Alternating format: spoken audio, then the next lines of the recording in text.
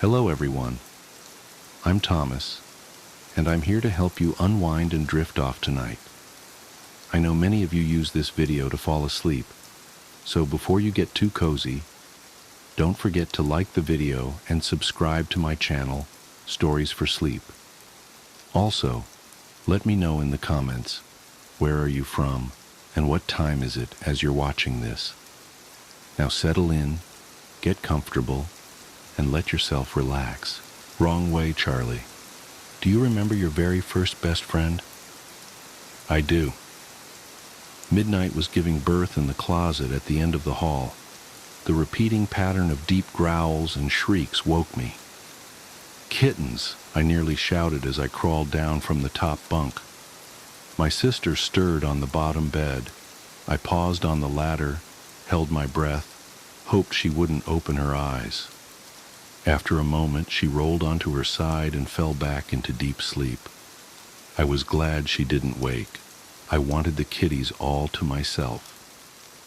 Midnight continued to scream. I cracked open my bedroom door and saw my parents kneeling in the hallway, peering into the closet. They noticed I was standing there and told me to get back in bed. "But I want to make sure Midnight is okay," I protested. "She was mine too. I should have been allowed to check on her." Dad refused to let me come out of the room. He said he would get me when it was over. Mom agreed with him. She said I was too little to watch. Too little?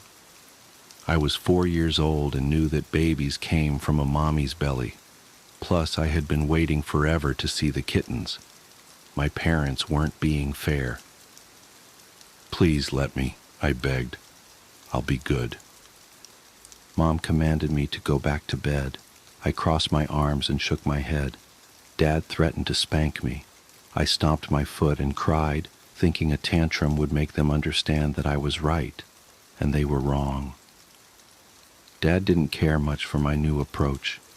He picked me up by the arm and carried me to my bed. He said to keep quiet, or else he would take the nightlight and lock me in the dark. "It's not fair," I screamed, instantly regretting it. Dad squeezed my arm so tight that I began to cry for real. When he let go, I rubbed the spot, trying to make it look worse than it really was. He told me I was punished, then pulled the nightlight from the wall. "No, don't!" I cried out. Ignoring my pleads, Dad went back into the hall and slammed my door shut. I heard my sister sobbing from on the lower bed. I felt bad that she had to suffer for my mistake, so I climbed down and cuddled up next to her. I told her I was sorry. She was terrified of the dark, more so than I. But eventually she relaxed and fell back to sleep while holding my hand. I couldn't rest, though. Midnight's persistent shuddering cries and gargling noises kept me from closing my eyes. I stared into the black, waiting. It felt like forever. I'm not sure how it happened, but the next thing I remember is Mom waking my sister and me. "Come see," she urged.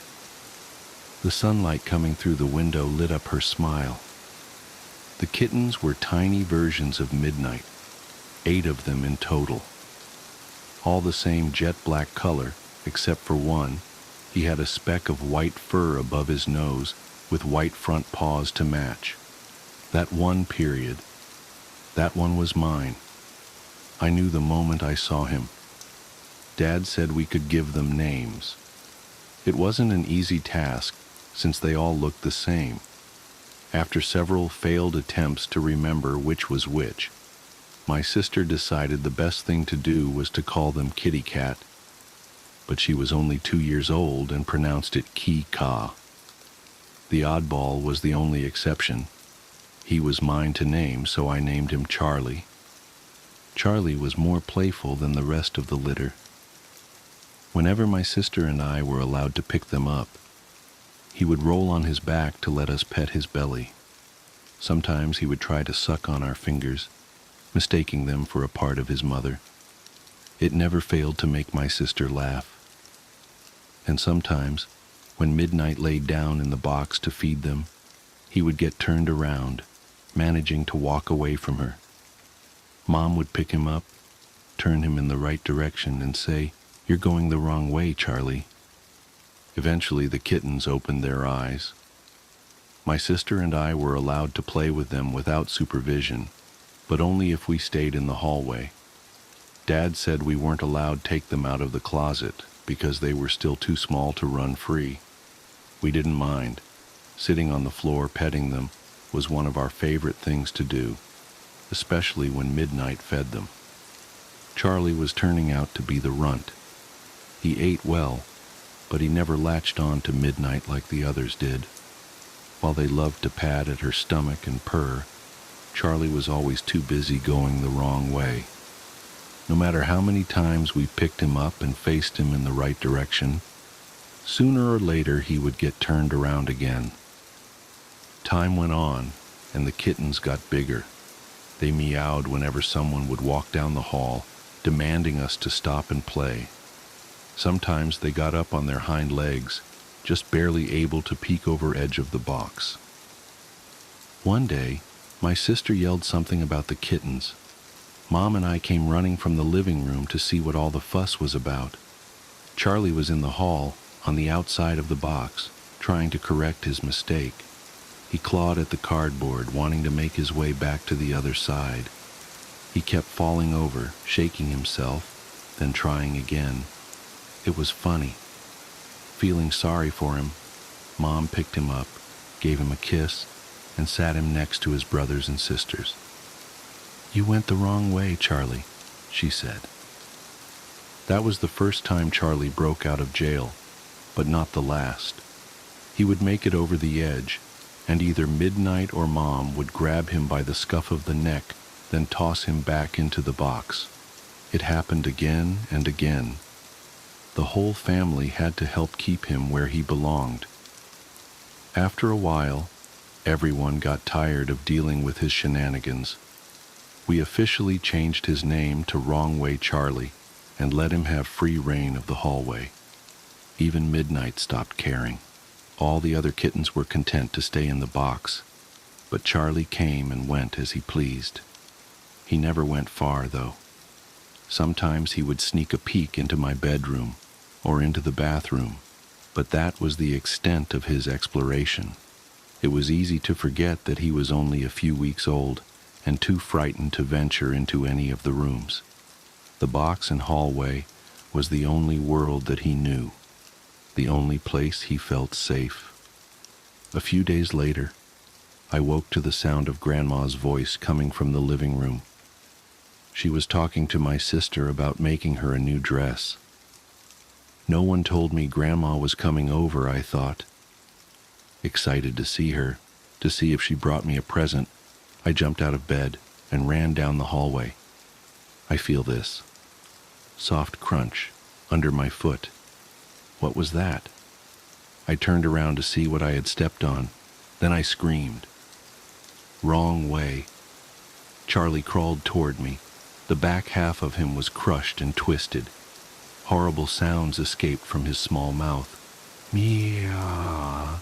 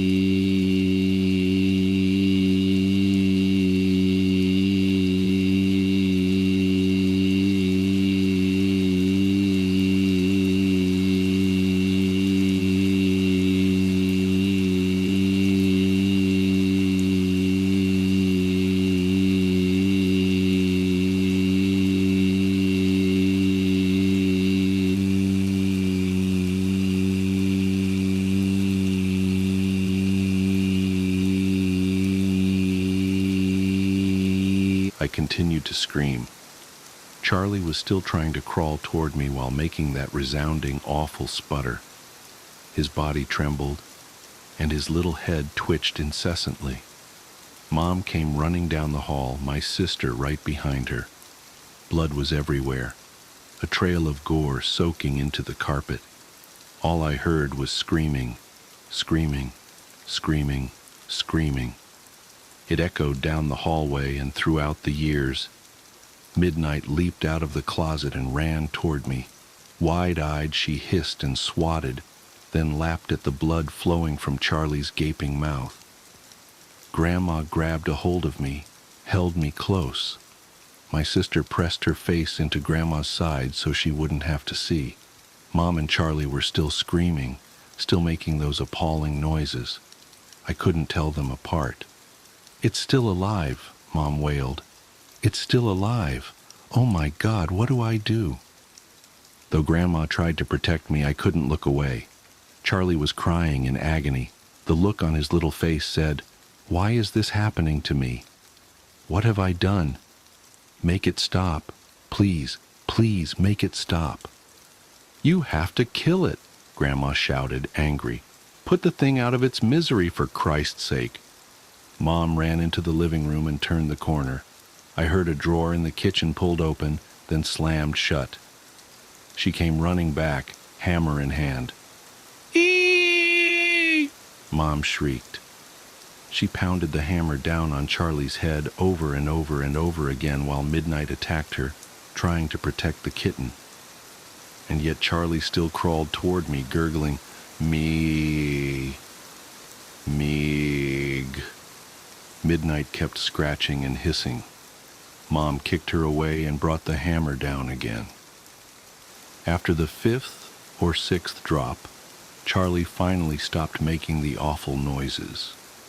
Chunks of his skull and brain littered the hallway. It was hours later before I calmed down enough to understand what had happened. Mom told me that it was okay. Dad said it wasn't my fault. They said these things as they cleaned up the mess that used to be Charlie. But it wasn't okay, and it was my fault. My kitten got hurt because of me. If I hadn't been running, my Charlie would be alive. I killed him. Plus, plus, plus, plus. Charlie was my first best friend, my first responsibility, and my first introduction to death. He'll always be with me, even now, after all these years. Every time I walk down a fucking hallway, I see wrong way. Charlie's mangled little body crawling toward me. The anniversary. Something's wrong with the light. I'm standing at the altar of St. Michael's Church, my husband Thomas's hands clasped in mine, and the afternoon sunlight streaming through the stained glass windows isn't moving. It should be shifting, creating slowly sliding patterns of blue and red and gold across the wooden pews. But it's frozen, static, like a photograph. "Margaret," Thomas says, his voice gentle as always, "do you take this man in renewal of your sacred vows?" The words fade into a hollow echo as I stare at his face, his familiar face, lined now with 25 years of laughter and worry and love. But something strange about his eyes. They're the same warm brown they've always been, but there's a depth to them I've never noticed before, like looking down a well and seeing something move in the darkness far below. I've done this before. The thought hits me with such force that I actually sway slightly on my feet. Thomas's grip on my hands tightens, just a fraction, just enough to steady me, just enough to trap me. "Margaret?" he prompts again, still smiling that gentle smile. "Are you all right, dear?" The word catches in my throat as memories begin to surface, like bodies floating up from the bottom of a lake. Hundreds of them, thousands, each one a different version of our marriage, playing out in parallel tracks across 25 years. making dinner in our first apartment, chopping carrots, noticing a strange metallic taste to the coffee he'd made me that morning, beginning to feel dizzy, reset, finding a hidden compartment behind the basement shelves, filled with photographs of women who'd gone missing in the area, my hands shaking as I recognized their faces from the news.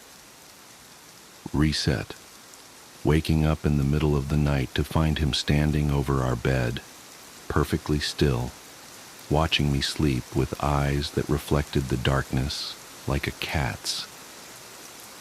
Reset. Each memory burns as it surfaces, searing away the comfortable fog I've been living in. How many times have I discovered the truth? How many times have I tried to run, to tell someone, to fight back? How many times has he simply reset everything, starting our marriage over from the beginning, wiping my memory clean like erasing a chalkboard? Margaret? There's an edge to his voice now, barely perceptible beneath the concern. The pressure of his hands on mine increases slightly. In the pews, our friends and family sit in perfect stillness, their faces fixed in expressions of joy and celebration. They haven't moved in several minutes, I realize. They might not be breathing. I remember, I whisper, the words falling from my lips before I can stop them. I remember everything. Thomas's smile doesn't waver, but something shifts in those deep brown eyes. Something ancient and patient and hungry unfolds itself behind his human face. No, dear, he says softly. Not everything. Not yet. And then he shows me what else I've forgotten. The first time I tried to leave him was 6 months into our marriage. The memory surfaces like a splinter working its way out of skin. I'd found a notebook in his study, hidden behind a row of engineering textbooks. The pages were filled with detailed observations of my daily routine, dating back to 3 years before we'd even met. Every coffee shop I frequented, every jogging route I took, every friend I spent time with. The final entry was a calculation of exactly how long it would take me to accept his proposal. I packed a bag while he was at work, left a note saying I was visiting my sister, and drove straight to the airport. I made it as far as the ticket counter before the fluorescent lights began to flicker, and time slipped, like missing a step on a staircase. When I opened my eyes, I was back in our apartment, making coffee on a sunny morning 6 months into our marriage. The notebook didn't exist. The memory of finding it felt like a dream, growing fainter by the second. But now, standing at the altar 25 years later, I remember that moment with perfect clarity. And I remember what came after. I remember every attempt to escape, every time I gathered evidence, every time I went to the police, every time I tried to warn the other women I'd seen in those photographs. Every single time, reality would shiver and reset, and I'd find myself back in our life together, my memories wiped clean, starting fresh with only a lingering sense of unease that I could never quite place. How many times? I ask, my voice barely audible over the oppressive silence of the church. None of our guests have moved. The sunlight remains frozen on the floor. Thomas smiles wider, and for a moment I see something else beneath his face, something with too many teeth. You know I'm a perfectionist, dear, he says. I wanted to get it exactly right. The first few hundred attempts were messy, but you helped me refine the process. Your escapes became more clever, more creative each time. It was fascinating to watch you work through different strategies, even with your memory wiped clean. Some part of you always knew, I think, always remembered, deep down. He reaches up to brush a strand of hair from my face. His touch is gentle, loving, possessive. This is the first time I've let you keep your memories, he continues. Think of it as an anniversary present. 25 years is silver traditionally, but I thought awareness would be more meaningful. Why? The word comes out as a sob. Why me? Why all of this? Because you're perfect, he says simply. Your mind, your spirit, your determination. Even now, I can see you thinking, planning, looking for a way out. It's beautiful. And I've spent 25 years, well, significantly more than that technically, helping you become even more perfect. He leans closer, his voice dropping to a whisper. Would you like to know how many times we've reached this moment? How many versions of our marriage I've collected and preserved? How many Margarets I've helped evolve and grow through these loops? I try to pull away, but his grip is iron. The church seems to darken around us, the stained glass windows dulling to black. Our audience of friends and family begin to fade like old photographs, revealing their true nature. Empty shells, props, memories given form but no substance. The best part, Thomas continues, is that this isn't even the final version. We're going to keep working on it, you and I, making it better, making it perfect. And now that you're aware, the real work can begin.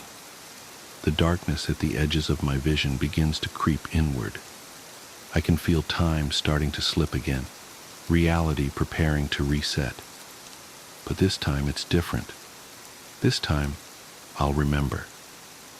Happy anniversary, my love, Thomas says, and his face splits into something that was never human at all. The darkness swallows us both, and somewhere in the distance, I hear wedding bells begin to toll. I wake up on the morning of my wedding day, 25 years ago. Sunlight streams through the window of my childhood bedroom. My wedding dress hangs on the closet door, pristine and white. I remember everything. And somewhere nearby, my perfect, patient husband-to-be is waiting to begin again. Rather than scream, I smile, because this time I remember all my previous attempts to escape. Every strategy, every failure, every reset. 25 years of experience compressed into perfect clarity. And I have a new plan. This time will be different. This time I'm not running away. This time I'm taking him with me into the void. Working as a search and rescue officer for the U.S. Forest Service, Part 3. When I started out as a rookie, no one had told me a lot about the job in terms of weird things that could happen. I'm assuming this was largely to prevent me from freaking out and abandoning the park. But a few months into my service, when I was still a rookie, a friend and I were drunk at a party, and he opened up a bit. Yeah, it can get a little crazy out there, I guess. I think the worst are the ones where people die when they just shouldn't, you know? Or when we find them dead like 10 minutes after someone says they saw them last. They were fine when I passed them on the switchback, I swear. That sort of shit. Like, take this guy, who I found one spring out on a really popular trail. Someone comes into the VC freaking about some guy who's lying in the middle of the path in this giant pool of blood.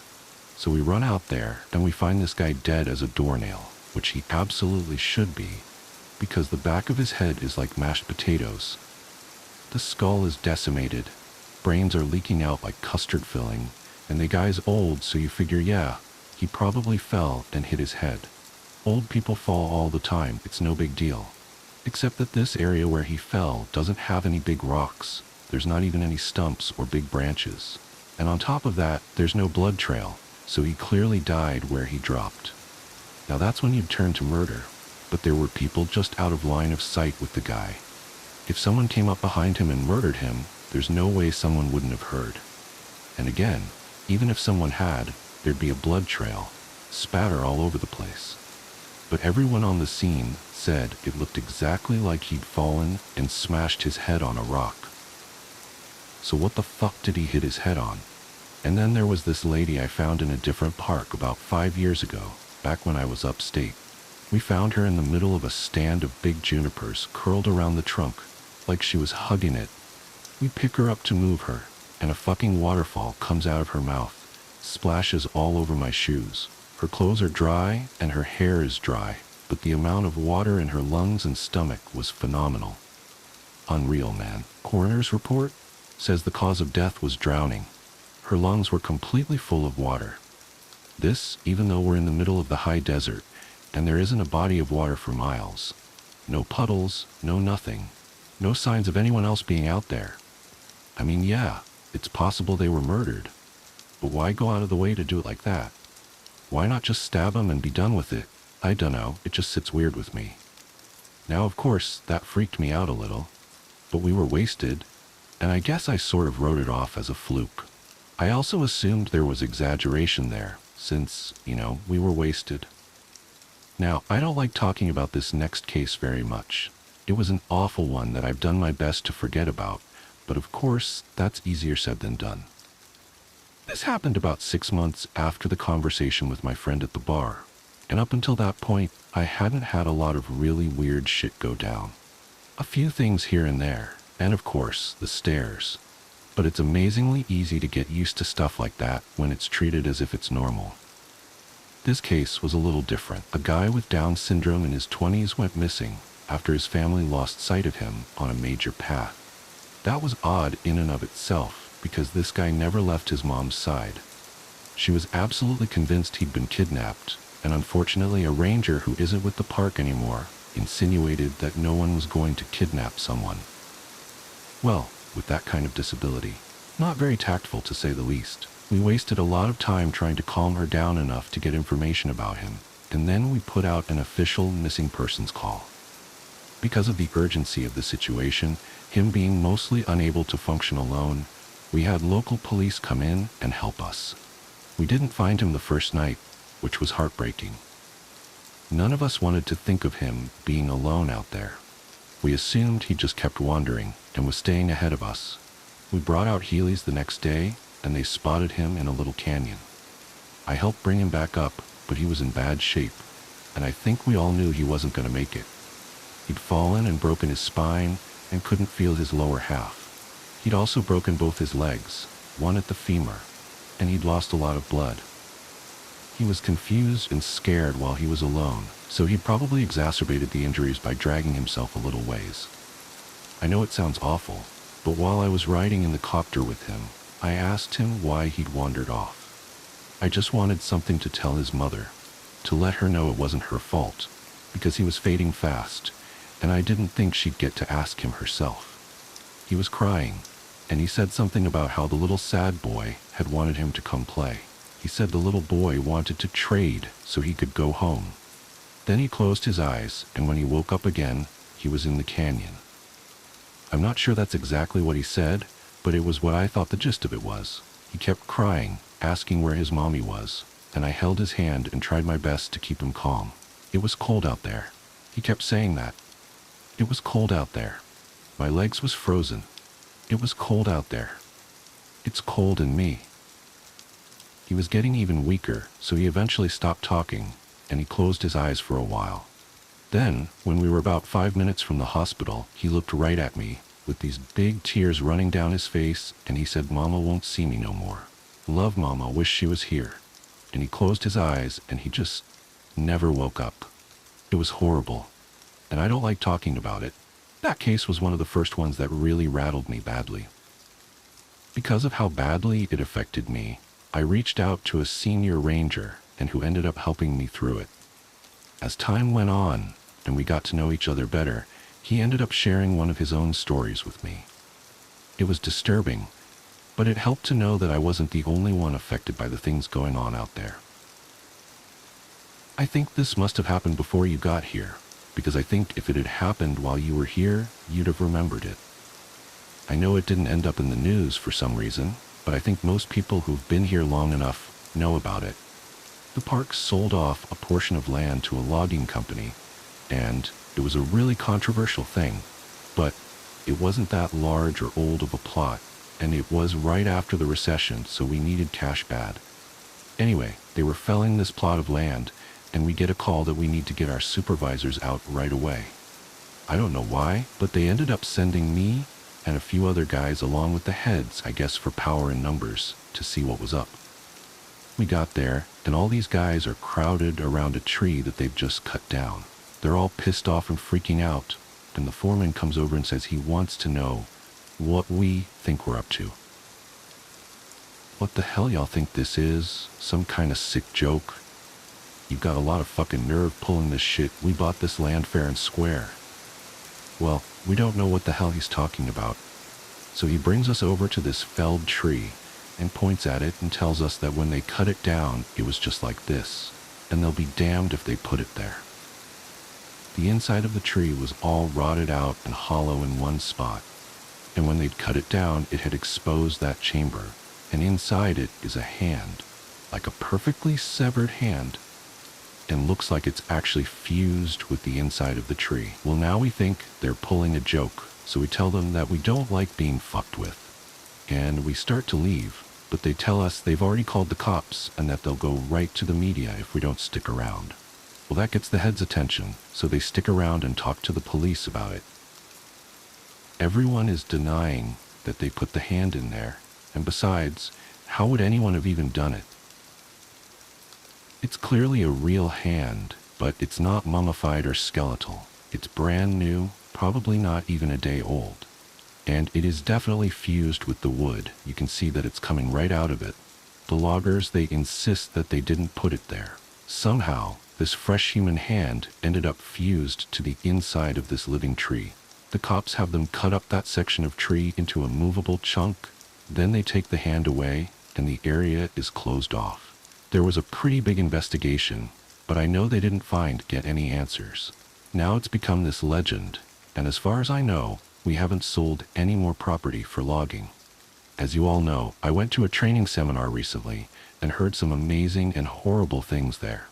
One of the guys I talked to while I was there told me a story when we were all around the campfire one night.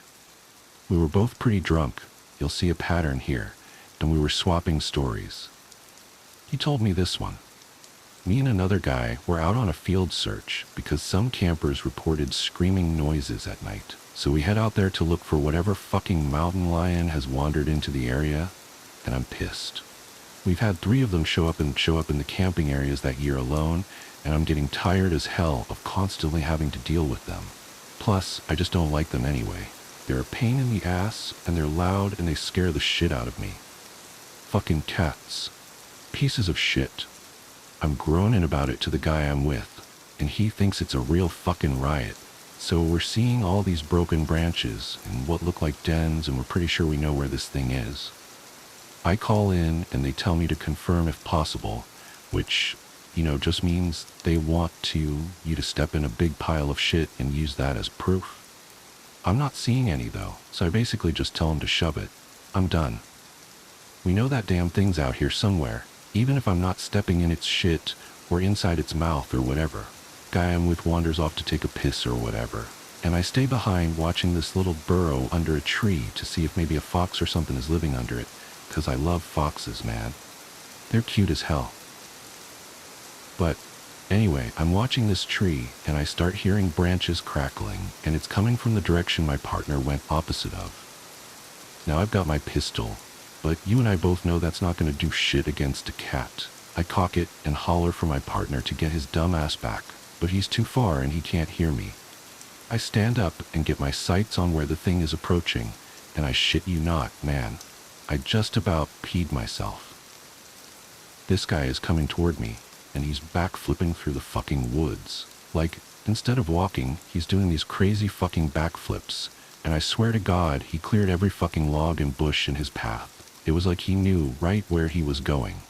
I yell at the guy to stop right where he is, that I'm pointing a gun right at him, but he keeps coming, and I just kind of lost it.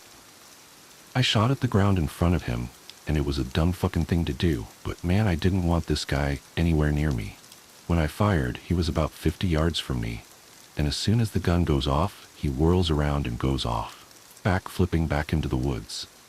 My partner hears my gun go off and runs back and asks what's up, and I tell him there's some fucking weirdo out here hopped up on God knows what, and we need to get the hell out of Dodge. I let the cops know what happened, and I didn't get in any trouble for firing. But man, I don't know what that motherfucker was on, but I've never seen anything like that before. Shit was absolutely butt-fuck crazy. The vanishing. I used to think time was like a river, always flowing forward, never looking back. Now I know better. Time is more like a noose, and with each loop, it tightens around reality itself, strangling away pieces of existence one by one. It started subtly enough. That Tuesday morning, I noticed the same red Volkswagen Beetle pass by my house 3 times in 10 minutes. At first, I dismissed it as coincidence. Maybe the driver was lost or looking for an address. But then I saw the license plate. Loop 247. The same plate, same slight dent on the rear bumper, same elderly woman with pearl earrings behind the wheel. I remember standing at my kitchen window, coffee growing cold in my hands, watching that car make its 4th pass. That's when I saw the bird, a cardinal with unusual white patches on its wings. It landed on my windowsill, tilted its head at me, and flew away. 2 minutes later, the exact same bird landed in the exact same spot, performed the identical head tilt, and flew off again. My phone buzzed. A text from my sister Sarah. Don't forget Mom's birthday dinner tonight. I checked the date, Tuesday, March 12th. Nothing seemed amiss yet, except for that nagging feeling in the pit of my stomach. Like the moment before you realize you've made a terrible mistake. I went to work, trying to shake off the morning's oddities. My colleague Tom greeted me with his usual, "Another day in paradise, eh, James?" He always said that, but today it felt different, rehearsed, predestined. I sat at my desk, opened my laptop, and found myself staring at yesterday's work. All of it. Every spreadsheet, every email, exactly as it had been. That's when the first real chill ran down my spine. I distinctly remembered completing 3 major reports the day before, yet here they were, unfinished. My sent folder showed no trace of the emails I'd written. The calendar meeting notifications I'd cleared were back, blinking insistently. I called Sarah. "Hey, what's up?" She answered exactly as she always did. "Sarah, this is going to sound crazy, but is today Tuesday?" "Yeah, March 12th. Don't forget Mom's birthday dinner tonight." The exact same words from her text. I hung up, hands shaking. Throughout the day, everything played out as a perfect replica of the previous day. Tom's coffee spill at 10:43 a.m. Janet from accounting's announcement about her daughter's acceptance to Yale at lunch. The fire alarm test at 2:15 p.m. Even the pattern of clouds outside my office window seemed familiar. That night at Mom's birthday dinner, I tried to warn them. "Something's wrong with time," I said, as Mom cut into her chocolate cake, the same cake I remembered her cutting into yesterday. "Everything's repeating." They laughed it off. Sarah patted my hand and said I was working too hard. Mom reminded me I'd always had an overactive imagination, just like when you were little. Dad didn't say anything, just gave me that concerned look he reserves for when he thinks I'm about to have one of my episodes, like during my breakdown in college. I went to bed that night praying I was wrong, that I was just having some sort of psychological fugue state. But when I woke up, it was Tuesday again. March 12th, the red Volkswagen, the Cardinal, Tom's another day in paradise. But something was different this time. Something was missing. It took me until Mom's birthday dinner to realize what it was. Janet from accounting. Not only was she not there to announce her daughter's Yale acceptance, no one remembered her ever existing. Her desk was occupied by someone else, her family photos replaced by generic office art. When I mentioned her name, my colleagues looked at me with blank expressions. That's when true terror set in. This wasn't just a time loop, it was an erasure of reality itself. The next Tuesday, Tom disappeared. Then Sarah's husband, Mike. Then the barista at my local coffee shop. With each reset, another person vanished from existence, leaving behind nothing but void spaces in photos and blank spots in memories.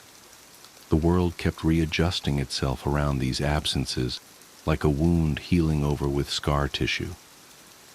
I started keeping track in a notebook, writing down names, relationships, details about each person before they disappeared. But even that proved futile. The notebook reset with each loop, my frantic scribblings erased along with everything else. By the 10th loop, entire families had vanished. The Hendersons next door? Gone. The Chen family from my gym? Erased. My best friend from high school and his entire lineage? Never existed. The world grew quieter, emptier, yet nobody seemed to notice except me. I tried everything to break the cycle. I drove out of town, only to wake up in my bed on Tuesday morning. I tried staying awake for the entire 24 hours, only to blink and find myself back at the start. I even attempted darker solutions, but death itself proved temporary in this eternal Tuesday. The most maddening part was watching the world reconstruct itself around each absence. When my neighbor disappeared, his house transformed into a park that had always been there. When my first girlfriend vanished, my high school yearbook showed no trace of her, and all my friends had different memories of who I'd dated. Reality was like a self-healing membrane, closing over its wounds and leaving no scars. Only I remembered the truth, and with each loop, that truth became harder to bear. Sarah was the first of my family to go. One Tuesday, I called her number and got a message saying it had been disconnected. Mom and Dad had only one child now, had always had only one child. The family photos in their house showed just me. The spaces where Sarah had been filled with wallpaper or furniture or nothing at all. I screamed at them to remember her, showed them old emails that still existed in my phone from previous loops. But they looked at me with that same concern they'd shown when I had my breakdown in college. Dad suggested I see Dr. Matthews again, but Dr. Matthews had disappeared 3 loops ago. Mom went next. The birthday dinner became a quiet affair with just me and Dad, who couldn't understand why I was so insistent on chocolate cake when he'd always been allergic to chocolate. The wedding ring on his finger vanished along with her, replaced by the smooth skin of someone who had never married. Then Dad. The house I grew up in became an empty lot that had never been developed. My childhood memories began to feel like dreams, insubstantial and fading. The world grew smaller, emptier, lonelier. But it wasn't just people disappearing. It was all evidence of humanity itself.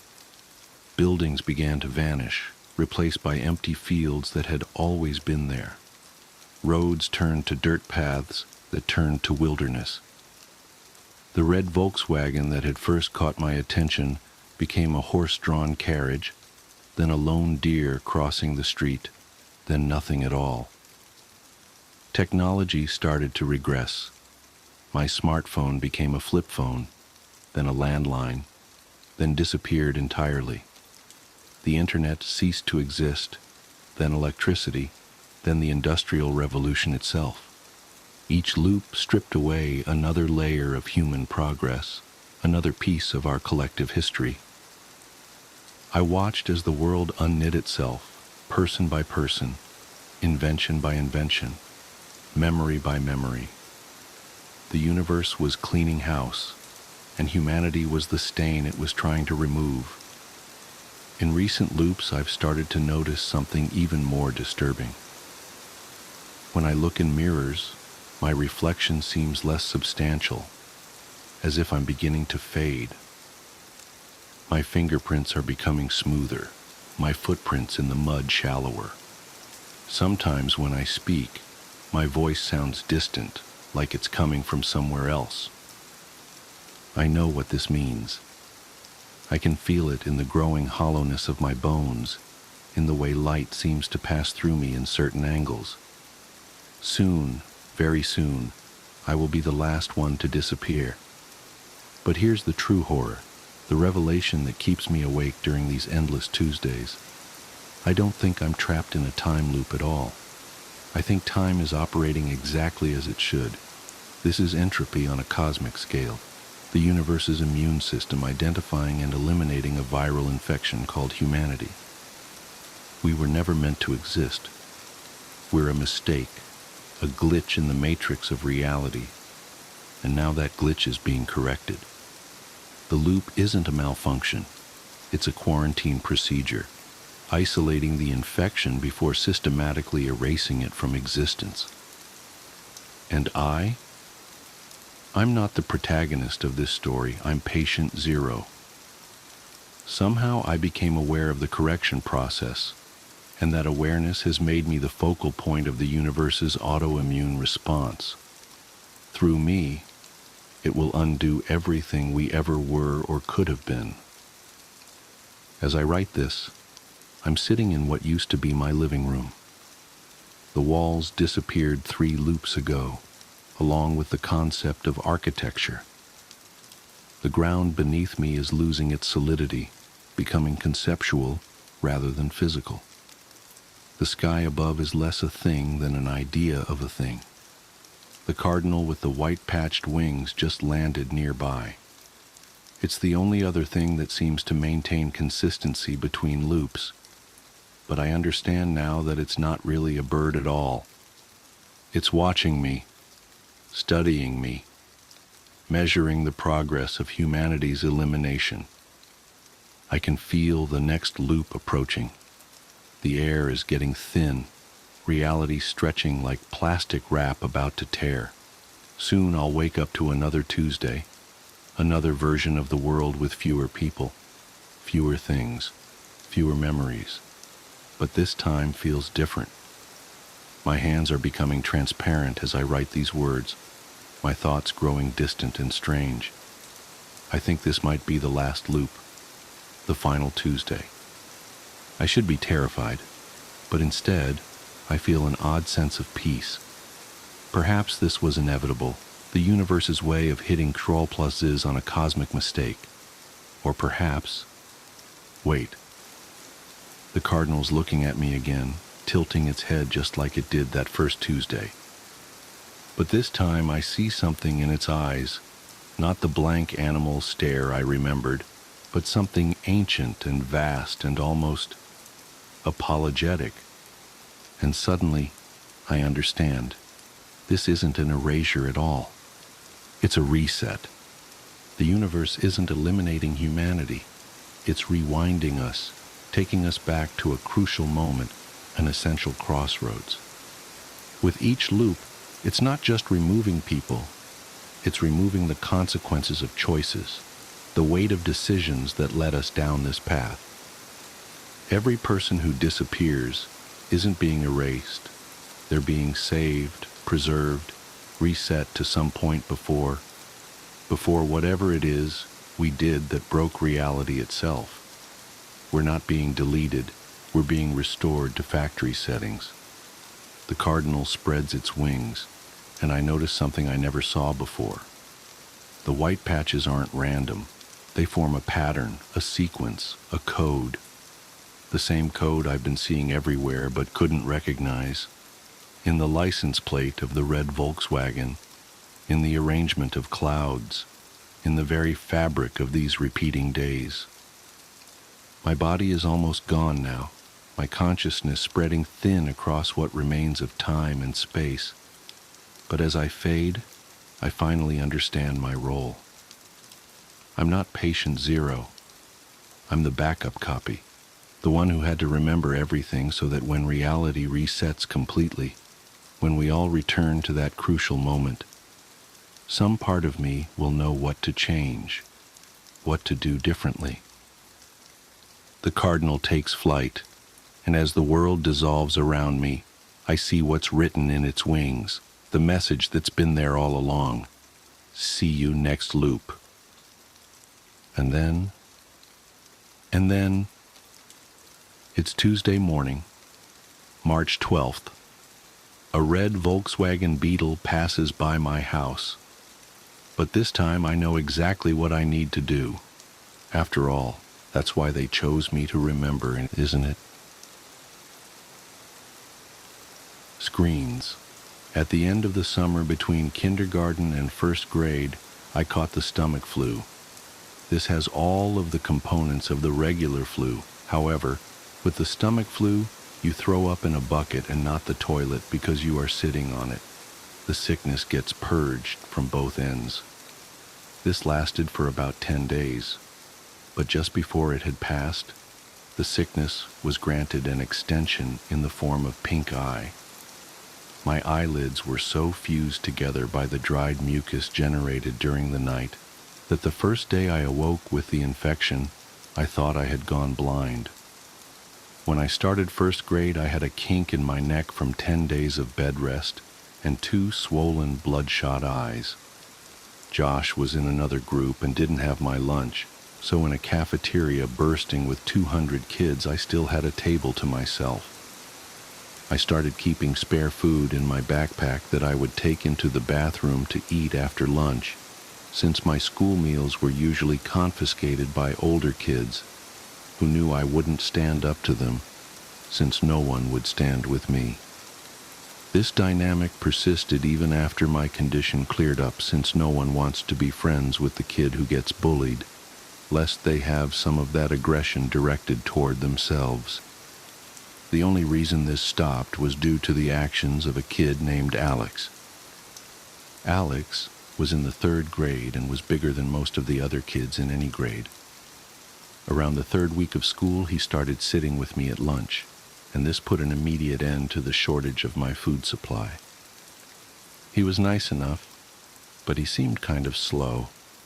We never really talked at length except for when I finally decided to ask why he had been sitting with me. He had a crush on Josh's sister, Veronica. Veronica was in 4th grade and was probably the prettiest girl in the school. Even as a 6-year-old who fully endorsed the notion that girls were disgusting, I still knew how pretty Veronica was. When she was in 3rd grade, Josh told me, 2 boys had actually gotten into a physical fight, which erupted out of an argument concerning the significance of the messages she had written in their yearbooks. One of the boys eventually hit the other in the forehead with the corner of the yearbook, and the wound required stitches to close. While not one of those 2 boys, Alex wanted her to like him and confessed that he knew Josh and I were best friends. I gathered that he had hoped that I would convey his ostensibly philanthropic deed to Veronica, and that she would presumably be so moved by his selflessness that she'd take an interest in him. If I told her, he would continue to sit with me for as long as I needed him to. Because this was during the time when Josh mostly stayed at my house building the raft and navigating tributary with me, I didn't have the chance to bring it up to Veronica because I simply didn't see her. I told Josh about it and he made fun of Alex, but said that he would tell his sister since I wanted him to. I doubted that he would. Josh was annoyed that people seemed to be so taken with his sister. I remember him calling her an ugly crow. I never said anything to Josh, but I remember wanting to say, even then, that she was pretty and would one day be beautiful. I was right. When I was 15, I was seeing a movie at a place my friends and I had come to call the Dirt Theater. It was probably nice at some point, but time and neglect had weathered the place severely. This theater had movable tables and chairs on a level floor, so when the theater was full, there were very few places you could sit and see the whole screen. The theater was still open, I imagine, for 3 reasons. 1, it was cheap to see a movie there. 2, They showed a different cult movie twice a month at midnight. And 3, they sold beer to underage kids during the midnight showings. I went for the first 2, and that night they were showing Scanners by David Cronenberg for $1. My friends and I were sitting in the very back. I wanted to sit closer to the front for a better view, but Ryan had driven us, so I relented. A couple minutes before the movie started, a group of girls walked in. They were all pretty attractive, but whatever beauty they might have had was eclipsed by the girl with the dirty blonde hair, even though I had only caught a glimpse of her profile. As she turned to move her seat, I caught a full view of her face, which gave me the feeling of butterflies in my stomach. It was Veronica. I hadn't seen her in a long time. Josh and I saw progressively less of one another after we snuck out to my old house that night when we were 10, and usually when I'd visit him, she'd be out with friends. While everyone stared at the screen, I stared at Veronica, only looking away when the feeling that I was being a creep overcame me. But that feeling would quickly subside and my eyes would return to her. She really was beautiful, just like I had thought she'd be when I was a kid. When the credits started to roll, my friends got up and left. There was only one exit, and they didn't want to be trapped waiting for the crowd to clear. I lingered in hopes of catching Veronica's attention. As she and her friends walked by, I took a chance. "Hey, Veronica." She turned toward me, looking a little startled. "Yeah?" I got out of my seat and stepped a little into the light coming in through the open door. "It's me, Josh's old friend from way back. How have you been?" "Oh my God, hey, it's been so long." She motioned to her friends that she'd be out in a second. "Yeah, a few years at least. Not since the last time I stayed over with Josh. How is he anyway?" "Oh, that's right. I remember all you guys' games. Do you still play Ninja Turtles with your friends?" She laughed a little and I blushed. I'm not a kid anymore. Me and my friends play X-Men now." I was really hoping she'd laugh. She did. "Haha, you're cute. Do you come to these movies every time?" I was still reeling from what she said. Does she really think I'm cute? Did she just mean I was funny? Does she think I'm attractive? I suddenly realized that she had asked me a question, and my mind grasped for what it was.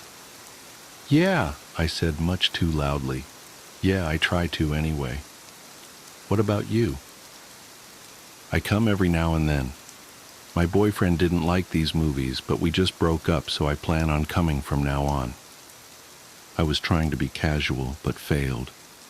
"Oh, well, that's cool. Not that you guys broke up. I just meant that you'd be able to come more often." She laughed again. I tried to recover. "So are you coming the week after next? They're supposed to show Day of the Dead. It's really cool." "Yeah, I'll be here." She smiled, and I was about to suggest that maybe we could sit together when she quickly closed the space between us and hugged me. "It was really good to see you," she said with her arms around me. I was trying to think of what to say when I realized the biggest problem was that I had forgotten how to talk. Luckily, Ryan, who I could hear approaching from the hallway, came in and spoke for me. "Dude, you know the movie's over, right? Let's get the fuck out of—" "Oh, yeah!" Veronica let go and said that she'd see me next time. She was played out of the room by the porn music Ryan was making with his mouth. I was furious, but it dissipated as soon as I heard Veronica laughing in the lobby. Day of the Dead couldn't come soon enough. Ryan's family was going out of town, so he wouldn't be able to drive us, and the other friends I was with that night didn't have cars. A couple of days before the movie, I asked my mom if she could take me. She responded almost immediately by denying my request, but I persisted, and she picked up on the desperation in my voice. She asked why I wanted to go so badly, since I had seen the movie before, and I hesitated before saying that I was hoping to see a girl there. She smiled and asked playfully if she knew the girl, and I reluctantly told her it was Veronica. The smile disappeared from her face, and she coldly said no. I decided that I would call Veronica to see if she could pick me up. I had no idea if she still lived at home, but it was worth a try. But then I realized that Josh might answer. I hadn't talked to him in almost 3 years, and if he answered, I obviously couldn't ask to talk to his sister. I felt guilty for calling to speak with Veronica and not Josh, but I dismissed that feeling quickly. Josh hadn't called me in years either. I picked up the phone and dialed the number that was still embedded in my muscle memory from having dialed it so often all those years ago. It rang several times before someone picked up. It wasn't Josh. I felt a mixture of both relief and disappointment. I realized in that second that I really missed Josh. I would call after this weekend and talk to him, but this was my only chance to see if Veronica could or would take me, so I asked for her. The person told me I had dialed the wrong number. I repeated the number back to her, and she confirmed. She said they must have changed their number, and I agreed. I apologized for the disturbance and hung up. I was suddenly intensely sad because now I couldn't contact Josh even if I wanted to. I felt terrible for having been afraid that he might answer the phone. He had been my very best friend. I realized that the only way I could be put back in touch with him would be through Veronica. So now, not that I needed one, I had another reason to see her. I told my mom the day before the movie that I was no longer concerned with going, but was hoping she could drop me off at my friend Chris's house. She relented and dropped me off that Saturday a couple of hours before the movie. My plan was to walk from his house to the theater since he only lived about a half-mile away. They went to church early on Sunday so his parents would go to sleep early Saturday night, and Chris was fine with not coming with me since he had planned on chatting with this girl he met online. He said that the walk back to his house would be even lonelier after she laughed in my face when I tried to kiss her, and I told him not to electrocute himself when he tried to have sex with his computer. I left his house at 11:15. I tried to pace myself so I'd get there just a little before the movie. I was going by myself, and so I didn't want to just hang around there waiting. On the way to the theater, I figured that if Veronica showed up at all, it would be too lucky for us to arrive at the same time, so I debated whether I should wait outside or just go in. Both had their pros and cons. As I was grappling with these concerns, I noticed that the steady stream of streaking car lights that had been overtaking me had been replaced by a single, constant spotlight that refused to pass. The road wasn't illuminated by streetlights, so I was walking in the grass with the road about 2 feet to my left. I stepped a little more to my right and craned my neck over my left shoulder to see what was behind me. A car had stopped about 10 feet behind me. All I could see were the violently bright headlights that were cutting through the otherwise Stygian surroundings. I thought that it might be one of Chris's parents. Maybe they had come to check in on us and seen that I was gone. It wouldn't have taken much pressing for Chris to confess.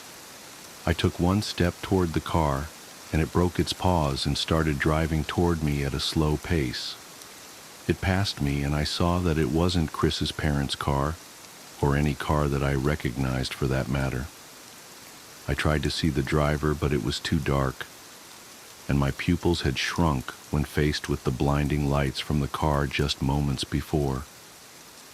They adjusted enough so that I could see a tremendous crack in the back window of the car as it drove away. I didn't think much of the whole affair. Some people find it fun to scare other people. I'd often hide around corners and jump out at my mom after all. I timed it right and got there about 10 minutes before the movie. I had decided to wait outside until around 11:57, since that would give me time to find her inside if she was already seated. As I was considering the possibility that she might not show, I saw her, She was alone, and she was beautiful. I waved to her and walked to close the distance. She smiled and asked if my friends were already inside. I said that they weren't, and realized that this must seem like I was trying to make this a date. She didn't seem bothered by that, nor was she bothered when I handed her the ticket I had already bought. She looked at me quizzically, and I said, "Don't worry, I'm rich." She laughed and we went inside. I bought us 1 popcorn and 2 drinks and spent most of the movie debating whether or not I should time reaching my hand into the popcorn bag when she reached in so they would touch. She seemed to enjoy the movie, and before I knew it, it was over. We didn't linger in the theater, and because this was a midnight show, we couldn't loiter in the lobby, so we walked outside. The parking lot of the theater was big because it connected with a mall that had gone out of business. Not wanting the night to be over just yet, I continued the conversation while causally walking toward the old mall.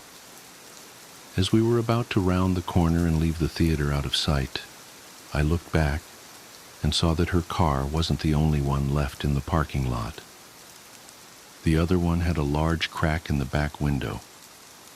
My immediate uneasiness turned to understanding. That makes a lot of sense. The driver of that car works here and must have figured I was on my way to the movie. Injecting real horror into the life of a horror fan seemed like an obvious move. We walked around the mall and talked about the movie.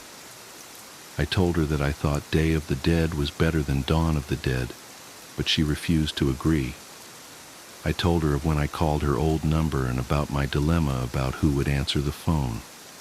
She didn't find it as funny as I now did, but she took my phone and put her number in it. She commented that it might be the worst cell phone she'd ever seen. Her evaluation wasn't rescinded when I told her I couldn't even receive pictures on it. I called her so she'd have my number, and she programmed it in. She told me that she was graduating, but she hadn't done well in school so far that year, so she wasn't sure if she'd even get into college. I told her to attach a picture of herself to the application, and they'd pay her to go there just so they could look at her. She didn't laugh at that one, and I thought she might be offended. She might have thought I was implying that she couldn't get in based on her intelligence. I nervously glanced at her, and she was just smiling, and even in this poor light I could see that she was blushing. I wanted to hold her hand, but I didn't. As we walked down the final side of the mall back toward the theater, I asked her about Josh. She told me she didn't want to talk about it. I asked her if he was at least doing all right, and she just said, "I don't know." I figured Josh must have taken a wrong turn somewhere and started getting into trouble. I felt bad. I felt guilty. As we approached the parking lot, I noticed that the car with the cracked back window was gone, and that her car was now the only one in the parking lot. She asked me if I needed a ride, and even though I really didn't, I said that I'd appreciate it. I had drunk my whole soda during the movie, and all the walking was putting pressure on my bladder.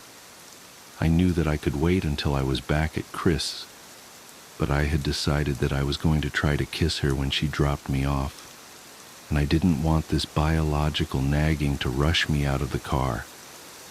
This would be my first kiss. I could think of no ruse to conceal what I needed to do. The theater had long closed, so I only had one option. I told her that I was going to go behind the theater to piss, but that I'd be back in 2 shakes.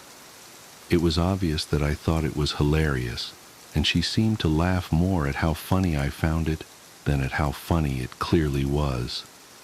On the way toward the theater, I stopped and turned toward her. I asked her if Josh had ever told her that kid named Alex had done something nice for me. She paused to think for a moment and said that he had. She inquired as to why I had asked, but I said it was nothing. Josh really was a good friend. When I went to go behind the theater, I realized that there was a chain-link fence extending off and running parallel to the walls of the building. Where I stood, she could still see me, and the fence seemed to stretch on endlessly, so I thought I'd just hop it, duck out of sight, and return as quickly as I could. It may have been too much of an effort, but I thought it polite. I climbed the fence and walked just a little ways until I was out of sight and urinated. For a moment, the only sounds were the crickets in the grass behind me and the collision of liquid and cement. These sounds were overpowered by a noise that I can still hear when it is quiet, and there are no other noises to distract my ears. In the distance, I heard a faint screeching which quickly subsided, only to be replaced with a cascade of thundering vibrations. I realized quickly enough what it was. It was a car. The growling of the engine got louder, and then I thought, number not louder, closer. As soon as I realized this, I started back toward the fence, but before I could get very far at all, I hear a brief, truncated scream, and the roar of the engine terminated in a deafening thud. I started running, but after only 2 or 3 steps, I was tripped by a loose piece of stone and fell hard and fast onto the concrete, my head striking the corner of a chair as I fell. I was dazed for maybe 30 seconds, but the renewed rumbling of the engine drew my senses back, and my equilibrium was restored by adrenaline. I redoubled my efforts. I was worried that whoever had crashed the car might harass Veronica. As I was climbing over the fence, I saw that there was still only one car in the parking lot. I didn't see any evidence of a crash. I thought that I might have misjudged its direction or proximity. As I ran toward Veronica's car and as my orientation changed, I saw what the car had hit. My legs stopped working almost completely. It was Veronica.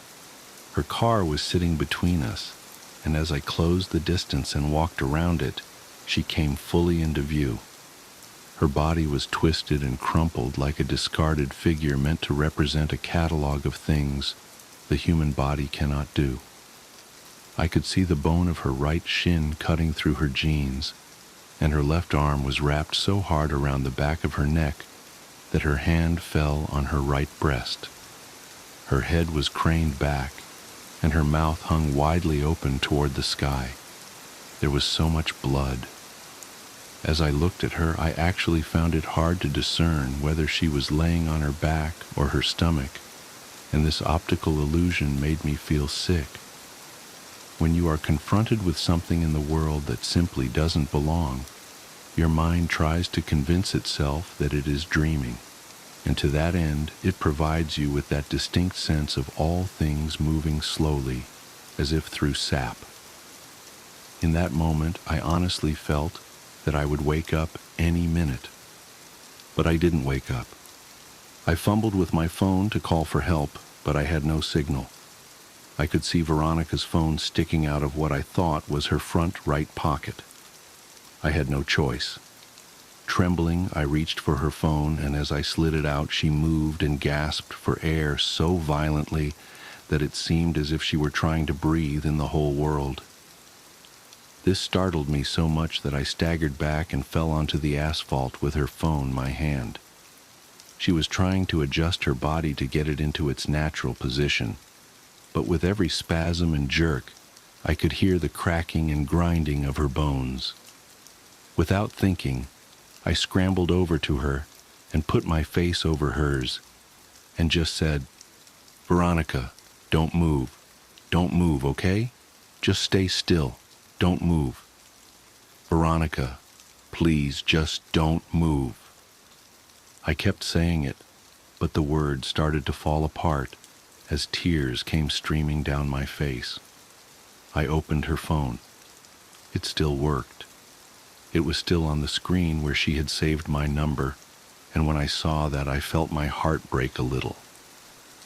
I called 911 and waited with her, telling her that she would be okay, and feeling guilty for lying to her every time I said it. When the sound of sirens tore through the air, she seemed to become more alert. She had remained conscious since I found her, but now more of the light was coming back into her eyes. Her brain was still protecting her from pain, though it looked as if it was finally allowing her to become aware that something was terribly wrong with her. Her eyes rolled over to mine and her lips moved. She was struggling, but I heard her. He pie picture. My picture. He took it. I didn't understand what she meant, so I said the only thing I could. I'm so sorry, Veronica. I rode with her in the ambulance where she finally lost consciousness. I waited in the room that they had reserved for her. I still had her phone, so I put it with her purse and I called my mom from the hospital phone. It was about 4 a.m. I told her that I was fine, but that Veronica was not.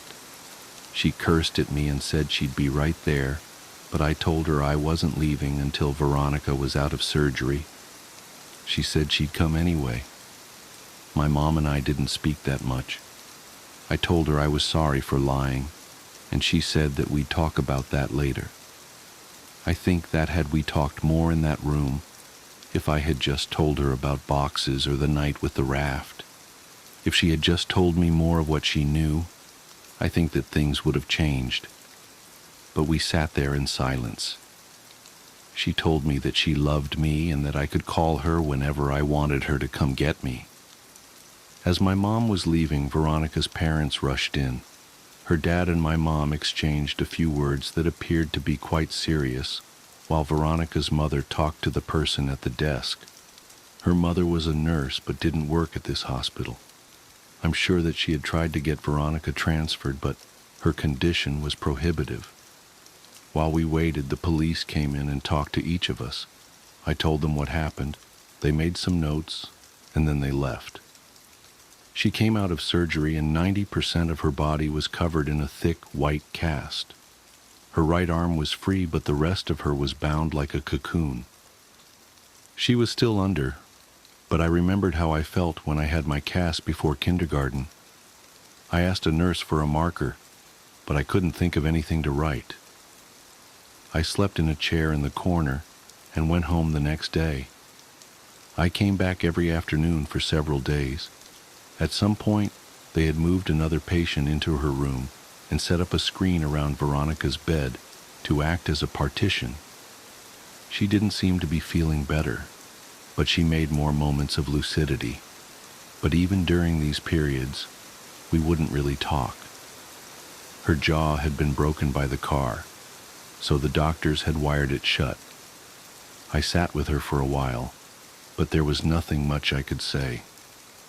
I got up and walked over to her. I kissed her on the forehead and she whispered through her clenched teeth, "Josh." This surprised me a little, but I looked at her and said, "Has he not come to see you?" "No." I found myself really irritated. Even if Josh had been getting into trouble, he should still come see his sister, I thought. I was about to express this when she said, "No. Josh, he ran away. I should have told you." I felt my blood turn to ice. When? When did this happen? When he was 13. Did he leave a note or something? On his pillow. She started crying and I followed her, but I think now we were crying for different reasons, even if I didn't realize it. At this point, there were a lot of things I still didn't remember about my childhood, and there were a lot of connections I hadn't yet made. I told her I had to go, but that she could text me any time. I got a text from her the next day telling me not to come back. I asked why, and she said she didn't want me to see her like that again. I agreed begrudgingly. We texted each other every day, though I kept this from my mom because I knew that she didn't like me talking to Veronica. Usually her texts were fairly short, and mostly only in response to more lengthy texts that I would send her. I tried calling her only once. I was sure she was screening her calls, but hoped I could hear her voice. She picked up but didn't say anything. I could hear how labored her breathing was. About a week after she told me not to come see her anymore, she sent me a text that simply read, "I love you." I was filled with so many different emotions, but I responded by expressing the most prevalent one. I replied, "I love you too." She said that she wanted to be with me, and that she couldn't wait until she could see me again. She told me that she had been released and was convalescing at her house. These exchanges carried on for several weeks, but every time I asked to come see her, she would say, "Soon." I kept insisting, and the following week, she said that she thought she might be able to make it to the next midnight movie. I couldn't believe it, but she insisted that she would try. I got a text from her the afternoon of the movie saying, "See you tonight." I got Ryan to drive me since Chris's parents had found out what had happened and said I wasn't welcome at their house anymore. I explained to Ryan that she might be in bad shape, but that I really cared about her, so to give us some space. He accepted that and we headed down there. Veronica didn't show. I had saved a seat for her right next to me near the exit so she could get in and out easily, but 10 minutes into the movie, a man slid into the chair. I whispered, "Excuse me, this seat is taken." But he didn't respond at all. He just stared ahead at the screen. I remember wanting to move because there was something wrong with the way he was breathing. I forfeited because I realized that she wasn't coming. I texted her the next day asking if she was all right, and I inquired as to why she didn't show the previous night. She responded with what would turn out to be the last message I'd received from her. She simply said, "See you again, soon." She was delirious and I was worried about her. I sent her several replies reminding her about the movie and saying it was no big deal, but she just stopped replying. I grew increasingly upset over the next several days. I couldn't reach her at her home because I didn't know that number, and I wasn't even sure where they lived. My mood became increasingly depressed, and my mother, who had been really nice as of late, asked me if I was okay. I told her that I hadn't heard from Veronica in days, and I felt all the warmth leave her disposition. "What do you mean?" "She was supposed to meet me at the movies yesterday. I know it's only been like 3 weeks since she got hit, but she said she would try to come, and after that she just stopped talking to me altogether. She must hate me." She looked confused, and I could read on her face that she was trying to tell if my mind had simply broken.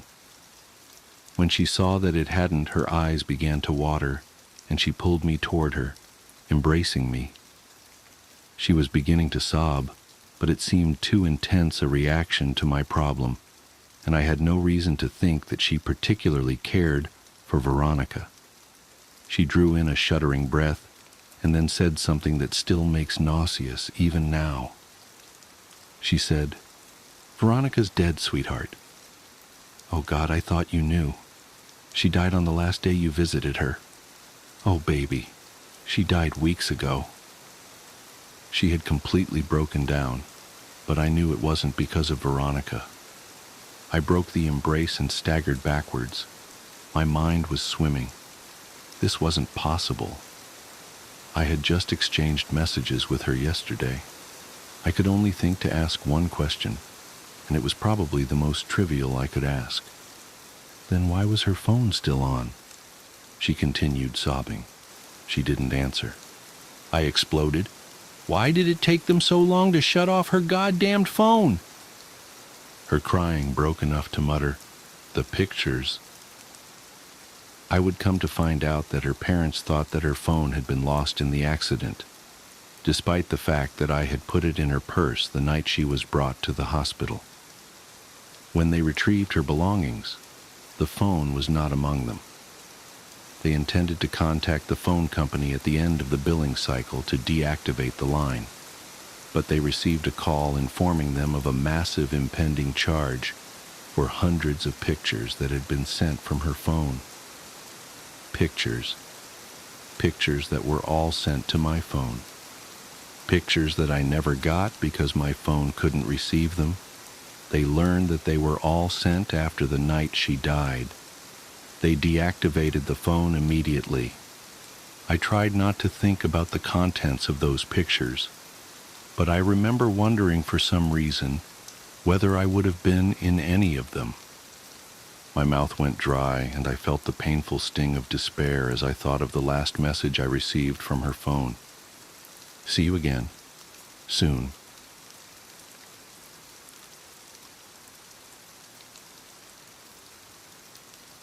Has your husband been standing still? The woman at the door said her husband was inside my home. She was agitated and ran her fingers through her unwashed hair. You have the wrong address. It's just me, I said, then lied, and my boyfriend is here. No, please, just listen to me, she said, placing a hand on the door frame and leaning in toward me. I said I couldn't help her, said again she had the wrong address, then shut the door. But I could still hear her. I don't know what he'll do. Let me in, let me find him, she said, her muffled voice sharpening while her palm drummed on the door. He stands still. I froze in the entryway and waited full minutes after it sounded like she had left, in case her ear was pressed to the door. I didn't give much thought to her husband at first. There was something off about her, how she tried to talk so calmly, even though it was obvious she was coiled tight enough to snap. She kept floating on her toes, looking into my apartment behind me. But she also didn't seem outcast, or even neglected, really. Her cashmere sweater and tapered pants told a different story. So I searched my apartment with the crowbar I kept under the sheets in the linen closet. No one was in the front rooms, with their windows facing the street. I had been there all day, so it was impossible for anyone to have broken in that way. Then I remembered the old dumbwaiter shaft. It was behind the kitchen door, shut behind a hinged metal slab. To keep noise from bleeding between apartments, it was no longer an open shaft, but a dusty compartment used as a pass-through for cables. I brought along my biggest chef knife from the drawer across from the refrigerator. The steel panel was painted the same color as the wall and had no handle or latch. Instead, there was a small jagged hole punched in one side with several drill bit plunges. I dug a screwdriver out of the junk drawer and tried to pry it open with a single jerk so I could step back and hold out the blade in my other hand. Instead, it swung open with a painfully slow creak, and I dropped the knife, scaring myself even more when it clattered at my feet. Without thinking, I bent down to pick it up. Kneeling on the floor, I imagined a pale hand reaching out into my hair and skull. But when I stood up and looked inside, there was nothing there, just the dark. It was empty. When I left the kitchen and crossed by the front door again, I saw that the woman had shoved a piece of paper in my door, like a takeout menu. It was a torn envelope, like something pulled crumpled from the trash, and had written on it the words, "Listen, please." Then I heard her whisper from low down on the door, even below where I had kneeled to pull at the scrap of paper. The first time my husband was around the corner from our French doors, in the hollow where my desk meets the printer cabinet. He must have been there all morning. He was standing straight up, like a sunflower, but I didn't see him until I got up from the desk and bumped my ankle. When I looked up suddenly, he was there, staring at nothing. The second time, he was behind an all-glass display case in our entryway, pinched between a pane and the wall just inside the front door. The whispering stopped and I realized I was barely breathing. I was still kneeling and my knees were beginning to get sore. "Are you still there?" the whispered voice asked. I didn't answer. He's gotten really skinny and goes through tubes of high SPF sunscreen whenever he is called out to a site, so now he's white as an electric socket. He can suppress his presence and take away your intuitive sense that another person is nearby. He's practicing. He's getting better. He knows where your eyes land and the spaces they slide over. "Go away," I screamed, before retreating to the farthest corner of my apartment away from the front door. It took me a while to calm down, with some TV and all the lights on. I didn't pay attention to the show, but told myself that the woman at the door had a mental illness and a persecution complex, and she wanted to pull me into her delusion. I crept to the window and peered into the park across the street from my house. It was small and mostly mown, with a picnic pavilion and a swing set. But right across from me was a shock of forest, rising up curling and unwanted. The sun was still up, but low enough for this thicket to be dark in its own shadows. I looked for her there, expecting I don't know what. 2 red eyes? I didn't see her, and opened the blinds fully. A few families were playing volleyball down at the farthest end of the park, but it was otherwise empty. Then I caught the blue light off an e-cig.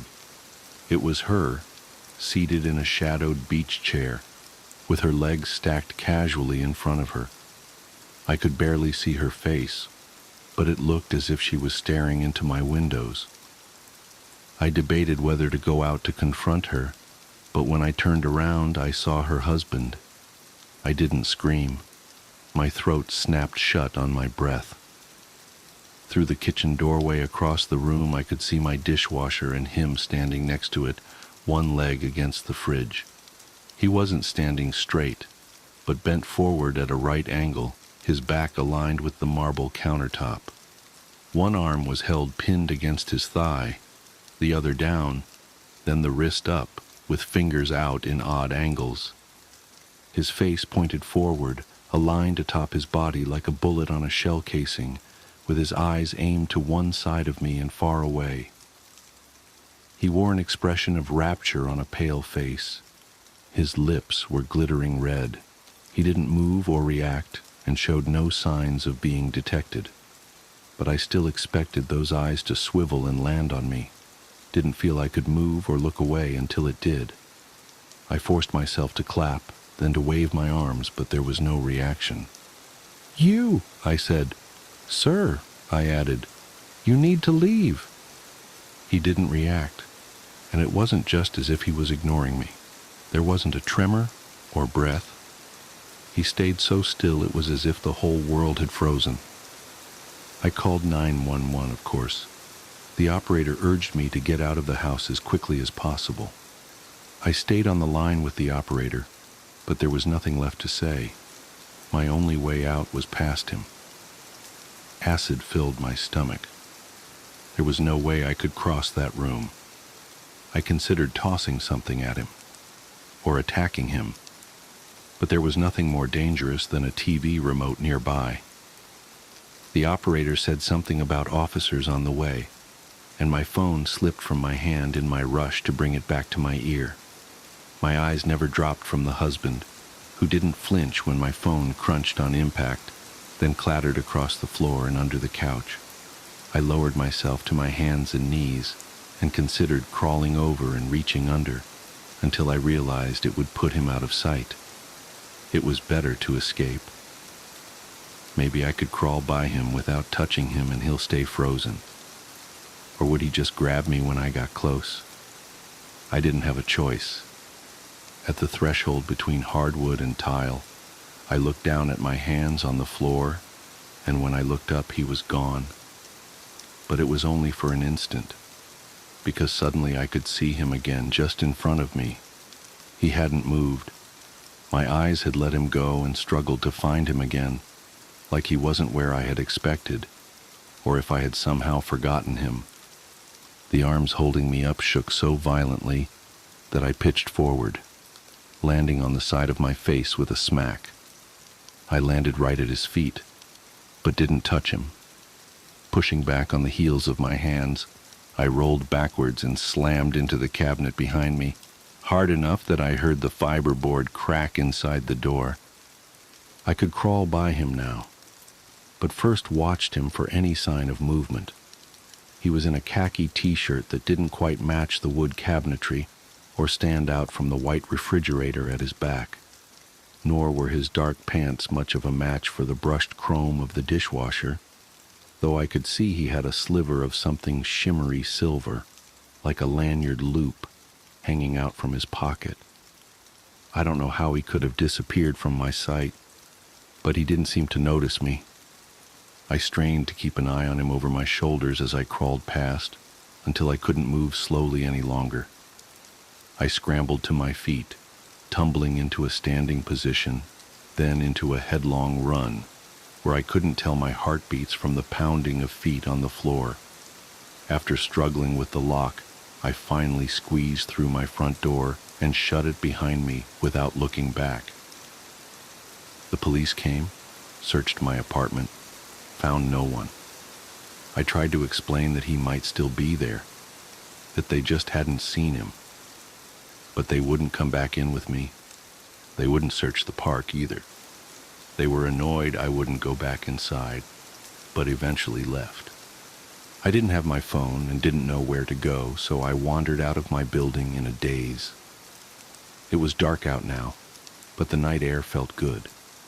I saw a car double parked, but didn't pay it any attention until the woman pushed open the passenger side door from the driver's seat and waved me over.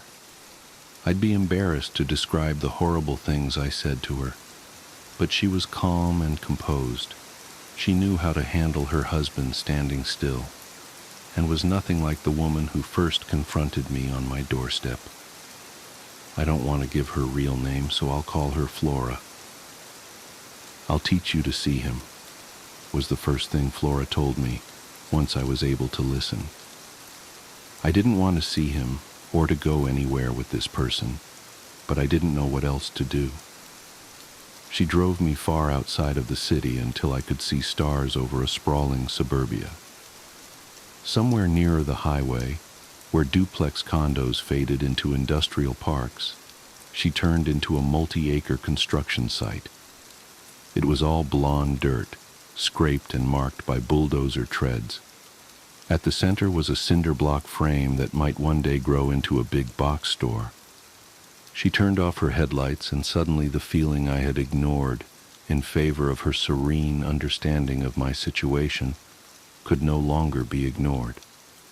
I was struck dumb with fear, my sore muscles protesting at being called back to alert. Had I met a couple working together? But she kept talking reasonably, kept her instructions simple, and I found no moment to protest. Instead, I followed her, even let her take me by the hand and pull me in a circuitous path out into the center of the standing blocks. She laid out a picnic blanket and urged me to lay on my back next to her with a friendly pat. Inside, I was screaming. "We're in the middle of one of the dimmer meteor showers that doesn't get headlines," she said, "but we can see one every few minutes if we know how to look. Men who stand still," she told me, "can't be searched out like a bird among branches or a face in the crowd. That is a search for specificity. Even if you could live in a state of constant scrutiny, where every pixel of reality is examined, you would not often find these unmoving men. They slip into your scotoma and escape your attention because they are no longer objects to be found." "There was one," she said, pointing to a part of the sky. "Did you see that one?" I hadn't. "Because you are darting around looking for shooting stars," she said, "instead of looking at the surface of reality."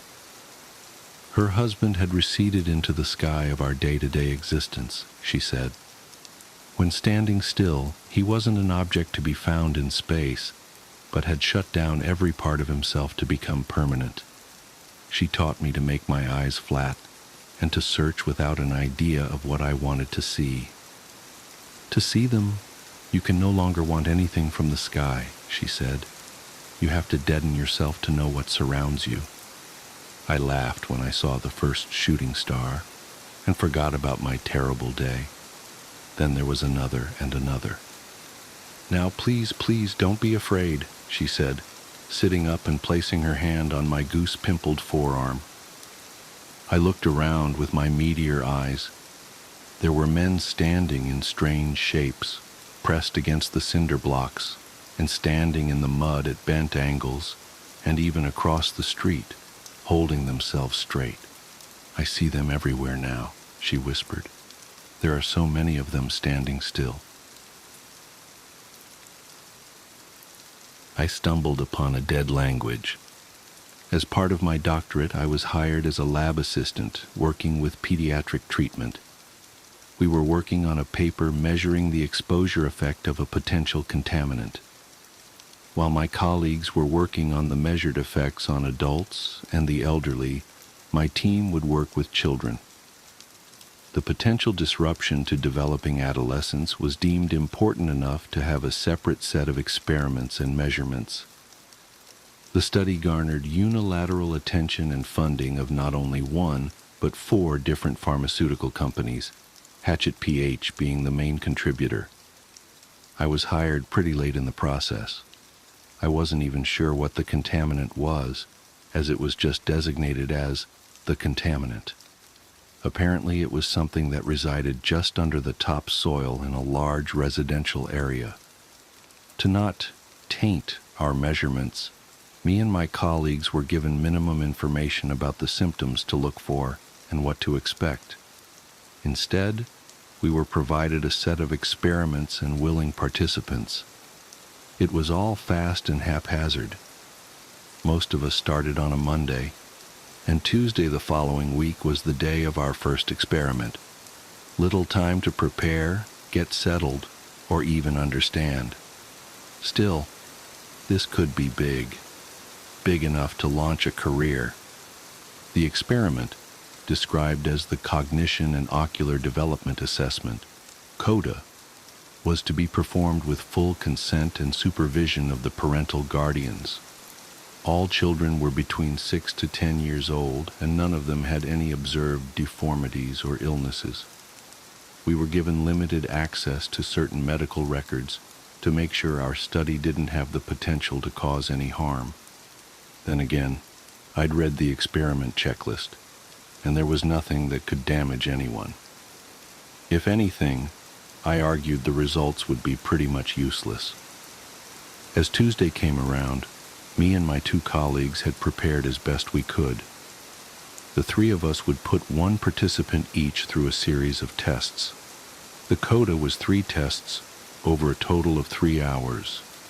The parents were to be asked for consent before and after each step, and given the ability to stop any test at any given time.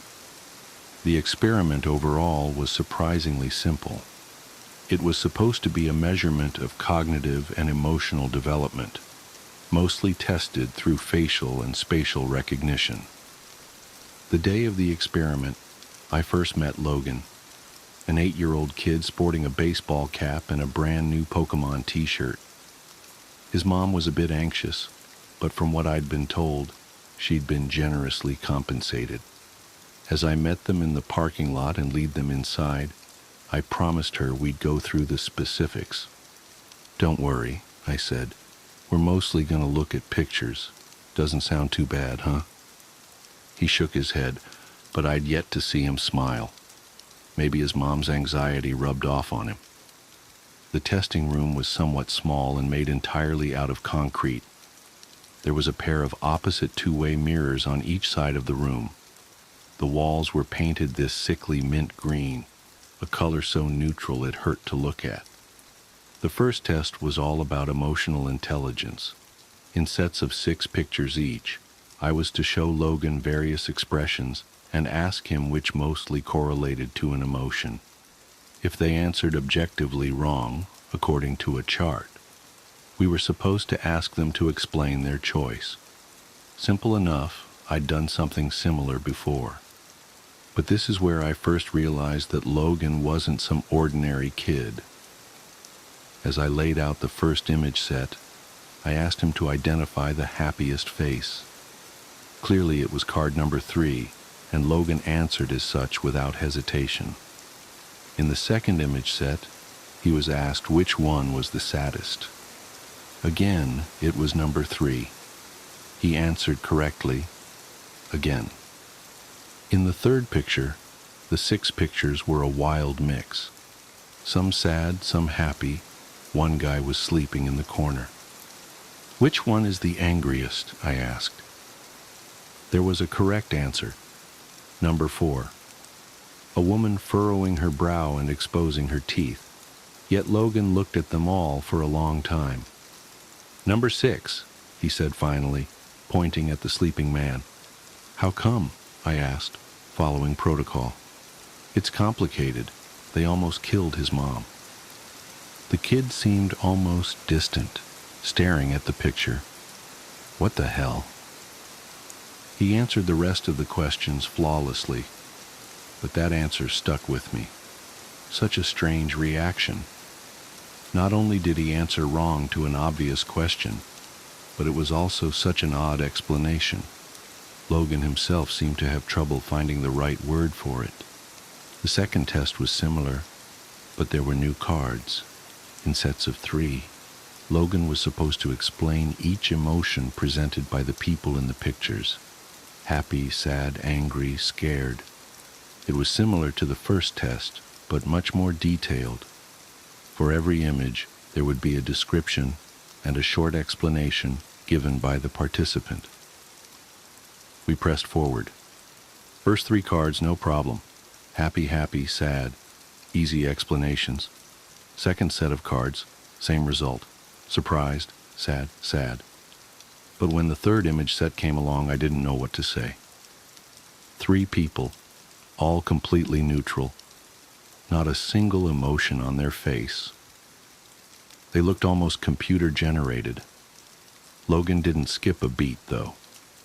She's scared, he said. She doesn't know why she's doing this. And, what about this one? Oh, he's hungry. He just doesn't show it. Hungry? Is that the emotion? Yeah, he's really hungry. Dangerous. And the third one? Logan took a long, hard look. After a few seconds, he looked up at me, almost like he forgot about the picture for a while. Okay, I think he's Obstin. Obstin? Yeah, Obstin. What do you mean? That's what he is. I don't know a better word for it. So why is he, Obstin? He saw something he shouldn't have. We continued with several more image sets, and Logan gave mostly ordinary answers, but every now and then he'd throw in something absurd sounding. Obstin was the first, but there was also ADR, Gald, and Srit. The descriptions were outlandish and frankly nonsensical. Address. He stared too long into the light. Gald. He didn't go swimming, but his feet are still wet. Srit. He fell between the cracks. By the time I was about to start the third experiment, I had a few moments alone with Logan's mom. Still anxious, she held her arms close to herself and didn't meet my eyes. We'll be done in a bit, I said. He's doing great. He's such an imaginative child, you know. She nodded. He makes up things all the time. You should see his drawings. Does he have any trouble at school? No, not really, no, she smiled. Well, mostly not. Some of the other kids can get a bit creeped out when he starts making things up.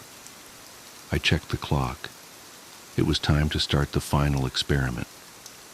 All kids have a quirk or two, I smiled back. That's what makes them kids. The final experiment was about recognizing places rather than people. One by one, I was to show Logan pictures of various places. Ordinary places like supermarkets, playgrounds, and factories. They were pretty easy to recognize. First, I'd show him the pictures. Then I'd ask him to describe the scene. Logan didn't seem to mind. The pictures themselves was easy for Logan to recognize. One by one, He explained what he saw. Factories with lots of cars parked outside, empty playgrounds. But as we got to a park, he sort of stopped. His expression shifted. "That's a graveyard," he said. I had to stop myself from correcting him. It was obviously not a graveyard. "Can you describe it?" I asked. I really don't want to. There's a lot of people there." "What kind of people?" I was going off script, but I was just too curious. Logan leaned in to look closer at the picture. "There's a lot of strange colors," he said. "The people who used to be there are gone." I couldn't tell what he was seeing. The picture was empty. As we finished up, Logan went to the bathroom. I got some time to talk to his mom on our own, and I brought out the picture of the park. "Do you have any idea what he sees here?" I asked. "No," she said, shaking her head. "Could be anything."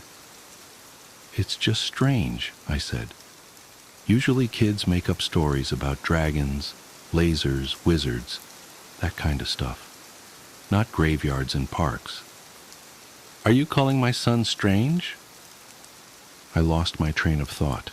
As Logan came back, she grabbed him by the arm as to leave. Before they did, I caught up to them. I had to try something.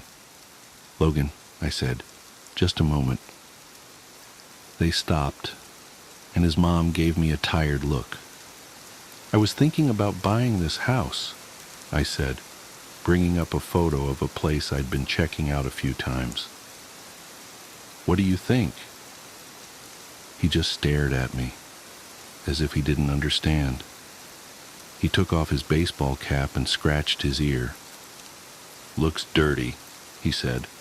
"A lot of RO right there in the—" "Come on, Logan." His mother tugged his arm, and he was almost dragged down the hall. Turning back to me one last time, he yelled back. He looked up, and then he didn't. I didn't lie when I said I was thinking about buying that house. There was an open viewing the next day, and I decided to drop by on my lunch break. There were about 8 other people there, all couples. I kind of disappeared among them. Maybe I wasn't being considered as a serious buyer. The place was a bit too large for me after all. As the realtor ran off to speak to a pregnant couple, I stopped in the foyer. I had this strange feeling in the pit of my stomach. "Row," I whispered to myself. "Right here." Just saying it out loud almost made me feel it. It was something so specific, so unique. It wasn't an emotion as much as it was an experience, a story. I could imagine myself lying on the floor, looking up at the wood-brown ceiling. I could feel my back growing stiff, as if I'd been lying down for too long. I could feel my eyes growing thick, like blinking through mud. Every breath, a conscious effort. Arms unresponsive. A prayer for my heart to keep beating.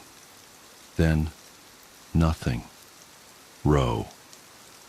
To look up, and then to not. I had this strange understanding, like I'd seen something I wasn't supposed to. Didn't the kid have a word for that too? God, I felt sick. Everyone was gathered around the realtor in the living room. I don't know what gave me the courage to confront him, but I just blurted it out. "Did the previous owner die here?" I asked. "In the foyer?" No, they didn't," he answered. "You have to tell us if they did," one of the couples said. Another couple agreed. "Okay, yeah, I mean, no one has died here. That much is true. No one did. But yes, they were found unresponsive in the foyer." There were loud sighs. A couple immediately left. Another left shortly afterwards. There was a queue to talk to the realtor, and within 10 minutes I was the only one left. Row or not, I got the place too cheap to care. This made me curious as to the words the kid had used to describe the various places and emotions.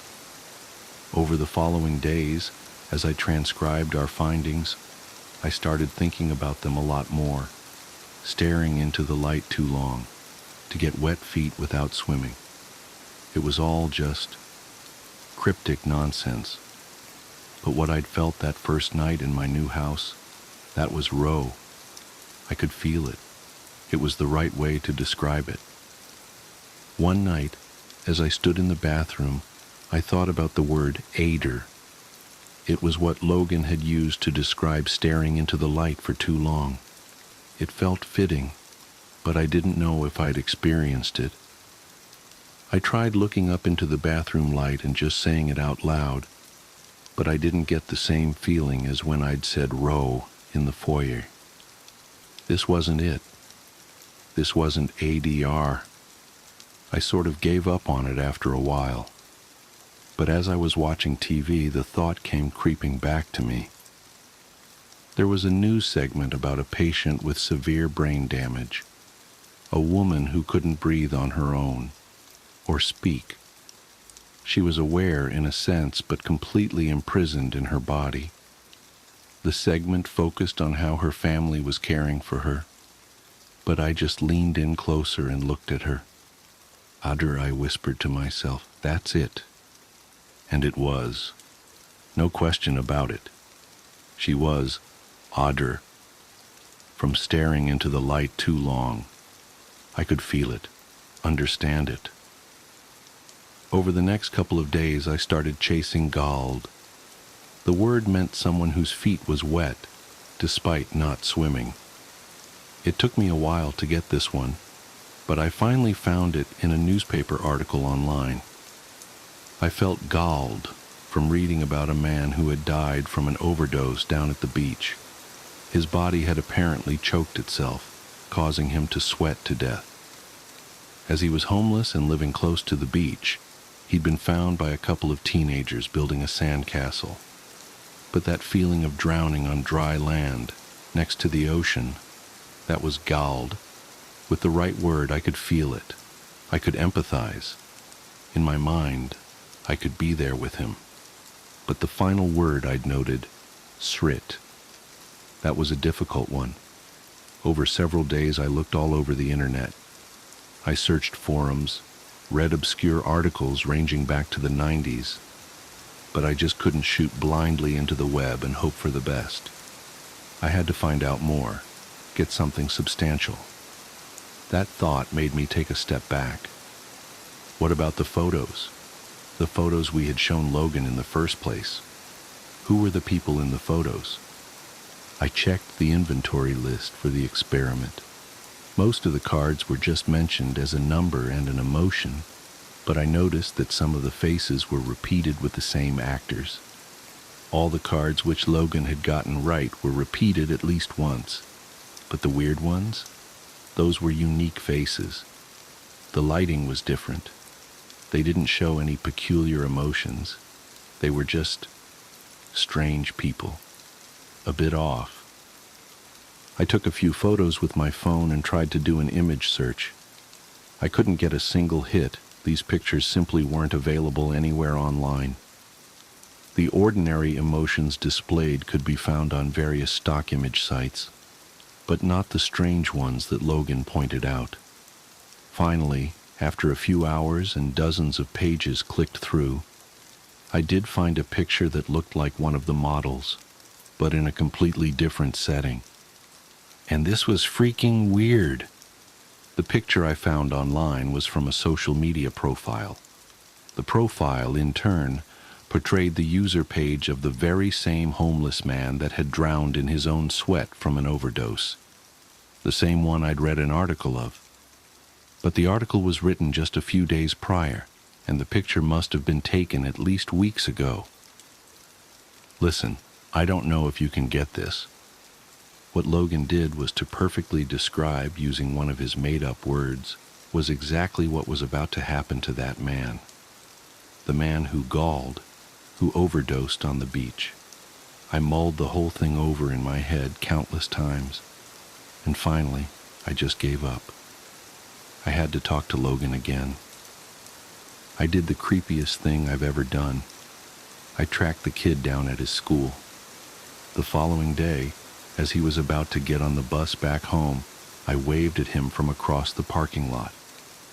He was surprised to see me and couldn't place me at first. Then I could see him recognize me, like something lit up in his mind. "Hey," he called out. "Science man." "Hey, Logan," I called back. "How's it been?" "Good," he said. "You're not here for more tests, are you?" He stopped a few feet ahead of me. "Actually, I'm just here to ask you about that language of yours. Those strange words you use. How do you come up with them?" "That's easy," he said. "Once you start talking it, you kinda don't stop. After a while, you just feel them, you know?" "So where did you learn it?" I asked. "Anywhere special?" "I think I always knew." He shrugged. "Like, it's weird, like listening. But not to a sound, but like a color. It's just sort of there, inside. So you can always see it? Because sometimes you said people in pictures were just happy or sad, ordinary things. Well, sometimes those things are easier to see.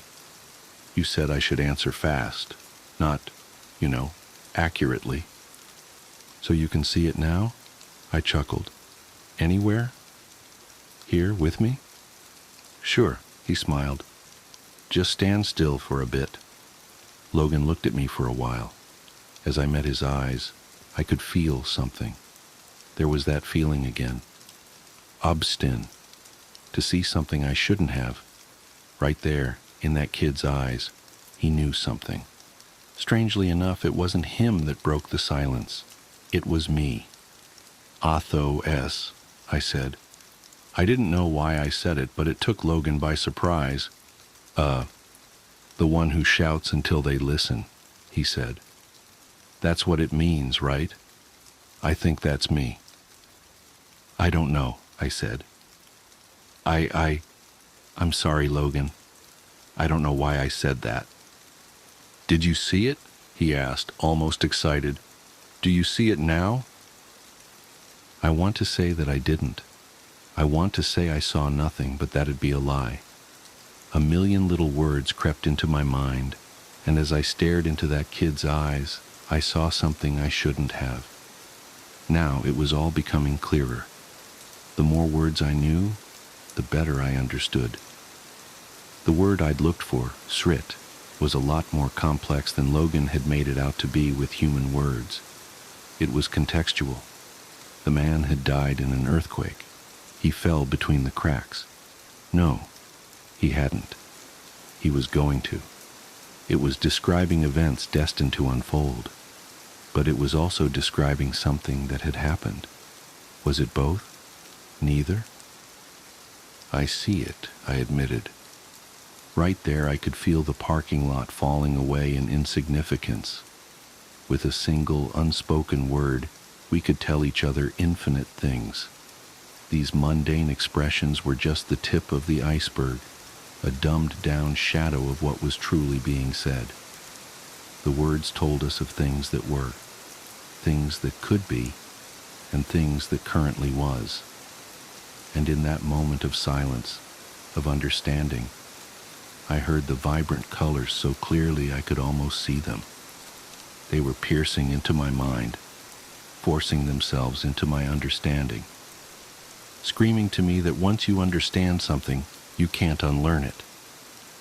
I forgot to breathe, as to not accidentally say something I shouldn't. "You weren't talking about the picture I held up in the test. You were looking at me," I said with nothing but a shallow breath. "Obstin. I'm obstin. You didn't even look at the picture?" He didn't have to answer. I knew it was true.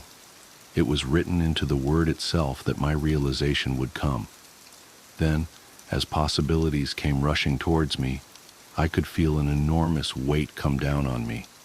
My mind couldn't take it. My body was shutting down as I fell to my knees, screaming. screaming until my neck felt raw. The world started to fade as my heartbeat swallowed my hearing. I have a hard time describing what happened next. When I closed my eyes, I'd see millions of possibilities. Mostly pain, suffering, and terror. My own thoughts and emotions multiplied like a torch in a hall of mirrors. I'd see myself waking up in my bed, only to get murdered by 1,000 different weapons.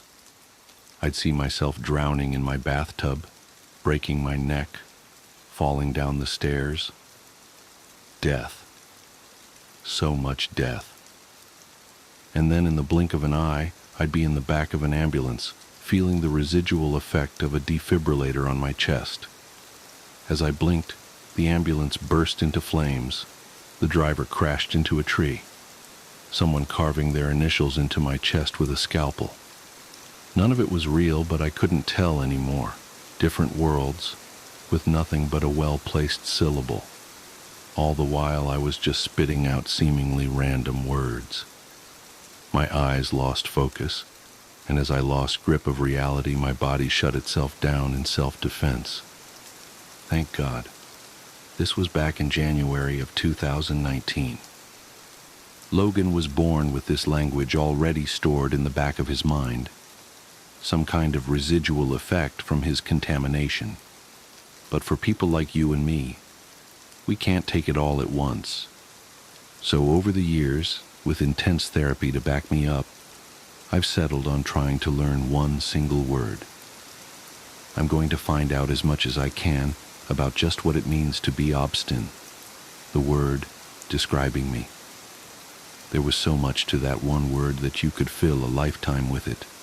In a way, maybe that was the point.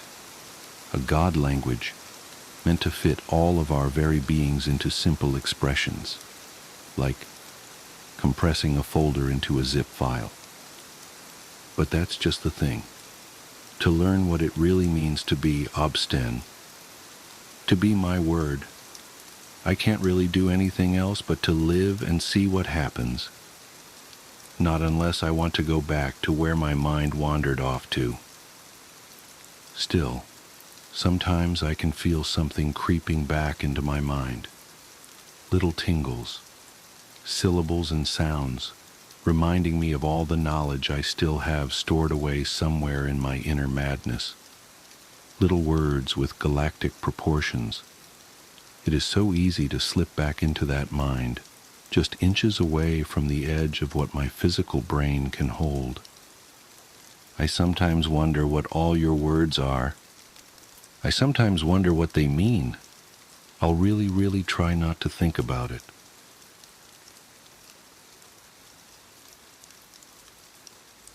How to summon the Butter Street hitchhiker. There's an urban legend in my hometown about a hitchhiker on Butter Street that will appear if you follow a series of instructions. Once summoned, you drive him to his destination, and if you play the game right, he will answer an unknowable question for you. If you play it wrong, well, just don't play it wrong. There's an old gravel pit at the end of Butter Street. The water there is the deepest blue. It's almost like staring into the ocean. That's how deep it is. More than one car over the years has been dredged up from the depths there. Officially, these drivers all fell asleep at the wheel.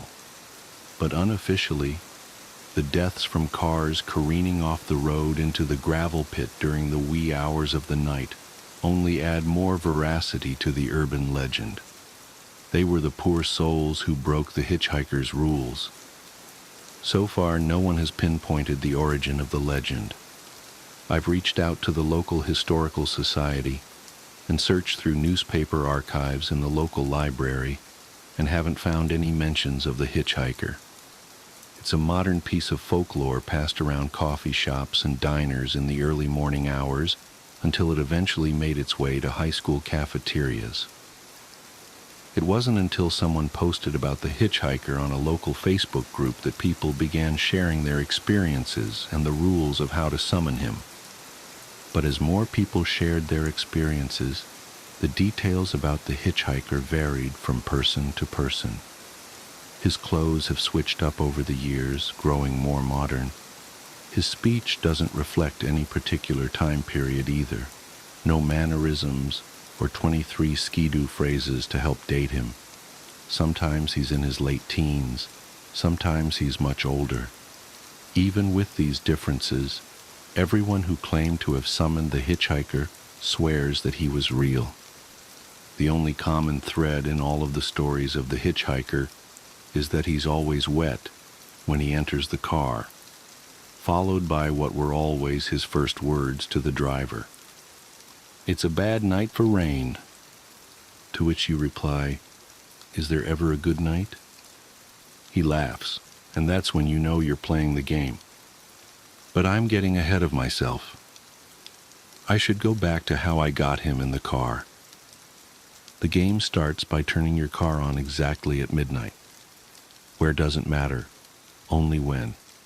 And once the car is on, you can't get out, nor can you let anyone else in. Just you, in your car, at midnight. What comes next is a lot of waiting, because you have to be at the pickup point on Butter Street at exactly 3 a.m. That's right, 3 hours in the car. Those are the rules. With 3 hours to kill, a lot of people show up early and just cruise the road so they can time getting to the pickup spot at exactly 3 a.m. But as the urban legend has grown in popularity, the local police will pull you over if they see your car circle back down Butter Street more than once. The local cops all know the rules, so if they pull you over, they'll have you turn off your car and get out of the vehicle, thus ending the game. On the night I decided to summon him, I filled up my car at the gas station at 11:45, then went in and took advantage of the facilities to ensure I wouldn't need to make any pit stops before 3 a.m. Then I waited in the parking lot until it was exactly midnight and started up my car. I should add that it doesn't matter what type of car you drive, but a 4-door car is preferred over a 2-door or a pickup. You don't want to look directly at the hitchhiker, not until the end of the trip. That's much easier to do if he's sitting in the back seat versus sitting beside you. I drove in a big loop around the county until it was time to head to the pickup, avoiding any of the known police traps to keep from having to try again another night. I kept my maps program running on my phone so I knew exactly what time I had to make my way to Butter Street. I can't imagine how difficult it was to be an urban legend hunter before real-time GPS maps. Side note, you can play with the radio on or off. It has no impact on the hitchhiker. Radio on is preferred if you choose not to engage him. He can get quite loud and belligerent if you won't talk to him. I pulled up to the pickup spot, stopped the car, and then followed the summoning instructions. The rules posted online had small variations, but attempts that contained the following actions had the highest rate of success. Leave the car on and in drive, but engage the emergency brake. Turn off everything but the car: lights, air conditioning, radio, phone. Unlock the car doors 3 times. Roll down all the windows. Press the brake pedal 3 times. Turn the headlights back on. Wait 3 minutes. If he's not there by 3:03 a.m., then you did something wrong. With the lights off, I noticed a fog rolling in. Whether it was part of the ritual or not, I don't know, but it added a creepy aesthetic to waiting on a dark road at 3 a.m. for a ghostly hitchhiker. Other than the idling of my Subaru, the road was still and quiet. I had even shallowed my breathing so I could listen for footsteps, giggling teenagers, other cars, but there was nothing. I never even heard the car door open. I only heard it shut. "It's a bad night for rain," a voice said from the back seat. I felt every hair on my body stand up as a chill ran up the back of my neck. Over my stuttered breathing, I could hear the steady drip of water from his pant leg hitting his shoe. I didn't turn around, but I stole a peek in the rearview mirror He wasn't a big guy, maybe my height. He was dressed in a white Dr. Dre The Chronic t-shirt, a red windbreaker, and what looked like dark denim jeans. The rules said the mirror was fine as long as you didn't turn the lights on in the car. But never look him directly in the face, not until he's out of the car and ready to answer your question. I gathered up my courage to reply back, but the words stuck in my throat. I cleared and tried again. Is there ever a good night? A pause as I stared back in the mirror at the shape in my back seat. I held my breath, waiting. Then, after what felt like ages, I saw his hand slap against his wet knee as he laughed. I let out the breath I was holding as I disengaged the parking brake. "Hold up, put your wipers on, champ," he said. "With all that rain, you won't see the road." This was a scripted reply, part of the game. "Right, sorry." Also a scripted response. Despite his insistence on the rain, it was bone dry outside. Per the rules, I turned on my windshield wipers, setting them to their fastest setting. He settled back against the seat, laying his arm across the back window. "Mind if I turn on the radio?" I asked. This wasn't part of the game, but I figured it was best to ask and be polite. "It's your ride," he said. His voice was a smooth baritone. "One request, no country, please." "Sure thing," I answered. I put on a local top 40 station. I pulled back onto the road just as the clock hit 3:03. I stole looks in the rearview mirror as often as I felt comfortable while still keeping the car on the road. Luckily, this part of Butter Street was pretty straight, and not a lot of traffic. From his voice and the hand tapping against the wet knee in the back seat, I could tell he was a black man, maybe mid-20s, and dressed like he came straight from 1996. Nothing like any of the descriptions I read on the Facebook post about the hitchhiker. "Where you headed?" I asked. This was a scripted part of the game.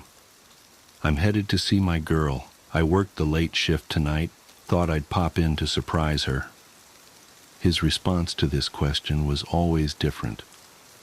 That, coupled with the fact that the appearance of the hitchhiker seemed to shift, led many to believe that it's not the same spirit every time. I pulled up at the stop sign at the end of Butter Street. "Yeah, you want to make a right here," he said. I followed his orders, turning right. Other than following them, the destination and directions were irrelevant. The ride goes until 3:33 a.m. when he tells you to pull over. "So what's your story, man?" he asked. A scripted prompt, but how you reply was completely up to you. Some have ignored talking to him altogether, which apparently is not recommended. Some have shared a little out of politeness. Others have talked right up until drop-off time, filling the air with their own words. The more you talk to him, the more he talks back. It doesn't impact the game, it just makes the journey a little more interesting. Even though I'm driving a ghost, his voice is disarming, making him easy to talk to. I have a day job that pays the bills, just boring office stuff, but in my spare time I like to explore urban legends and haunted places. Go out looking for proof of life after death. "Ah, for real? Damn, that sounds spooky as hell." Unscripted reply. He leaned forward, putting his elbows on his knees. In the rearview mirror, I could see the sleeves of his windbreaker were shredded. "What's the scariest thing you've seen? Take a right up here." Unscripted. I wanted to say, "Besides this?" but I held my tongue. All indications from everyone who has played the Hitchhiker's game say that he was unaware of his situation. He's just a passenger getting a ride to his destination. Attempts to get him to recognize his ghostly predicament do not go well, so I do not advise bringing it to his attention. I took the next right as I continued my story. About 2 years ago, I was on an overnight ghost hunt at the Ohio State Reformatory. It's an old prison up in Mansfield, where they filmed Shawshank Redemption, I said. I figured if he was from the 90s, he might remember the movie. So there's a group of 6 of us on the tour, and we're over in the administration wing, and I felt this hand press into my back, like it was guiding me forward. Oh, hell no. My ass would be gone up out of there. I ain't even playing. Unscripted response. It's about this time that I realized that all of the street lights were off. Not just the lights on the streets. Everything was dark. Granted, it was the middle of the night, but we drove past a Taco Bell that was open 20 minutes ago when I passed by on my way to Butter Street. Now it was completely dark. Not a single car in the parking lot. That's the second thing I noticed. No cars. We've driven 15 minutes without passing a single car. Not only were there no cars on the road, there weren't any cars in any driveways or parking lots. As we rolled by a Ford dealership, the entire lot was empty. It's like we'd stepped completely out of reality into a different one. So what did you do? Unscripted. I've got his interest, apparently. I continued the story. I turn and look, and no one is behind me, but I can smell rose-scented perfume. Apparently one of the ghosts there is the wife of the warden. She was killed when the warden's gun went off by accident. It fell out of the closet, went off, and shot her in the lung. That is crazy, man. But I can feel why she might be hanging around still, you know what I'm saying?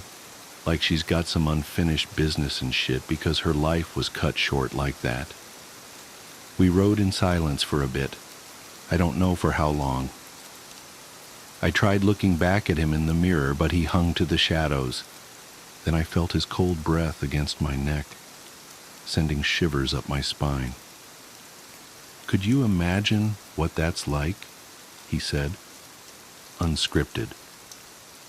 What do you mean? I replied, also unscripted. Having your life cut short like that due to the careless act of another human being?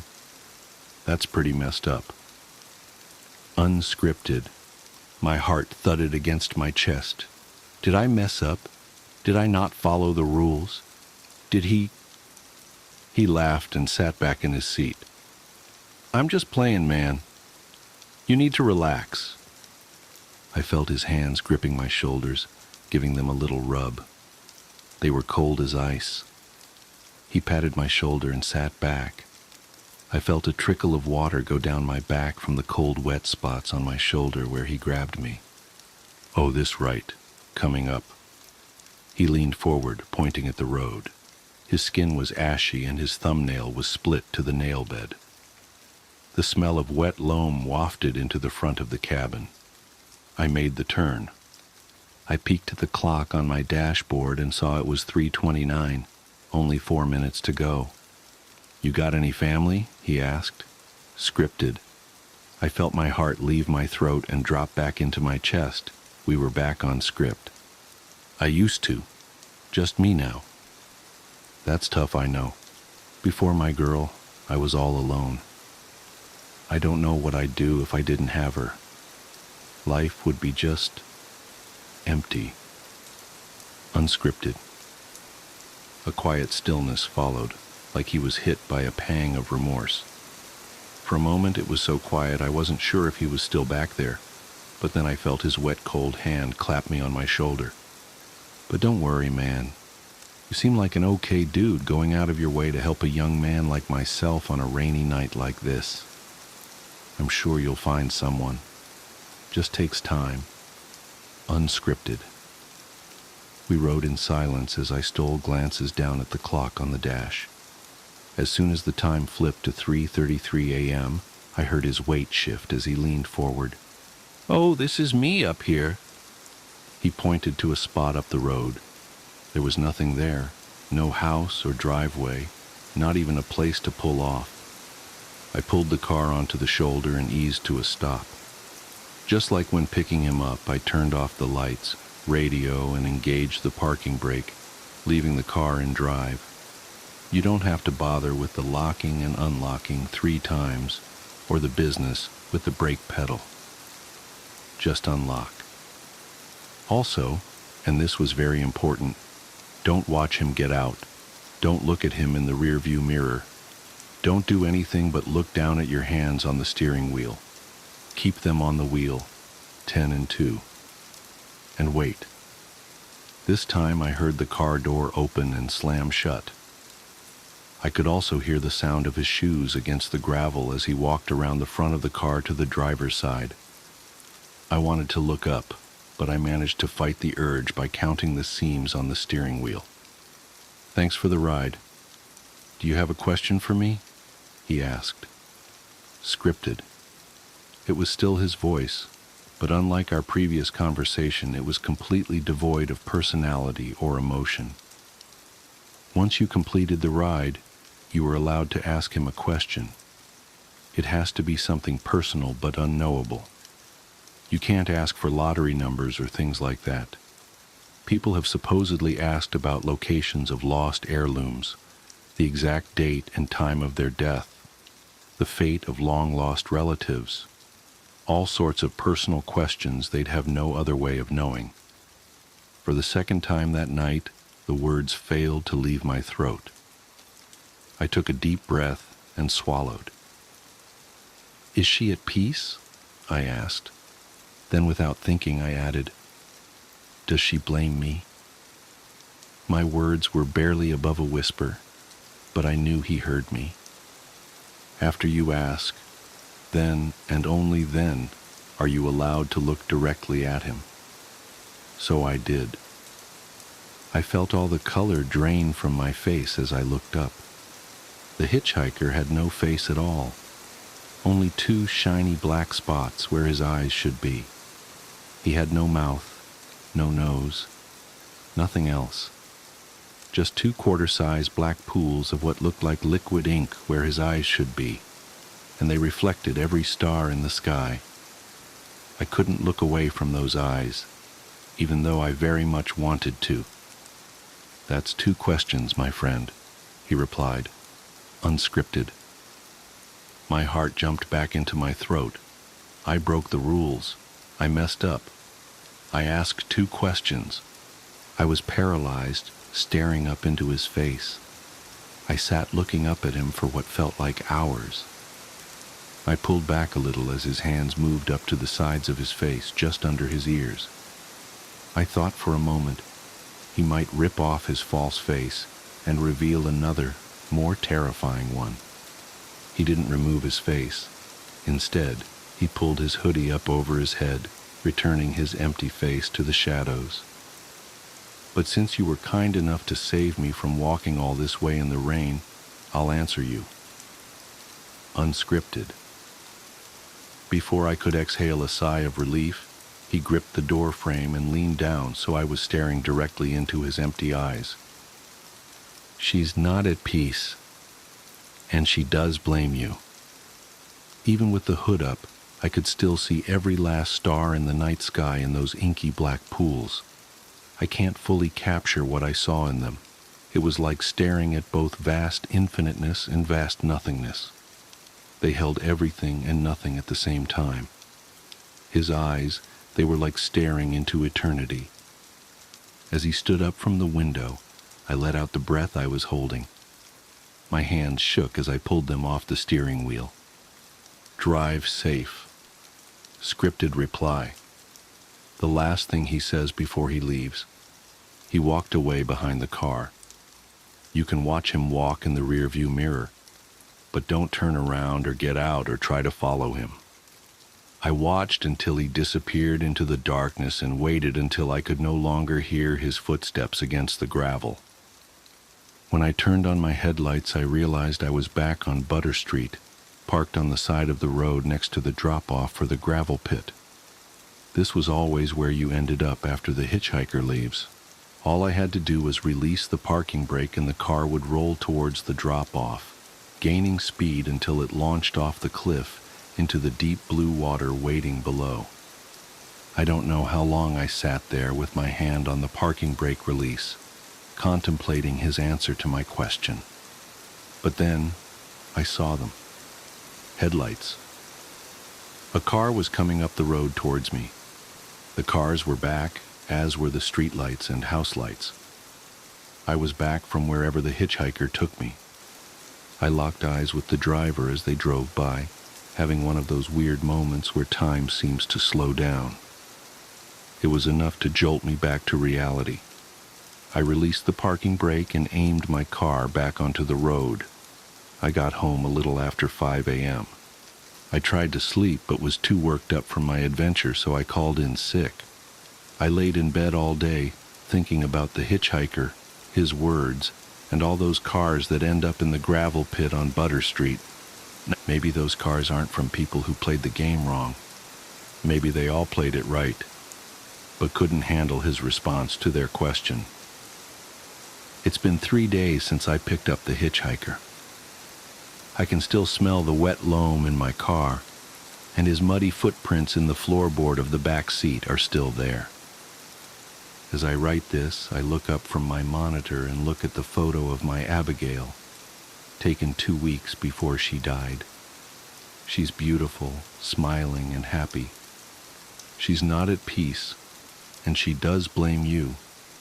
It's my favorite photo of her. I think I'll take it with me when I take a drive later tonight. I'm going back to see the hitchhiker. I have a hunch, and I don't know if it's relevant, but I feel it's important to share with anyone reading this that I'm wearing a gray Adidas hoodie and jeans. If somebody out there reading this picks up the hitchhiker later on and sees something similar and get in their back seat, well, then I guess we've solved part of the mystery. If you do pick up the hitchhiker, I hope you get the answer you're searching for.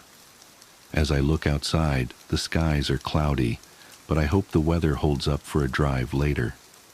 It's a bad night for rain.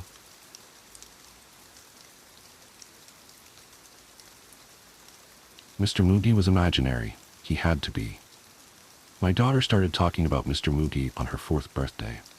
My brother and I lived across the street from one another, and we held the party at his house since he could afford a pool and I couldn't. That day, the shift was indicated by a small tub on the skirt. I turned to see the beautiful hazel eyes of Melissa, my daughter, staring up at me.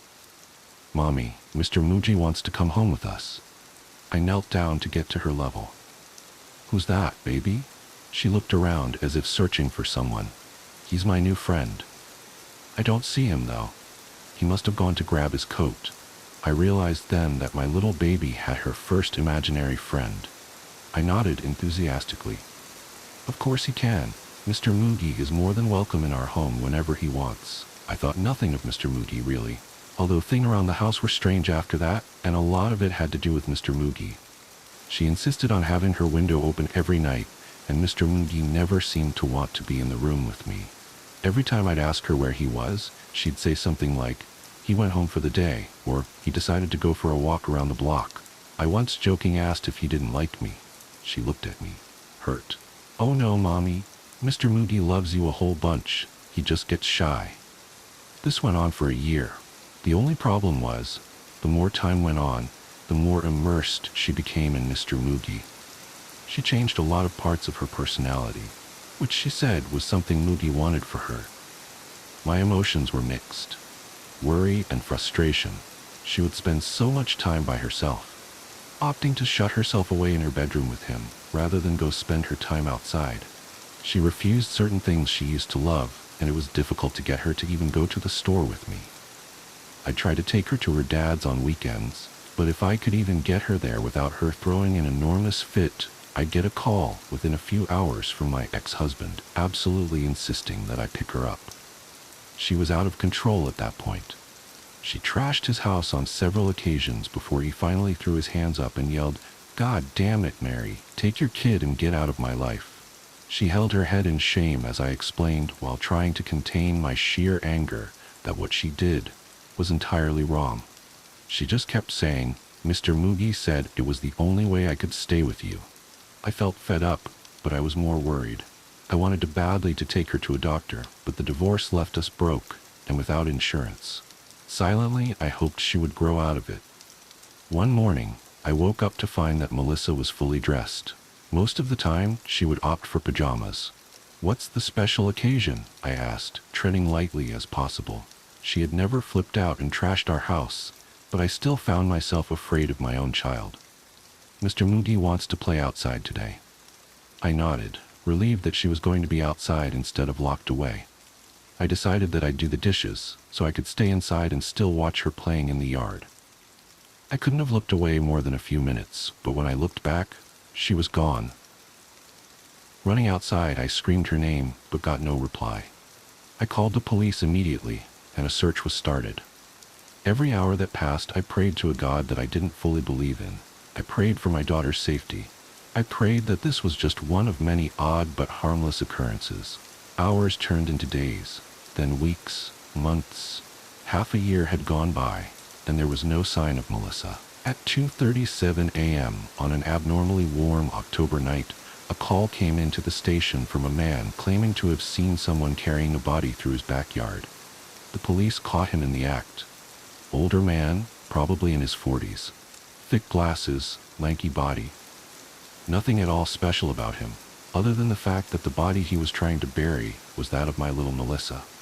I'm sure you don't want the gory details, and I'm not willing to relive them. She had been abused in disgusting, inhuman ways for the entirety of the 6 months she had been gone. She was so thin and bruised, she was barely recognizable. I was asked down to the station and had my brother accompany me. They wanted to see if I could recognize the guy. My brother grasped my hand tightly, likely fighting back tears himself, as we stared at this strange man from behind weird mirror glass. It all felt like a bad episode of SVU. Detective Lorenzo stared with sympathy in his eyes. "Do you know this man?" I shook my head. "No, I've never seen him in my life." My brother looked at me with confusion. "What are you talking about? Don't lie to them, Mary." My head was so foggy, it took a few moments for me to realize what was said and reply. No, I've never seen him." He looked a bit angry with me then. "Are you shitting me? He was in and out of your house for that past what year?" That was the tipping point. Later, I sat at a metal table across from Detective Lorenzo. His tone had changed from sympathetic to accusatory. "How do you know Thomas Mooney?" He pushed a photo of the man that killed my daughter across the table. I shook my head, almost too bewildered to speak. "I don't know that man." He stood quickly, slamming his hands on the table. "Yeah, this definitely seemed like a bad episode of SVU. He was in your house. People saw him walking everywhere with you and your daughter. Your own brother saw the man come in and out of the house." I think that's when I made the connection. Mooney, Moogie. There was no way. Mr. Moody was imaginary. It was not possible that a man could have avoided me, been in my home with my child for a year. Yet, the evidence was there. The neighborhood watch had surveillance cameras installed a few years before we moved in. The footage showed Thomas Mooney, a man I never met until I saw him in that interrogation room, crawling through the windows of my home, mostly Melissa's bedroom window. Hell, he even came and went through the front door several times. They asked a few people around the community if they ever saw him. Most of them nodded solemnly. They all assumed that he was a relative or a family friend. He'd always follow at a distance, and I never thought to look over my shoulder. I never saw him. Not once. Hunger. As a doctor, I'm bound by doctor-patient privilege to not disclose the specifics of what I'm about to tell you. But as a human being, I feel compelled to share. This is, without a doubt, the most horrific story I've ever had the displeasure of being a part of. It was 2009, and my schedule that day was light. I was just finishing up my lunch when I got a call from a friend and colleague who had his own practice in the same building as me. Sometimes we would send work each other's way when we knew the other could use it. I was a bit elated at the prospect of him calling me, because I had just been going over my books and stressing a bit. "Are you busy right now? I'd like to send someone up to you," he said. "No, my afternoon is barren. What are the details?" "It's a walk-in. From the look of it, An eating disorder. Her mother is concerned. Eating disorder. Those can be unpleasant.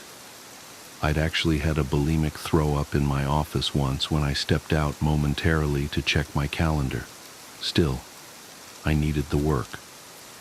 All right, send her up.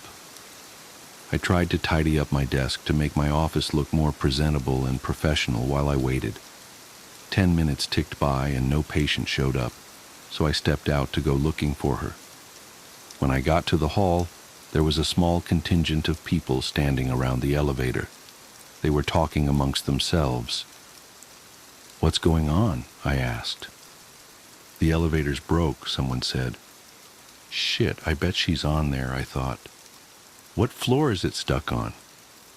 "The 10th and 11th. "Yeah, that would be about right." My colleague's office was on the 10th, 3 floors down. I knew from experience that it could be anywhere up to an hour before they got the elevator working again. I hoped she wasn't claustrophobic.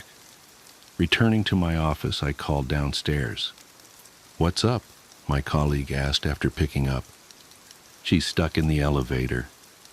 He laughed. "Really? Poor thing. What's her name?" "Amelia." He paused. "Amelia D. something." "All right, thanks.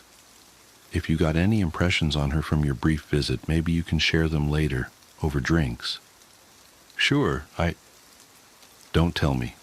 I want to form my own opinion first." "Okay." True to form, an hour and 10 minutes later, I heard a loud cheer from the hallway, indicating the elevator had started working again.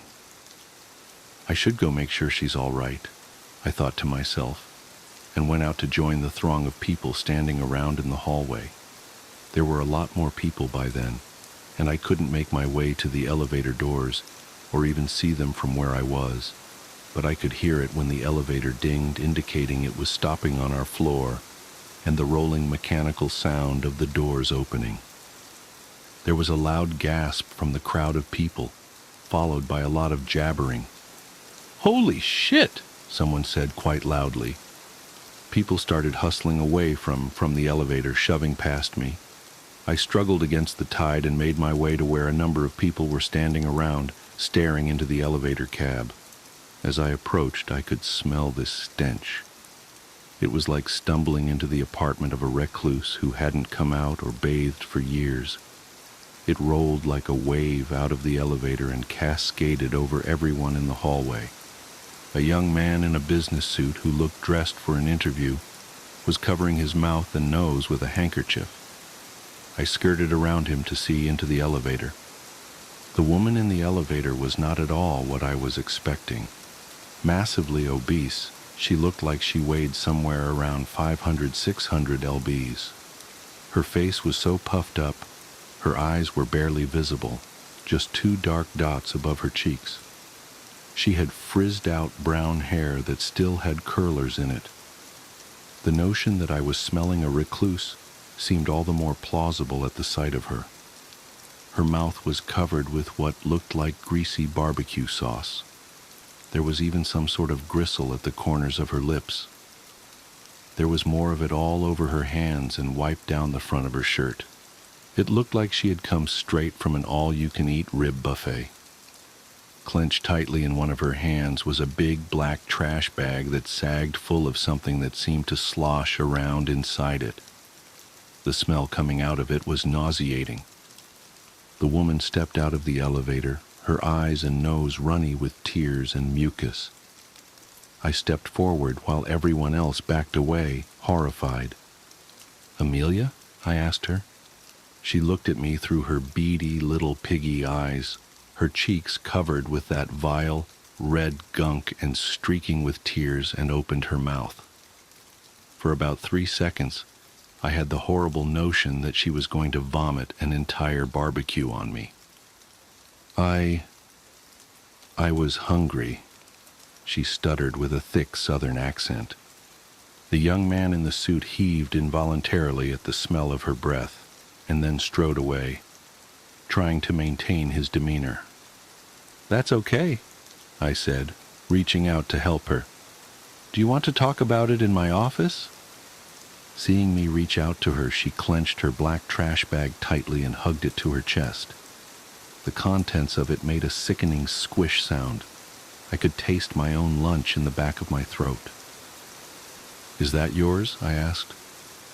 I'm not going to take it. She started sobbing. This horrible, almost hob-like squeal of a sob. Honestly, I didn't want to touch her. I wanted to go back into my office, lock the door, and pretend I was glad my afternoon was completely empty. The smell wafting off her and off that bag of spoils was going to be permeating every crevice of my office for days. I just knew it. Still, this was a human being that had come seeking my help, and I was not about to turn her away. My office is right down the hall. Why don't you come with me? I started walking. In my head, I said, if she doesn't come with me, fine then. She can go back to her apartment that's probably filled with roaches and feces and who knows what other ungodly things, and I'll find someone else to help. But she followed me, lumbering on legs that stretched the limits of the sweatpants she had on. I held the door open for her and she waddled in, kneading the contents of that trash bag in her thick sausage fingers, making it belch and splurch. She stopped and just stood there in the middle of my office. The elevator got stuck, she mumbled. Yes, I'm sorry about that. I hope you were all right. Thank goodness you brought something to eat, yes? She started crying again, squeezing her trash bag, and I was afraid it was going to explode and leave God knows what all over my office floor. She nodded as her face turned red and tears poured out of seemingly every pore of her head. I went and got her a box of tissues and handed her a couple. She tried to take them while still holding onto the bag with both hands. Would you like me to hold that? I offered, praying she'd say no. She shook her head. What do you have in there? I finally decided to ask. She huffed and snorted, trying to inhale all the fluid back into her face. Using one of the tissues, she mopped her eyes and mouth, getting blotchy red smears all over the place. Leela left. Leftovers, she stuttered. Then her chest started heaving, and she threw her head back and started bawling again. Her face was like a fountain. She was so utterly miserable, and I really started to feel bad for her. Look, I said. Getting stuck in that elevator was obviously pretty traumatic. Her wailing hit a crescendo. So why don't we postpone things until you've calmed down a bit? She struggled through her sobbing. You want to meet with me? Well, yes, but not today. Why don't you go home and try to relax? I don't think you're in the right frame of mind right now to talk, but I want to help you. So let's schedule an appointment for later this week. How does that sound? I walked back to my desk and got out one of my cards. Her mouth was quivering and she looked ready to collapse into a pile of screaming phlegm, but she was calming down a bit, just nodding more than anything, and she took my card with the same sticky fingers holding several drippy tissues. Thank you, she said quietly. I couldn't read her face at all. Her features were so red and swollen and wet that she seemed almost blank and expressionless. Do you want me to escort you down to the lobby? I asked. In case something happens with the elevator again, it should be all right, but I don't want you to be nervous. She shook her head. That don't seem like a good idea. Okay. And with that, she turned around and waddled out of my office, slowly, sobbing slightly every now and then. With her went that sloshy black trash bag, and with them both went that putrid aroma of filth and squalor. I literally breathed a sigh of relief as I heard the door click shut. She never called me back. It was a week later that I finally got around to having drinks with my colleague from downstairs. We were relaxing, having a couple beers, and I suddenly remembered her. "Oh, thanks, by the way," I said. "For what?" "For Amelia." "Who?" "Amelia. Eating disorder? Last week you sent her up to me, remember?" "Oh, right." He sipped his beer. "The one who got stuck in the elevator. How did that go?" "She was a wreck," I said. "Sobbing and practically hysterical. I talked her into rescheduling, but she hasn't called me to make an appointment." "Did you talk to her mother?" "No, I didn't get any information from her. I gave her my card." "What did you think?" he asked. "Classic food dependency," I said. "Definitely a binge eater. Her face was just all—" "No, not the mother. I mean, Amelia." "What?" "What did you think of Amelia?" he said again. "I'm telling you what I thought." "Amelia, the scrawny 12-year-old girl, you think is a binge eater?" "What?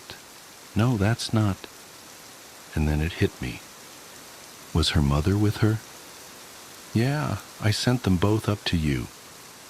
"They were in the elevator together?"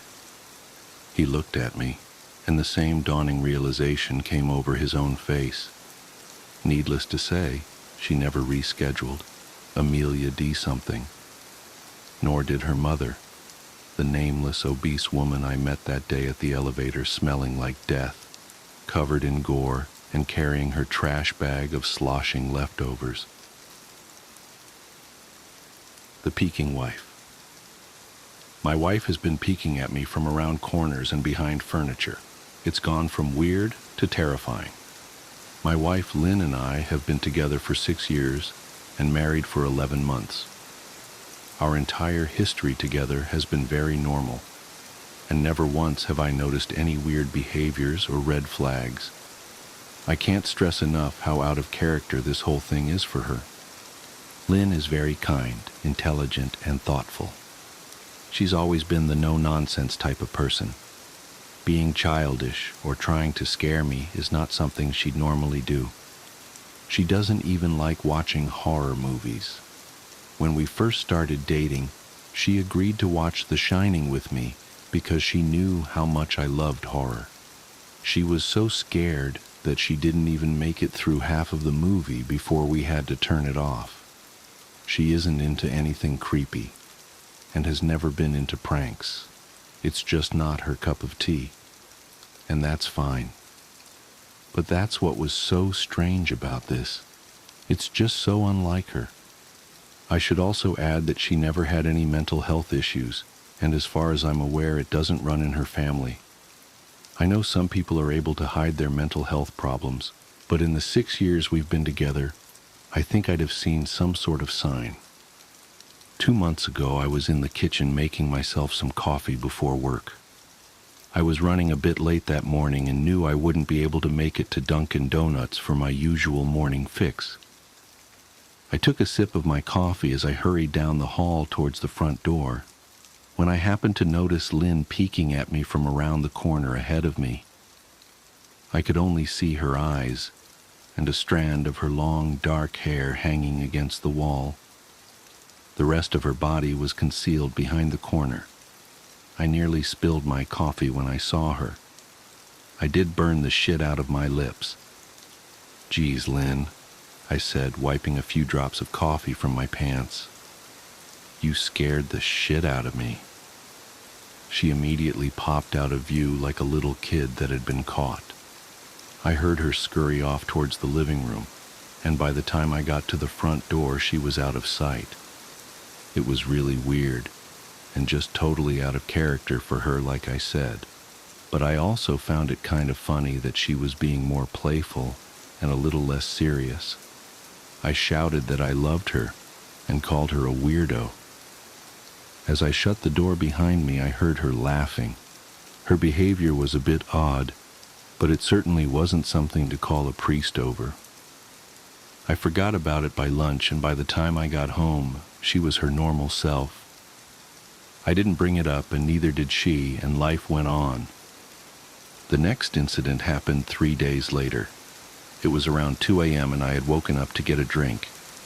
I was standing at the kitchen island, jug of Oj in hand, when I felt a strong feeling that I was being watched. For whatever reason, I looked down at the floor and saw my wife's smiling face staring back.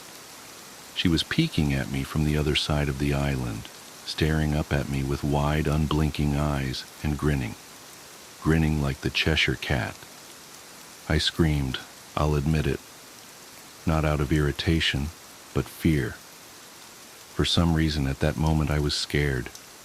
At the sound of my scream, Lynn scuttled backwards out of my view, her hands and feet smacking the tile floor as she hurried out of the kitchen on all fours. I didn't run after her, or even yell after her. I just stood there frozen in shock, wondering what F had possessed her to do that. It took me a little longer than I'd like to admit to go back upstairs, but I eventually did.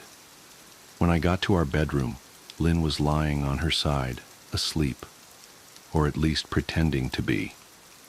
I stood there for a while, watching her breathing to be sure she really was asleep. I had the feeling she might jump out at me the moment I got into bed, but she didn't. I climbed into bed and she didn't even move. Her breathing was soft and deep, and I was starting to wonder if I'd dreamt the whole thing. The next morning, I waited for her to come down for coffee, and after handing her a mug and kissing her cheek, I decided to ask her about it. "What was that about last night?" I asked, keeping my tone light so I didn't offend or embarrass her. She frowned over her cup of coffee, shaking her head like she had no clue what I was referring to. "You were peeking at me again, from over there," I said, pointing to the spot on the floor by the kitchen island. She followed my gaze, and when she looked back at me, she burst out laughing. She laughed so hard that I couldn't help but join her. "You creep me the F out sometimes, you know that?" I said. She giggled and set her cup on the counter and wrapped her arms around my neck. "You creep me out all the time, so I guess we're even," she teased. We said our goodbyes and left for work. As I drove, I kept thinking about how creepy it had been seeing her grinning at me from behind the island like that. The sounds her hands made on the floor as she crawled away. I told myself she was just trying to be silly, just trying to join me in my love of all things horror. It's not like I was afraid of her, but it still didn't sit right with me. I started seeing her peeking at me more and more. Sometimes she'd be peeking out from behind the couch or living room curtains. Once she even managed to get inside her grandmother's old trunk that sits at the foot of our bed. I might not have even known she was there at all, had the trunk's old hinges not given her away. She'd had the lid propped up just enough so that only half of her face peeked through. She'd been grinning like an excited toddler. It was unnerving. I didn't even know what to say to her. All I could do was stare. When I finally found my voice, I asked her why on earth was she doing this. She didn't answer, but she had slowly closed the lid, shutting herself inside the trunk. I just walked away, feeling disturbed. I didn't understand why she was doing it, but it clearly made her happy. I just hoped she would tire of the game quickly. Lynn didn't peek at me for the next 2 weeks. I started to think she was done with her weird prank, and I was relieved. We were watching a show on Netflix one night, and I jokingly said that I hadn't seen her peeking at me lately, and that she must have given up on her spy game. She looked up at me with a small smile and said, "Maybe I've just gotten better at it." I didn't say anything, but I wondered whether or not she was joking. For the next few days, I couldn't stop thinking about what she'd said. Was she still peeking at me when I wasn't looking and I just hadn't noticed? And if so, what the hell was she getting out of this? I started to feel paranoid, constantly checking whether she was watching from around the corner or behind a door. I was jumpy whenever I was home and she wasn't in full view of me. I felt stupid and a little crazy. But after a few weeks without another incident, I began to relax. I stopped checking behind furniture and walls and told myself it was just a bad memory. Then a few days ago, things got so much worse. Lynn left to go to a friend's, and I lounged on the couch and played a couple games on my laptop. Around 9 p.m., I hopped in the shower, and as I was washing the soap from my hair, I felt that awful feeling that I was being watched. I slowly opened my eyes and almost had a heart attack. Lynn was peeking from behind the shower curtain, her entire head stretched into the shower, leaving just her body outside. Her long, dark hair hung against the curtain, the ends dripping with water. Her mouth hung open in a terrible grin, eyes wide and red, as if she hadn't blinked in a while. I screamed and jumped back against the wall. She didn't move, nor did her smile waver. Her makeup ran down her cheeks in 2 black streaks. She looked giddy and completely deranged. I was terrified. We stood like that for a few moments, neither of us saying a word. Finally, after what felt like forever, she slowly pulled her head back out of the shower, and I watched her blurry figure through the curtain as she moved backwards towards the bathroom door. A second later, the bathroom door slammed shut, hard enough to rattle the mirror. I screamed again and jumped out of the shower to lock the door. I stayed inside the bathroom for over an hour. Maybe I overreacted to some of you. But joke or not, I wasn't going to put up with the crazy shit anymore. That's what I kept telling myself as I paced in my bathroom, stopping to listen at the door every few minutes. Suddenly I heard a muffled sound, and I pressed my ear against the bathroom door, straining to listen. I couldn't hear anything, but I envisioned Lynn standing on the other side of the door, giggling at her joke. I felt a surge of anger. I was beyond pissed at being made to feel scared in my own house and made to hide in the bathroom for an hour. All for what? Some joke? If it was a joke, it was an awful one. "What the Flynn?" I snapped. "This shit is getting really annoying." I waited for her to apologize or to call me a jerk, but instead I heard a faint moan, so quiet I wondered if I heard it at all, and then complete silence. "Lynn," I called out, not able to even hide the shakiness in my voice. I got no response, just my own heavy breathing. "I swear to God, just stop it," I yelled, pounding my fist on the door. I waited for her to cuss me out, something I would expect from me talking to her like that. I never screamed at her before, but there was nothing, just the occasional drip from the shower head. I won't deny that I was scared, too afraid to open the damn door and face my own wife. I waited another 30 minutes or so, which feels like a lifetime when you're scared. Finally, I decided I wasn't going to spend the night hiding in my bathroom, so I got down on my knees and peered under the door. I almost expected to see her face peeking back at me, but thankfully I didn't. I could see straight down the hallway to the top of the stairs, but no Lynn. I didn't know if I should be happy about that or not. I looked for a few minutes, waiting to see her head pop up over the top step, but it never came. I stood up, my hand hovering over the door, and mentally prepared myself to open it. I slowly turned the lock with shaky fingers and was about to yank it open when I heard a sound that still makes me feel nauseous when I think about it. A moan, louder than before, but this time I was able to tell just where it was coming from. I turned my head to the closet door as if in slow motion and locked eyes with my wife, who was peeking out at me from the slight gap. Her eyes were still wide as ever, and her mouth was hanging open in the most grotesque gaping smile I'd ever seen. I didn't even scream. I was too scared for even that. Her hands were clasped to her chest, body trembling with sheer delight. as if she could barely contain her excitement. A short, raspy moan bubbled up from her throat, deep and raw, sending a shiver through my entire body. Somehow I found the ability to pull the bathroom door open and ran as fast as I could all the way down the steps, snagging my keys and phone from the table in the living room before running outside to my car. I could hear her shrill laughter behind me, but I didn't hear her getting closer. I didn't bother shutting the front door.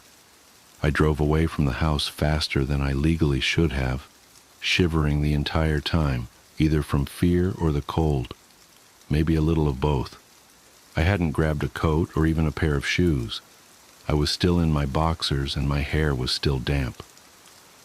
I drove straight to my brother Chris's house about 40 minutes away, ignoring any and every call and text I got. I didn't check my phone until I was safely parked in my brother's driveway. Lynn had called 4 times and sent a flurry of texts, all wondering where I'd gone and why I left like that. I threw my phone at the dash in a rage, furious at her nonchalant attitude. My brother and his wife were surprised to see me, especially dressed in just a pair of boxers, but told me to stay as long as I needed. Chris lent me some clothes and asked me what happened. I told him Lynn and I had a fight, but didn't get into the details. I didn't want him to think I was overreacting, leaving my wife over a prank, even if it was a strange one. I mean, hadn't I encouraged her for years to lighten up instead of being so serious all the time? I had wanted her to relax and loosen up, but this was definitely not what I'd had in mind. I tried to sleep on their sofa, but my brain wouldn't let me sleep. Every time I closed my eyes, I saw Lynn's face staring at me from inside the closet. Knowing she'd been in there with me the entire time made my skin crawl. She'd never left the bathroom at all. Instead, she slipped inside the closet and slammed the bathroom door shut to fool me. The mere thought of going back home gave me anxiety. I tossed and turned, unable to sleep. Chris ended up giving me a sleeping pill, so I was able to get a little rest. My sleep was filled with terrible dreams. All of Lynn's smiling face. I woke up just as the sun started to rise. My sore body ached from the sofa, and I felt drained. I knew I'd have to call Lynn at some point, but I didn't know what to say to her. I wouldn't be going home unless she gave me her word she'd never do any more creepy shit. I just wanted my wife back. Her normal, serious self never looked so good to me. I was contemplating calling her and telling her that when that familiar feeling came over me, I was being watched. I was staring at the ceiling, my heart in my throat. I didn't want to look away, but the longer I ignored the feeling, the worse it got. My eyes drifted away from the ceiling almost on their own. Her face was pressed up against the window beside the couch, staring down at me with that same gaping smile. Drool dribbled down her lips, leaving 2 long streaks down the glass.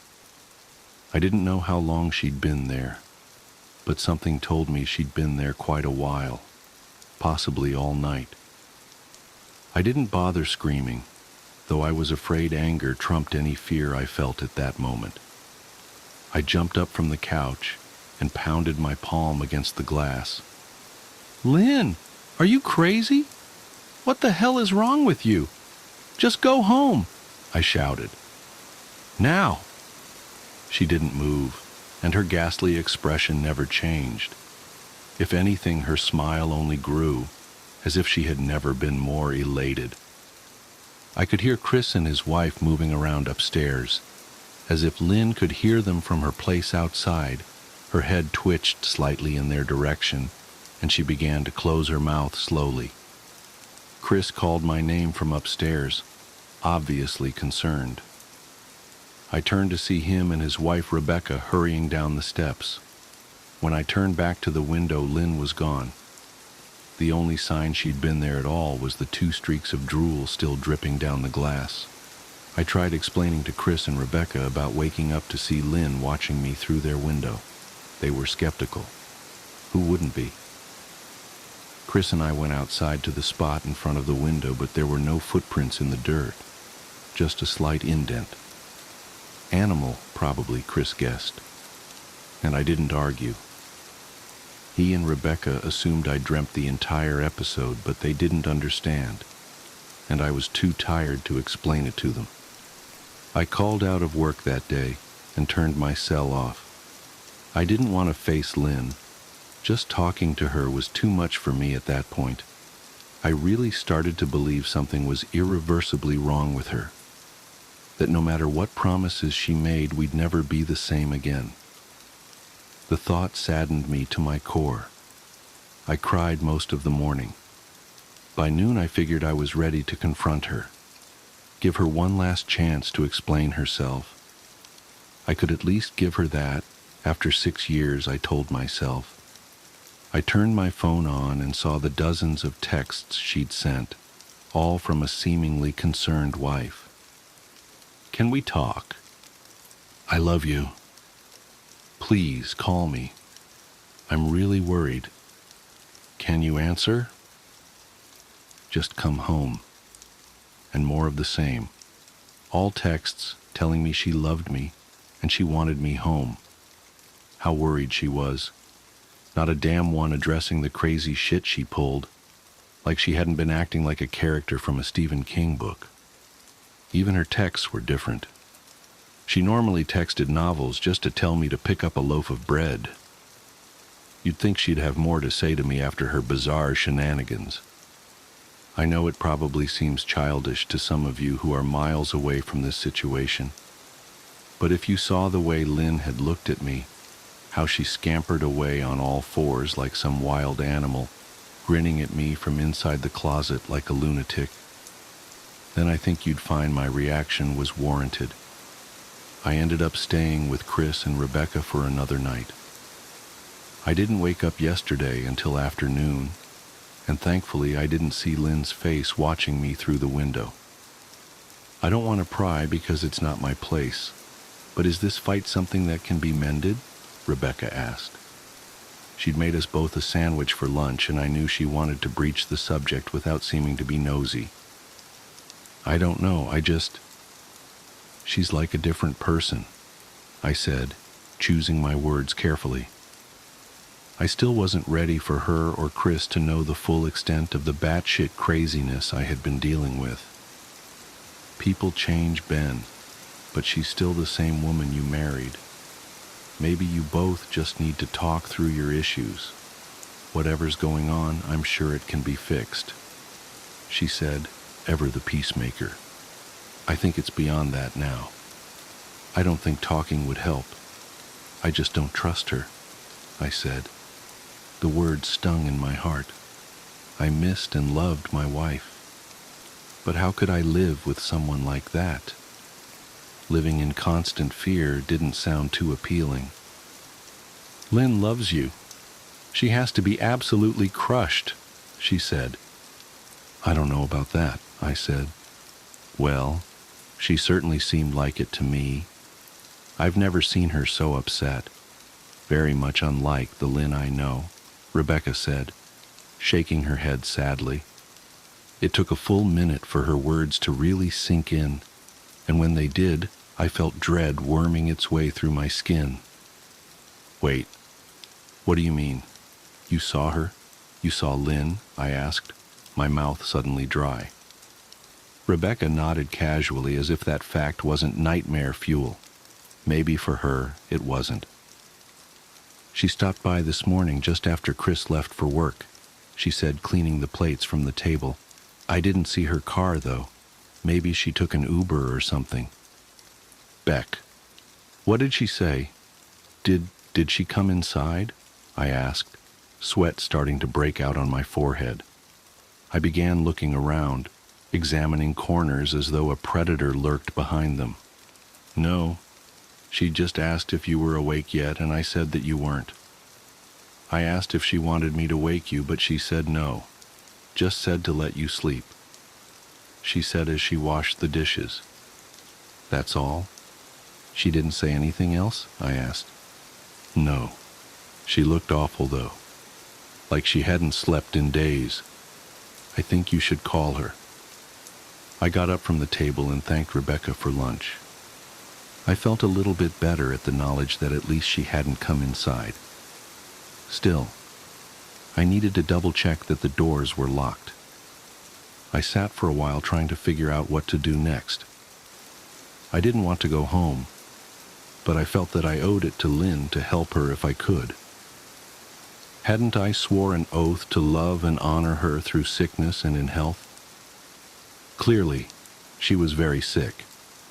If she was sick, which I truly believed she was, I had to try and get her the help she needed. But I didn't even know where to start. I didn't want to call the police, and besides, what the hell was I going to tell them? That my wife was peeking at me? That she was being creepy? As bizarre as she'd been, she still hadn't committed any crime. Not yet, anyway. The police would have probably said that I was overreacting. But this wasn't some prank. It felt wrong. Dangerous, even. Like something sinister lurked beneath her smile. I knew as her husband I was well within my rights to have her committed. But what if she simply acted normal in their presence? She'd obviously been able to fool Rebecca into thinking she was just a concerned wife. As long as the doctors didn't find her a danger to herself or others, they'd have no choice but to release her after 72 hours. I felt lost and overwhelmed, so I did what any husband in my position would do. I called her mother. I didn't want to, believe me. Her mother, Marianne, and I were never on the best of terms. We'd never fought or anything like that. She just wasn't a very warm person, and wasn't really easy to get along with. She hardly ever smiled, and when she did, only her lips would move into a thin-lipped smile, leaving her eyes as blank as before. She gave off this aura that felt like she was permanently on the offensive. I'd only met her twice, and both times were for such short visits. I got the impression she didn't approve of me for her daughter. Lynn always ushered us out quickly, as she didn't want me to feel uncomfortable, which I was grateful for. Being in her mother's company felt almost unbearable, like walking on glass. I was glad when we moved 3 states away so we didn't have to see her often. I was happy to avoid the woman, but I needed her help. I really didn't want to talk to her at all, but I had to talk to someone, and someone who knew Lynn better than I did. So I grit my teeth and did what I had to. Yes? She answered, already sounding irritated. Marianne, it's me, Ben. Do you have a minute to talk? I asked. I could hear her cluck her tongue in irritation. I'm in the middle of writing some checks, but if you insist, I suppose I can spare a moment. What is it that you want to discuss, Benjamin? She said coolly. It's about Lynn. She's been acting strangely, and I was wondering if you had any idea whether there was something. I was quickly interrupted. It's a bit difficult to follow your rambling, Benjamin. What is that you want from me? She asked. I could almost see her standing there in her thin sweater and slacks, tapping her fingernails impatiently on the table.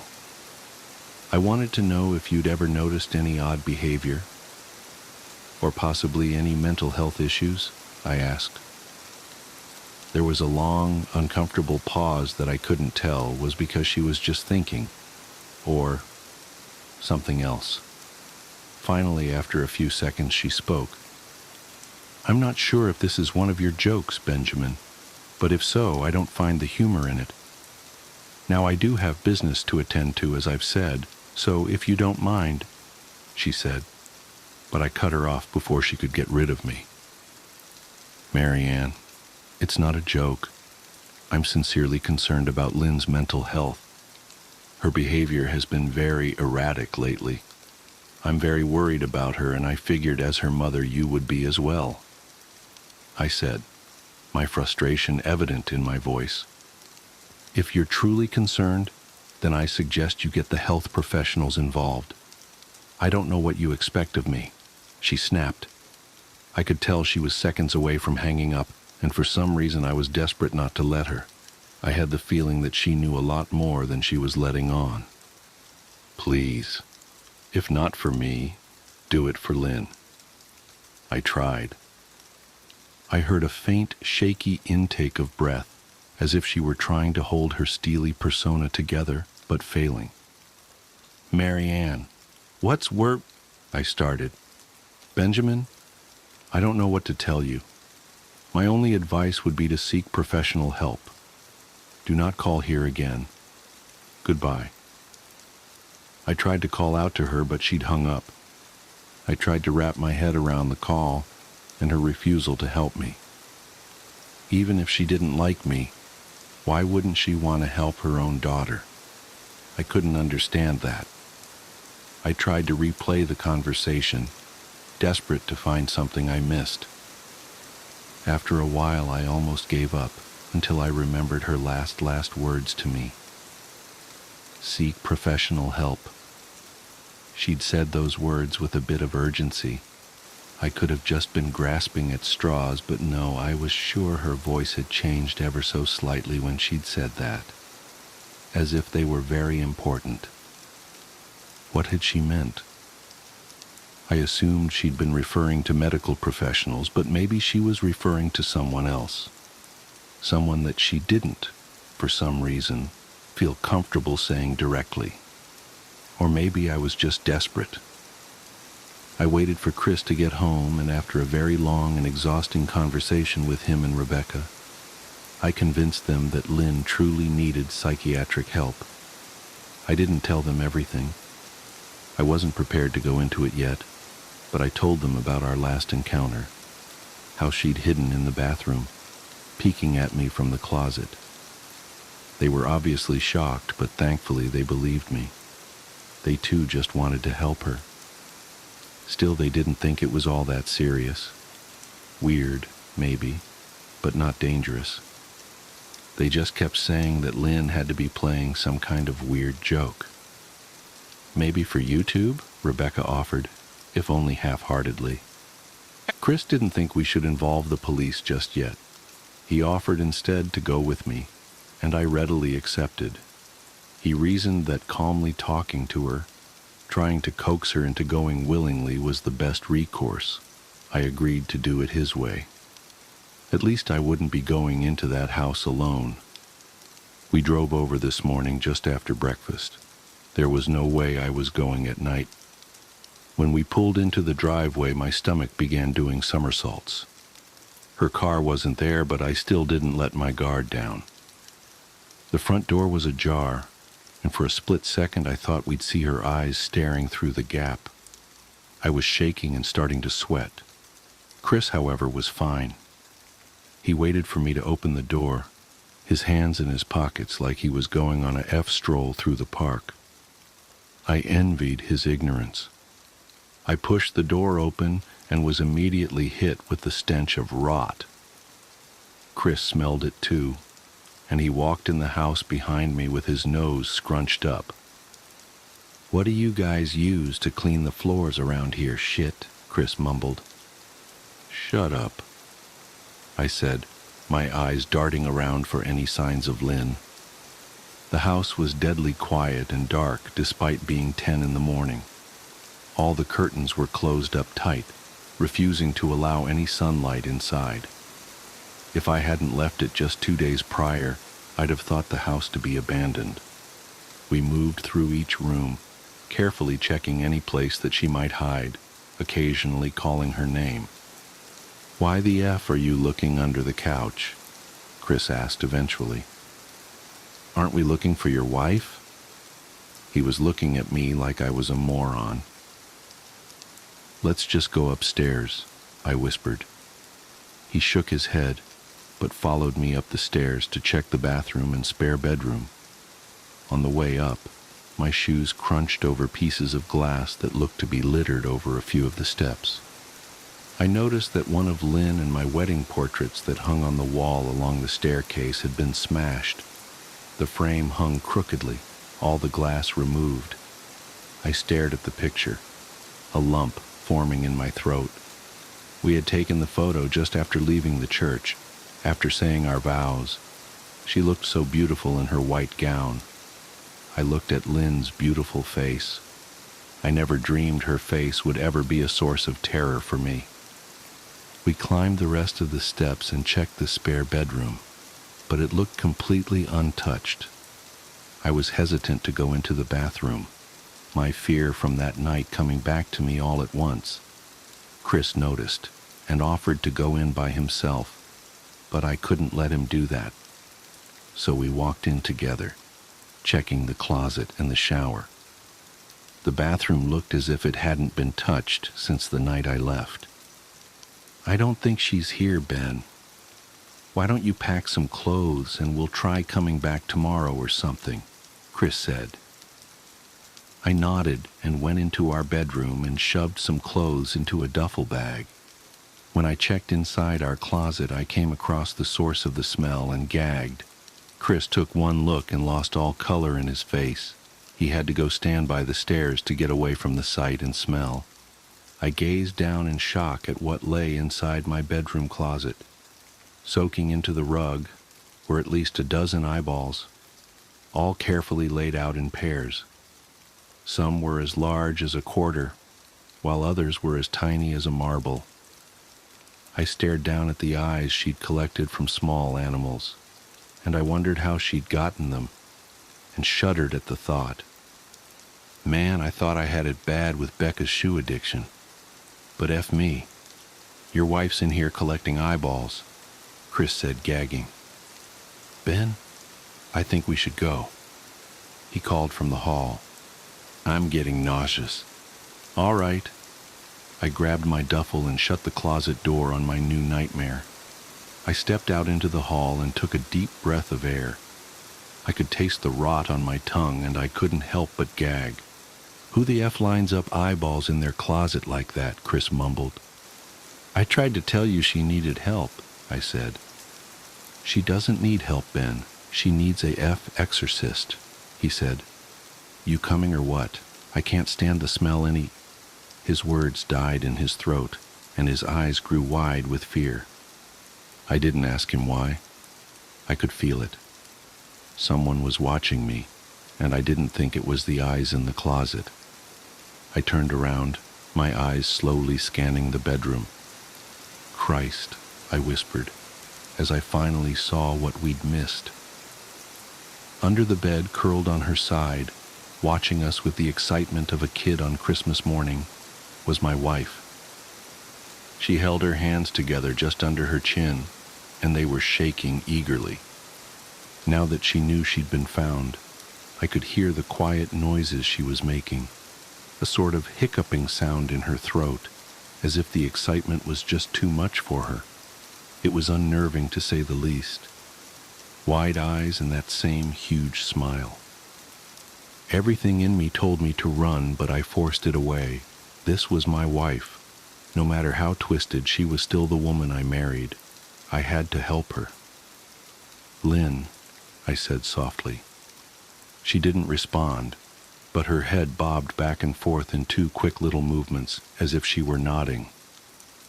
"Baby, I just want to help, okay? Can you let me do that?" I asked. I had taken a single step forward, approaching her like some kind of dangerous animal. "I love you, Lynn," I said softly, taking another step closer. She let a tiny moan escape her wide-open mouth, and I had to resist the urge to run. Her shoulders were starting to quiver, and her eyes grew as large as saucers. I crouched down so I could see her better, and immediately saw the blood. Her hands were covered in it. They trembled more the closer I got, as if she was barely able to contain herself. "Lynn, are you hurt?" "You're bleeding," I said. She bobbed her head again, her bloody fingers moving up and down as if playing an invisible piano. They occasionally grazed her chin, leaving smears of blood on her skin. I wanted to recoil in disgust. The smell that was coming off of her was revolting. I could feel the vomit trying to climb up my throat. Her lips were dry and stretched thin, blood seeping between the cracks. I knew she wouldn't come out on her own, but I didn't want to leave her in the state she was in. I scooted closer and reached out to her. The excited hiccuping sounds got louder and her hands shook, fingers flexing. It was then that I could see the blood oozing from in between her fingers. "Oh my God, Lynn, you're bleeding," I said. Instinctively, I reached out to take her hand, but before I could even touch her, her hand sprang out towards me.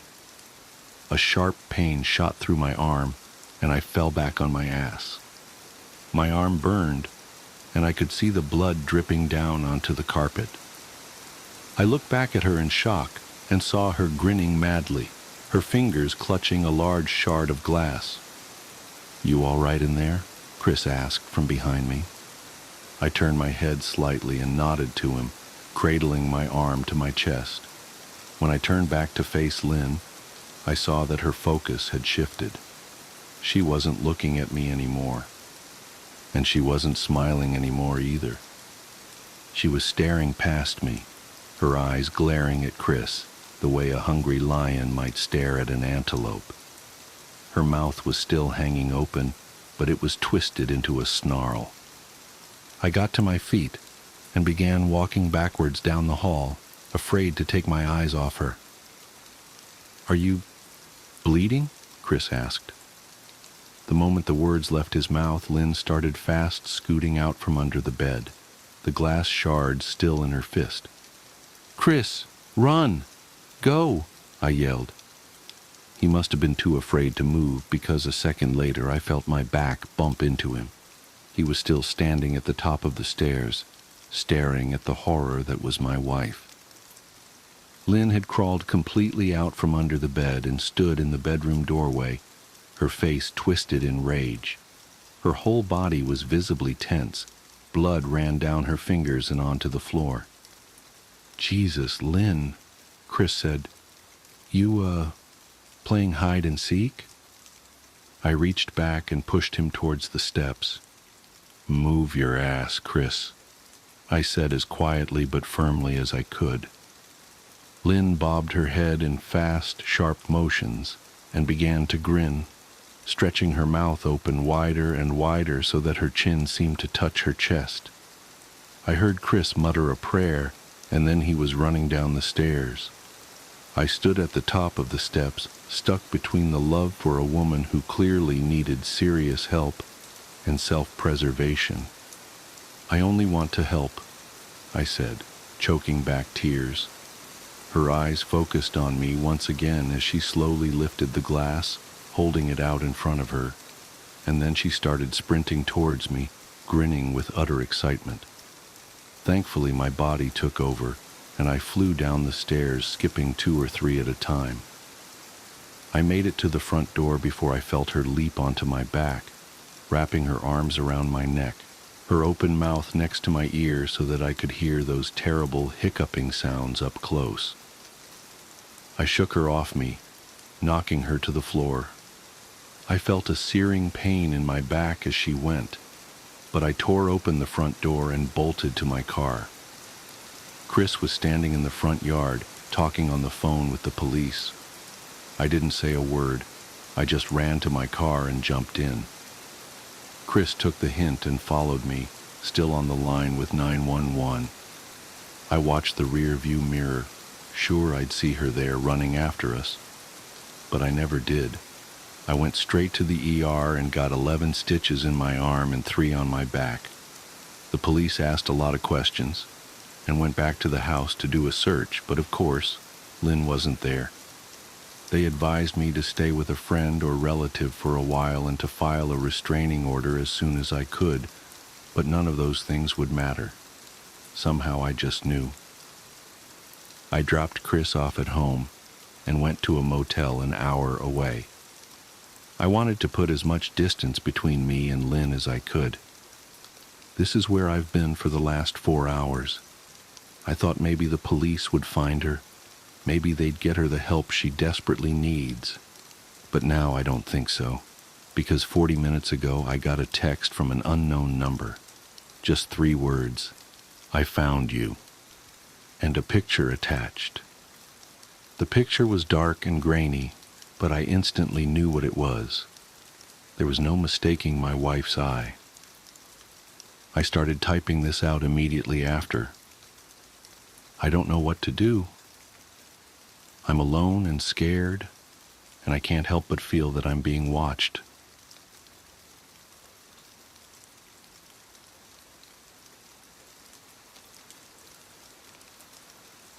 The unrest stop.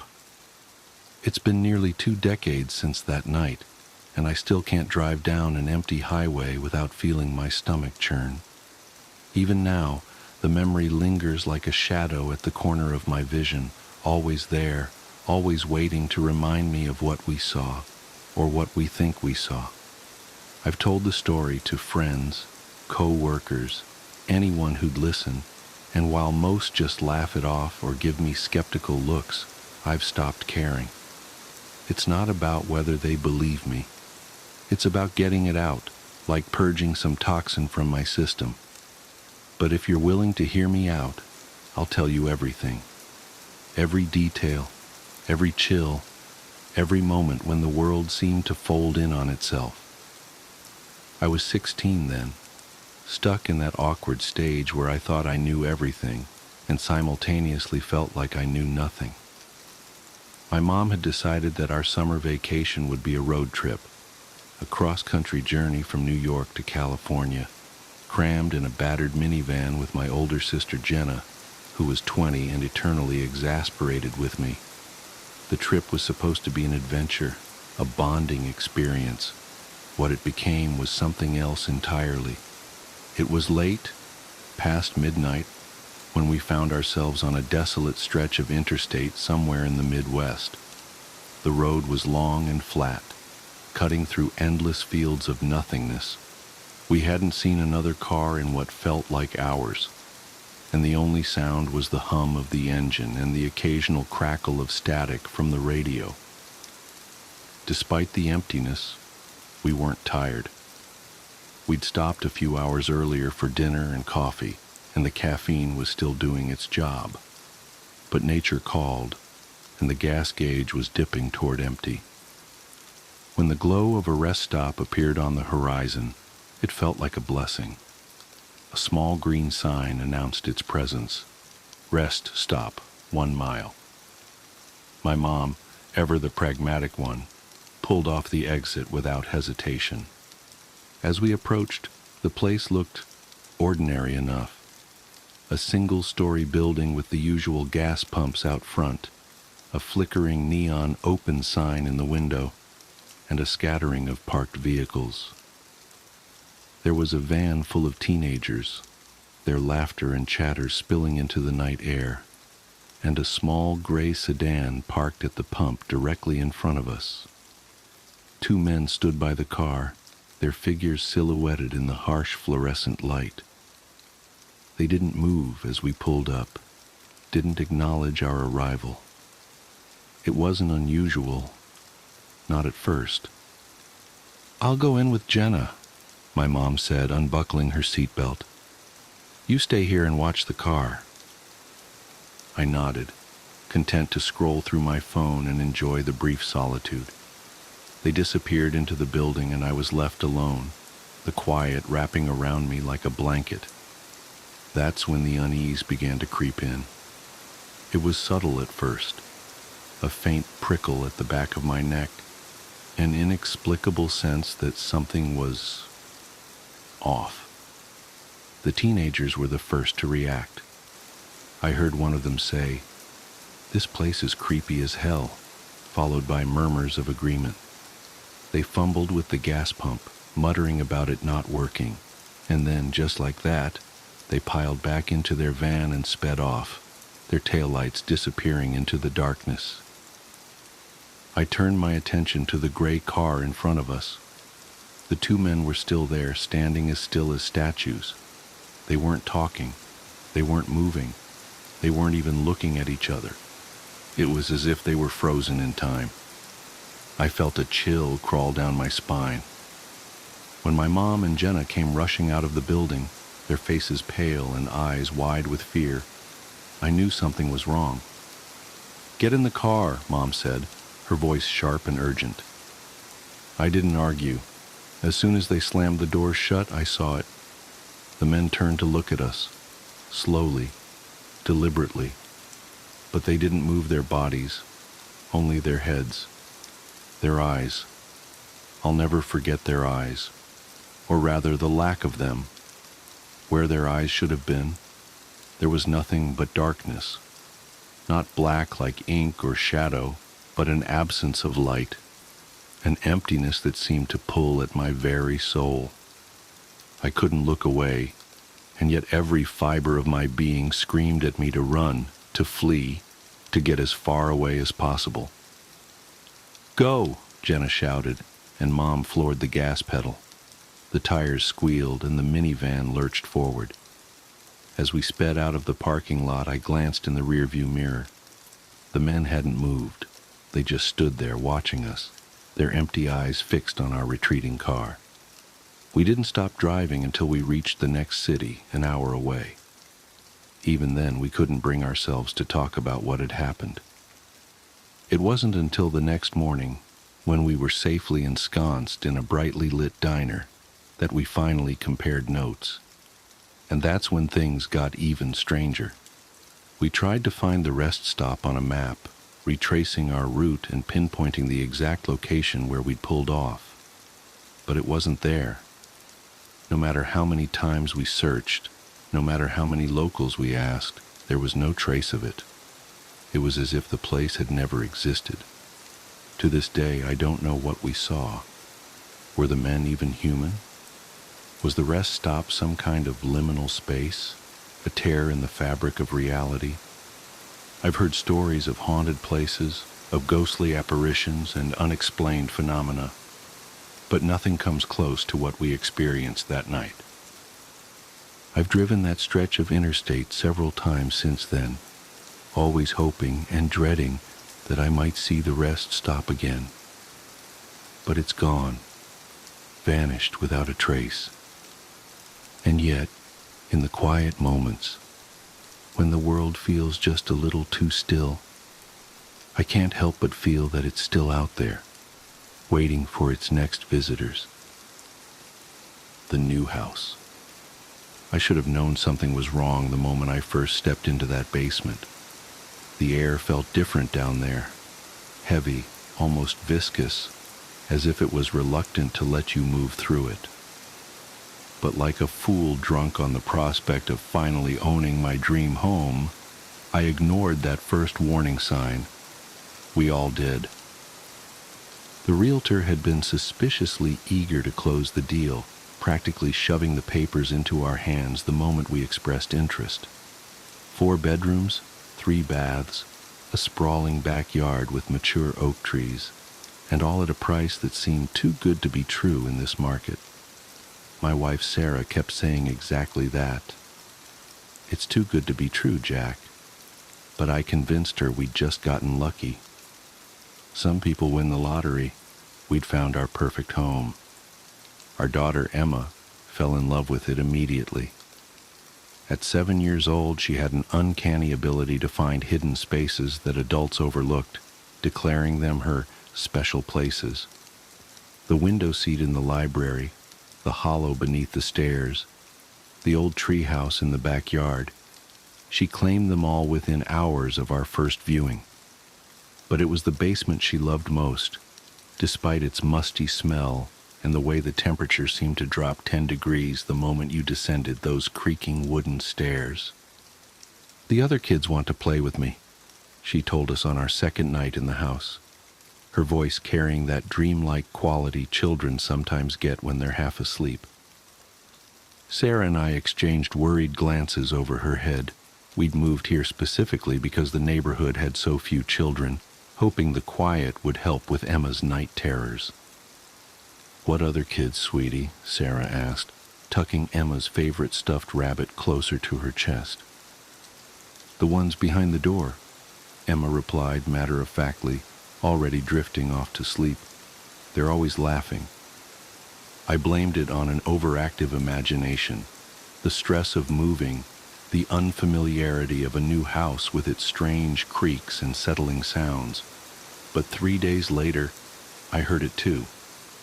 I was in the basement organizing our boxes of Christmas decorations. Sarah insisted they needed to be easily accessible even though it was only August, when the sound first reached my ears.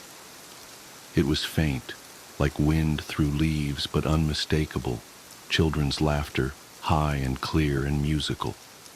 I froze, my hand still gripping a tangled string of lights, and listened harder. The sound grew stronger, and with it came the sensation of being watched. The air grew colder, and the single bare bulb hanging from the ceiling seemed to dim, its light becoming sickly and wan. The laughter was coming from behind the far wall, where a stack of moving boxes partially obscured the basement's rough concrete surface. I moved the boxes aside one by one, my hands trembling despite my attempts to rationalize what I was hearing. Behind them, I found something that shouldn't have existed. A door.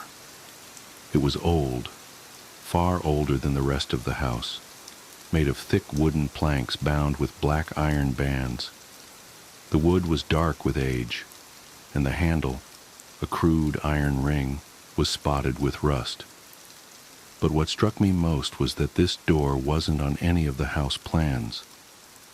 I'd studied them extensively during the purchase, making sure everything was up to code. This door simply didn't exist. And yet here it was, solid and real beneath my shaking fingers, with the sound of children's laughter emanating from behind it. I called Sarah immediately. She came down while Emma was watching cartoons upstairs, her face paling as she heard the laughter too. "We need to open it," she whispered, though her eyes screamed that we should run instead. "We need to know what's behind it." The door was locked, of course. The local locksmith refused to come when I described it to him, mumbling something about his grandmother being ill.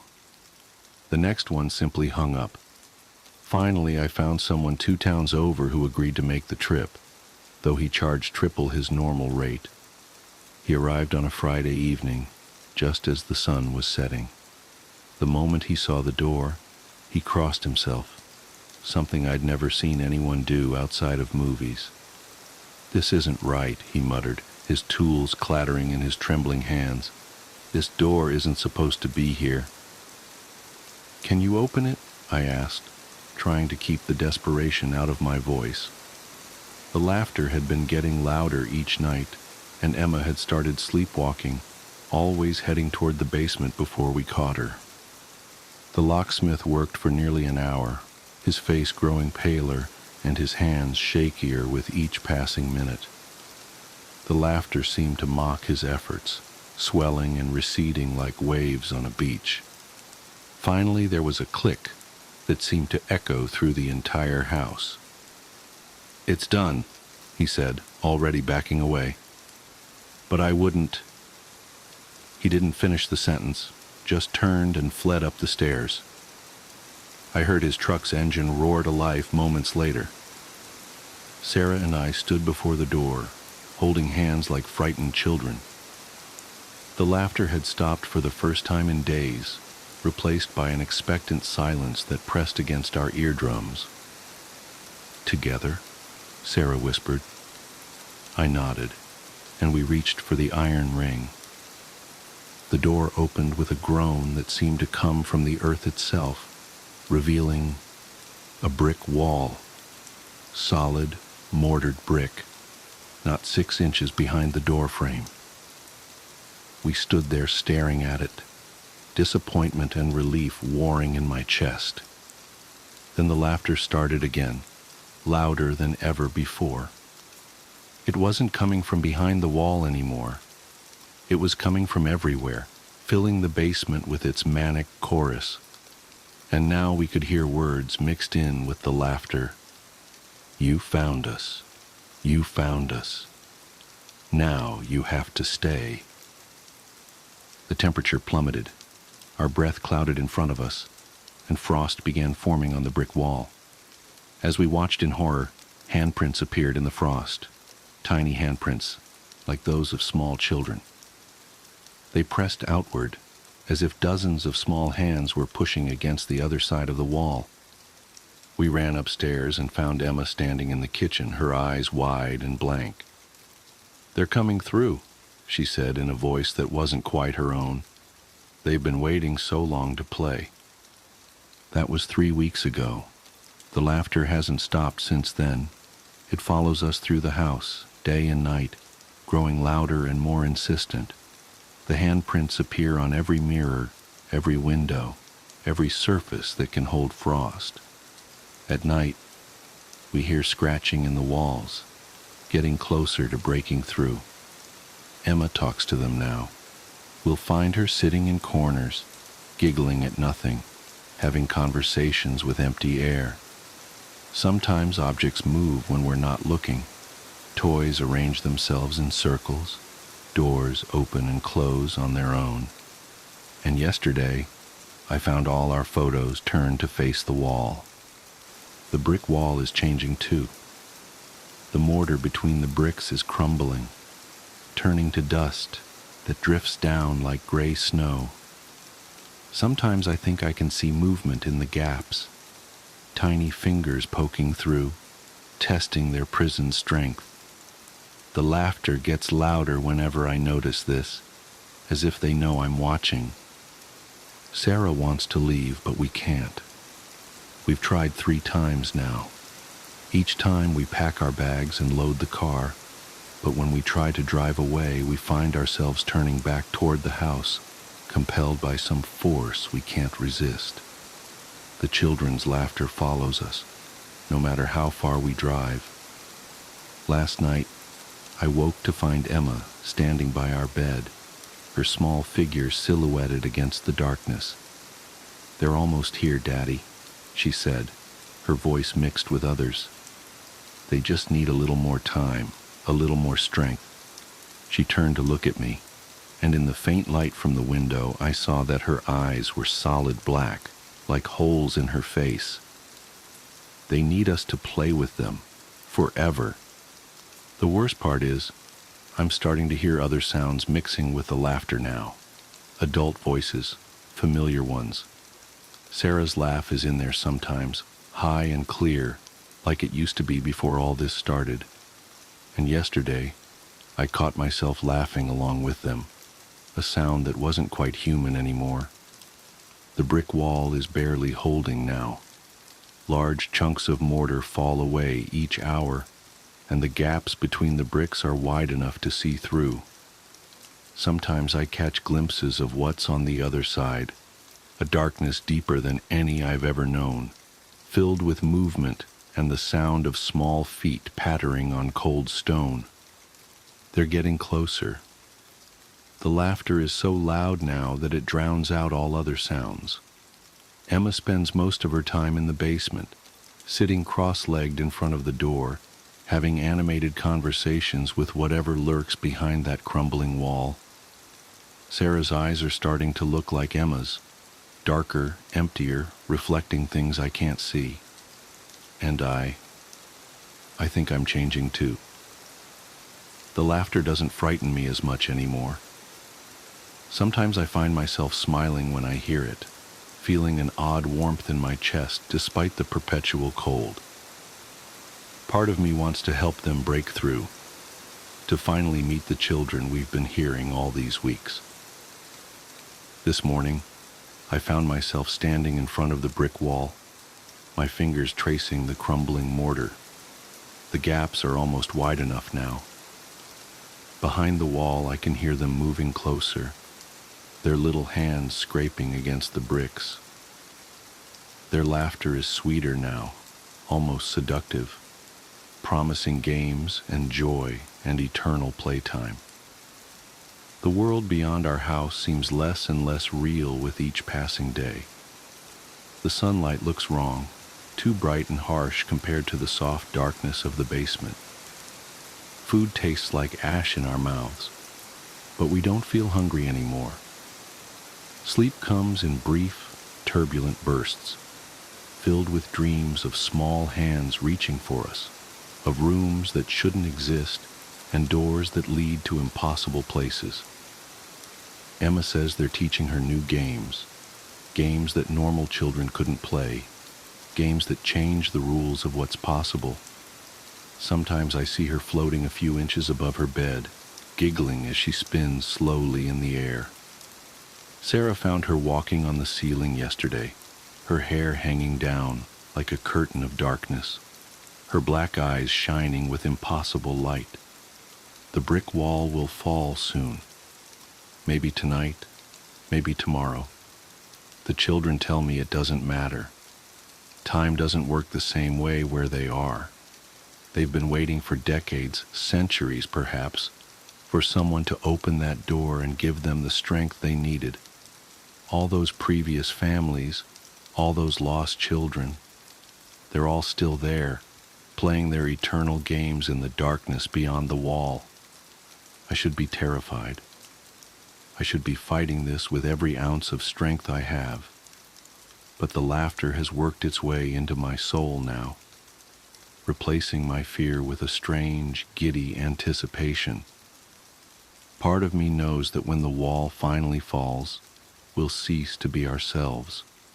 We'll join the chorus of laughter that echoes through this house, become part of whatever darkness lurks behind that impossible door.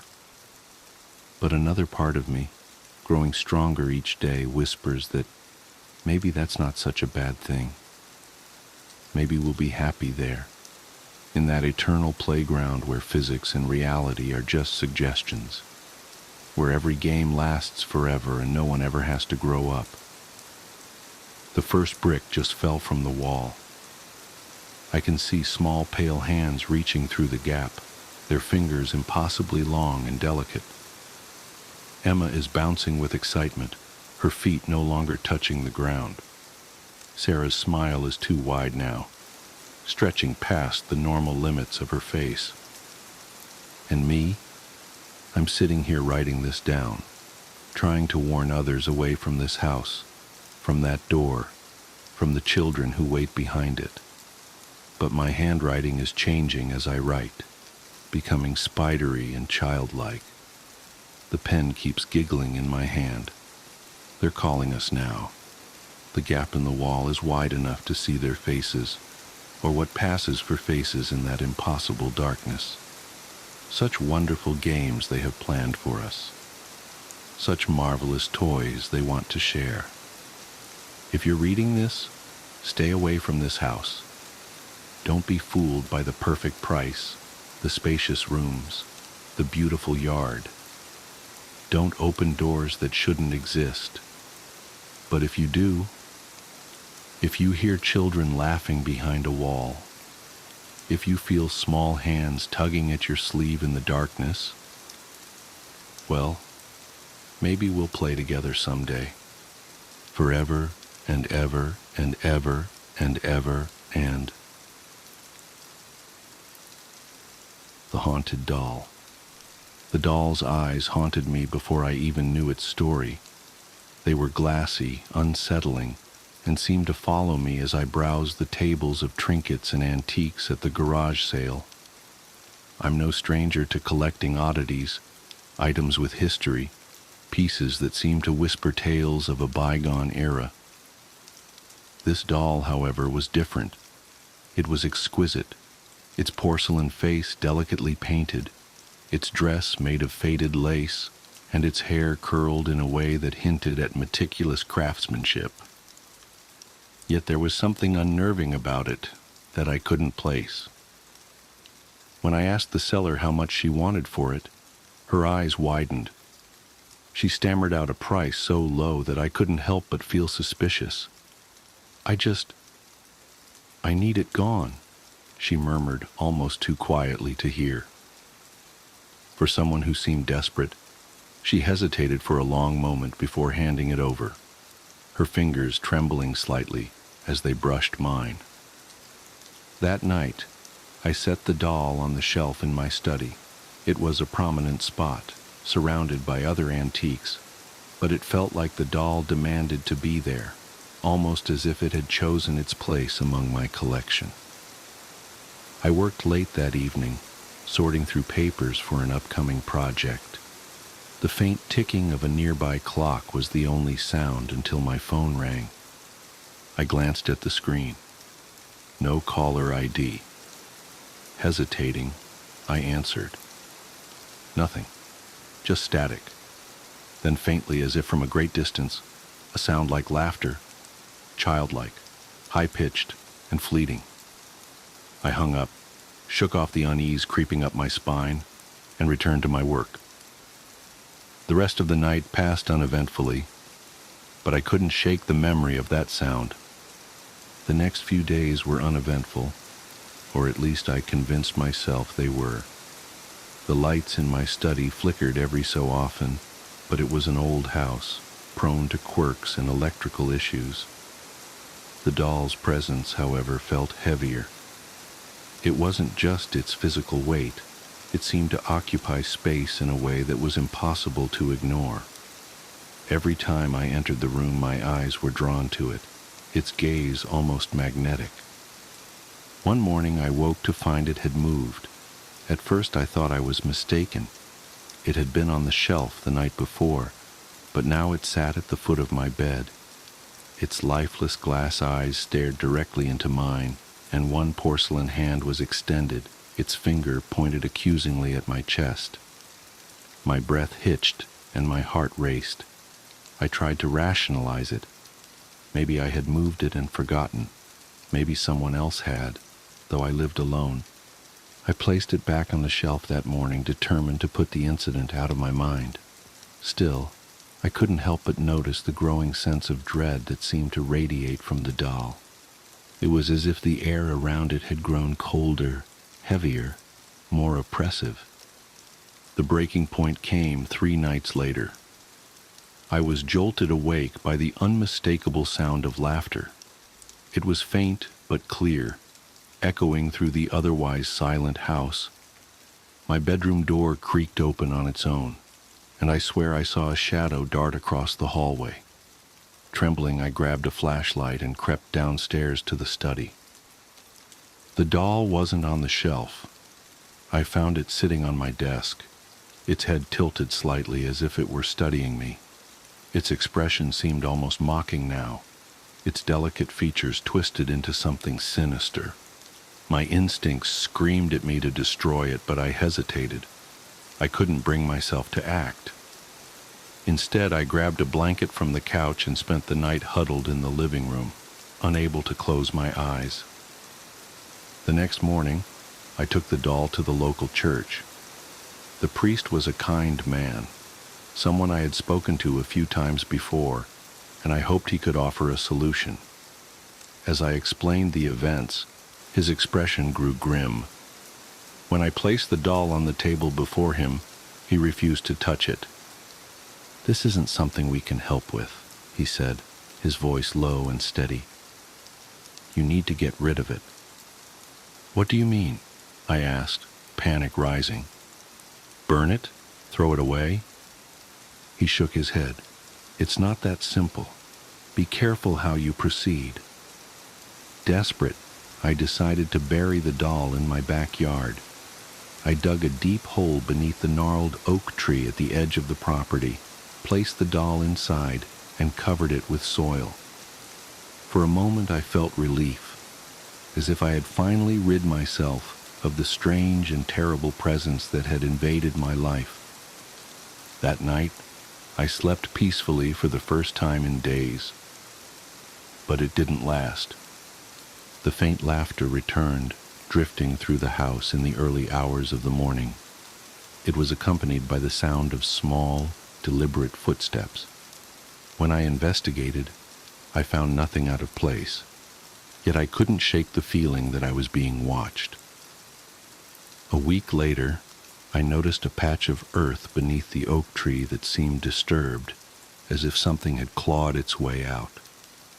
I refused to go near it, convinced that acknowledging it would give whatever malevolent force inhabited the doll more power. Since then, my nights have been plagued by nightmares, visions of the doll standing at the foot of my bed, its hand pointing at me, its glassy eyes filled with malice. Sometimes I wake to find faint scratches on my arms, marks that weren't there when I went to sleep.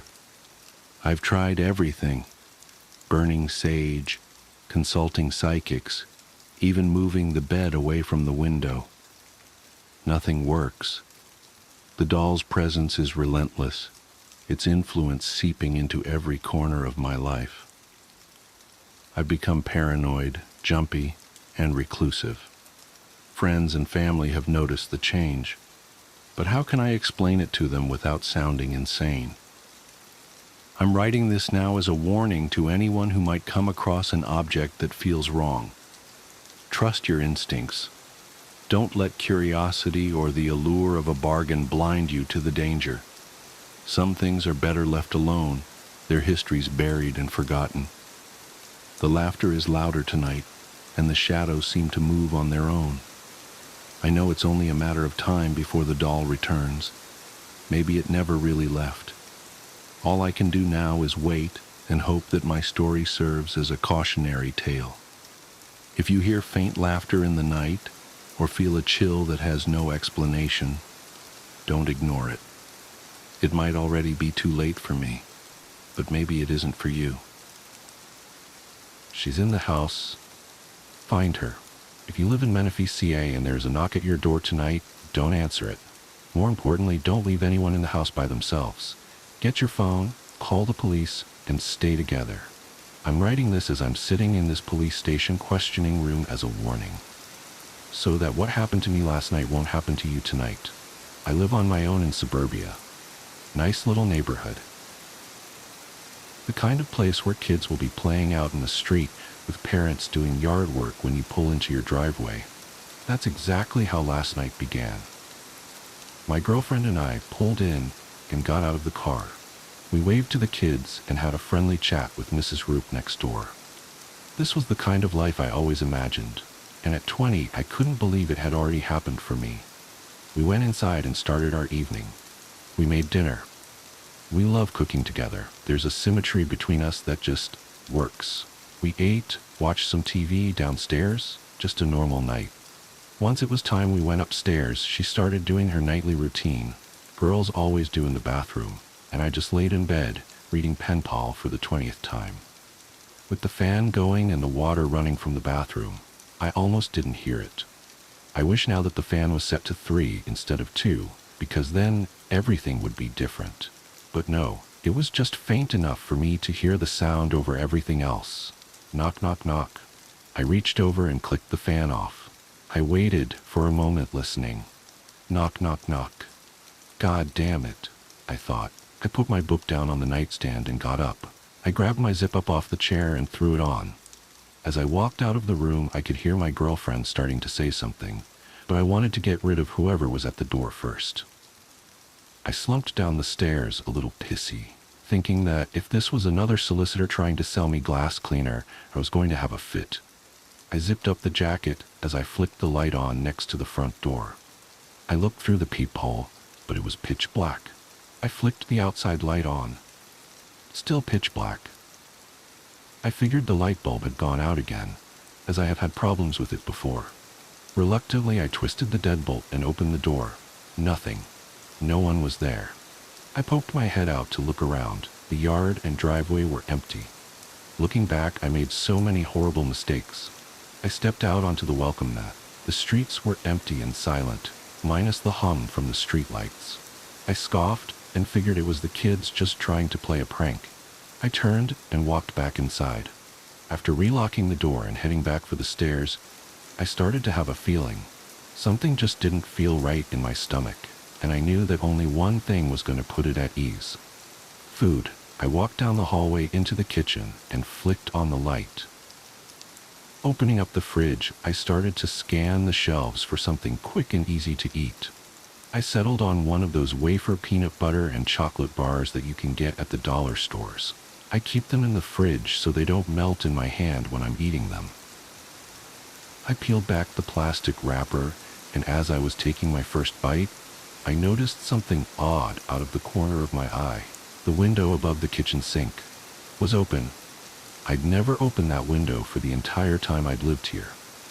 I thought back trying to remember when it could have happened, and then I recalled her saying that she was feeling really hot while she was doing the dishes. She must have opened it to try and cool off. I walked over and slid it shut and finally made my way back upstairs.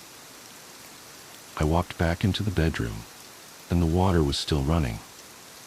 I went to the entrance to the bathroom. "Did you say something early?" I began to stay but stopped. The bathroom was empty. Water continued to pour out of the faucet, steam floating up, clinging to the mirror. I stopped the water and turned around to scan the room. She wasn't there. "Amanda?" I called out. No answer. I went to the walk-in closet. Nothing. I started to leave the room, but again something catches my eye. I glanced at my nightstand, and on top of my book was a piece of paper. It was folded in half and set up, making it look like a little tent. I reached out and picked it up. The first thing I obviously saw was the blood. It was a bloody fingerprint on the corner of the paper. My heart started to race. Finally, my brain let my eyes pan over to read what it said, and even now, I wish it wouldn't have. "She's in the house. Find her." I read it, those 6 words, over and over. I looked around the room again, hoping to see Amanda just hiding in the corner snickering like she'd pulled off an amazing prank. But the room was empty. I walked around the room, looking behind chairs, inside the shower, inside the closet. I looked at the bed and felt like a 6-year-old again as I slowly knelt down to look underneath. My hands had apparently been getting sweaty because they kept slipping slightly against the hardwood floor. I bent down and lifted the skirt of the bed. Nothing. Just a couple dust bunnies and an old pair of shoes that I keep meaning to throw out. I stood back up and started to become agitated. My mind didn't know whether this was a joke or if I needed to be terrified. "Amanda!" I yelled. "This isn't funny anymore. Now just come out." Silence. "Look, I'm really freaked out, so stop this." I walked out into the upstairs hallway and quickly went through all the rooms. The spare bedroom, empty. The exercise room, empty. Other upstairs bathroom, empty. I ran downstairs and looked everywhere there too. It was as if she just vanished, and all that was left was this note. I figured that the only thing left to do was to call the police. I ran back upstairs and into the bedroom. The bathroom faucet must have had a leak, because as I entered I started hearing faint drips of water. I went to the dresser to grab my phone, but it wasn't there.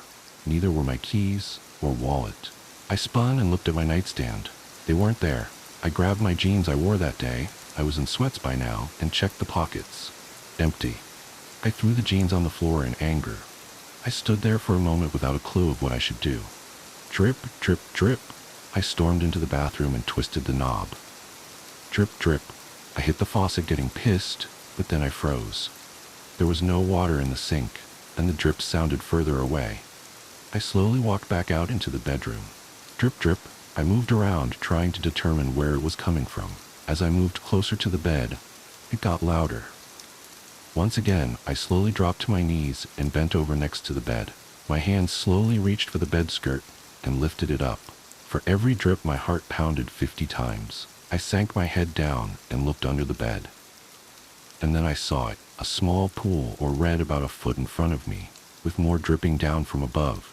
I jumped to my feet and pulled the sheets off the bed. I slid my hands in between the mattress and the box spring, and after a moment of hesitation, I flung the mattress up with everything I had. My throat closed instantly.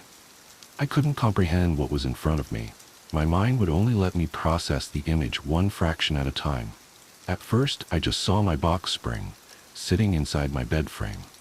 Then, I saw that there was a huge tear down the middle of the box spring. And then I saw Amanda, inside the box spring, her beautiful face poking out from the tear. Then there was her neck, which was nothing but red. The final thing that my mind let me see appeared. It was right in the center, laying on her stomach. Another note. I couldn't move. Tears were streaming down my face uncontrollably, but I didn't make a sound.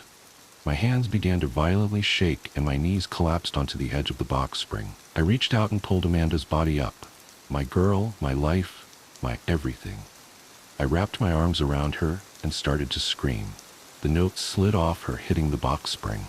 My hand slowly moved down towards the note, now barely even able to bend my fingers. I somehow managed to grasp the note and bring it up to my eyes. My vision was completely blurred from the tears. I wiped them against my jacket sleeve and looked at the note. Again, there was a bloody fingerprint, but at this point it could have been mine. Everything is hazy from those moments, but the words are forever burned into my memory. They are the reason I am sitting here now, the reason I ran out of my house screaming for help. But where am I?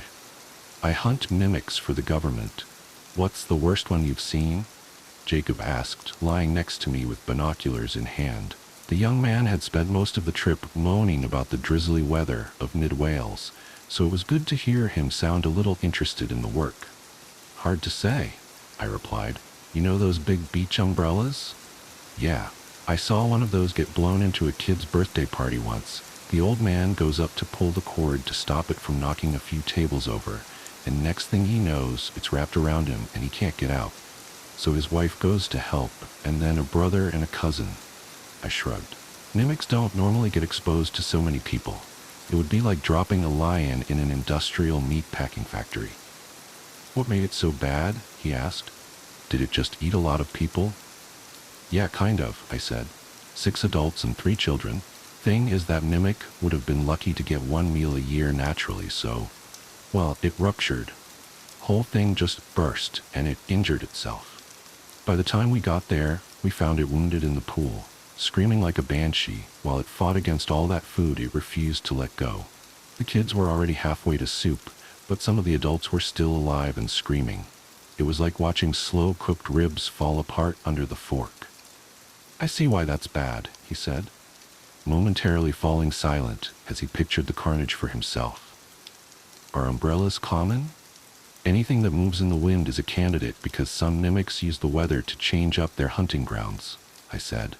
Of course it ain't ever that simple. All we can do really is look at reports of missing people and follow up. They're patient, that's for sure. Any as big as this fella, he said, gesturing to the chapel on the plains below.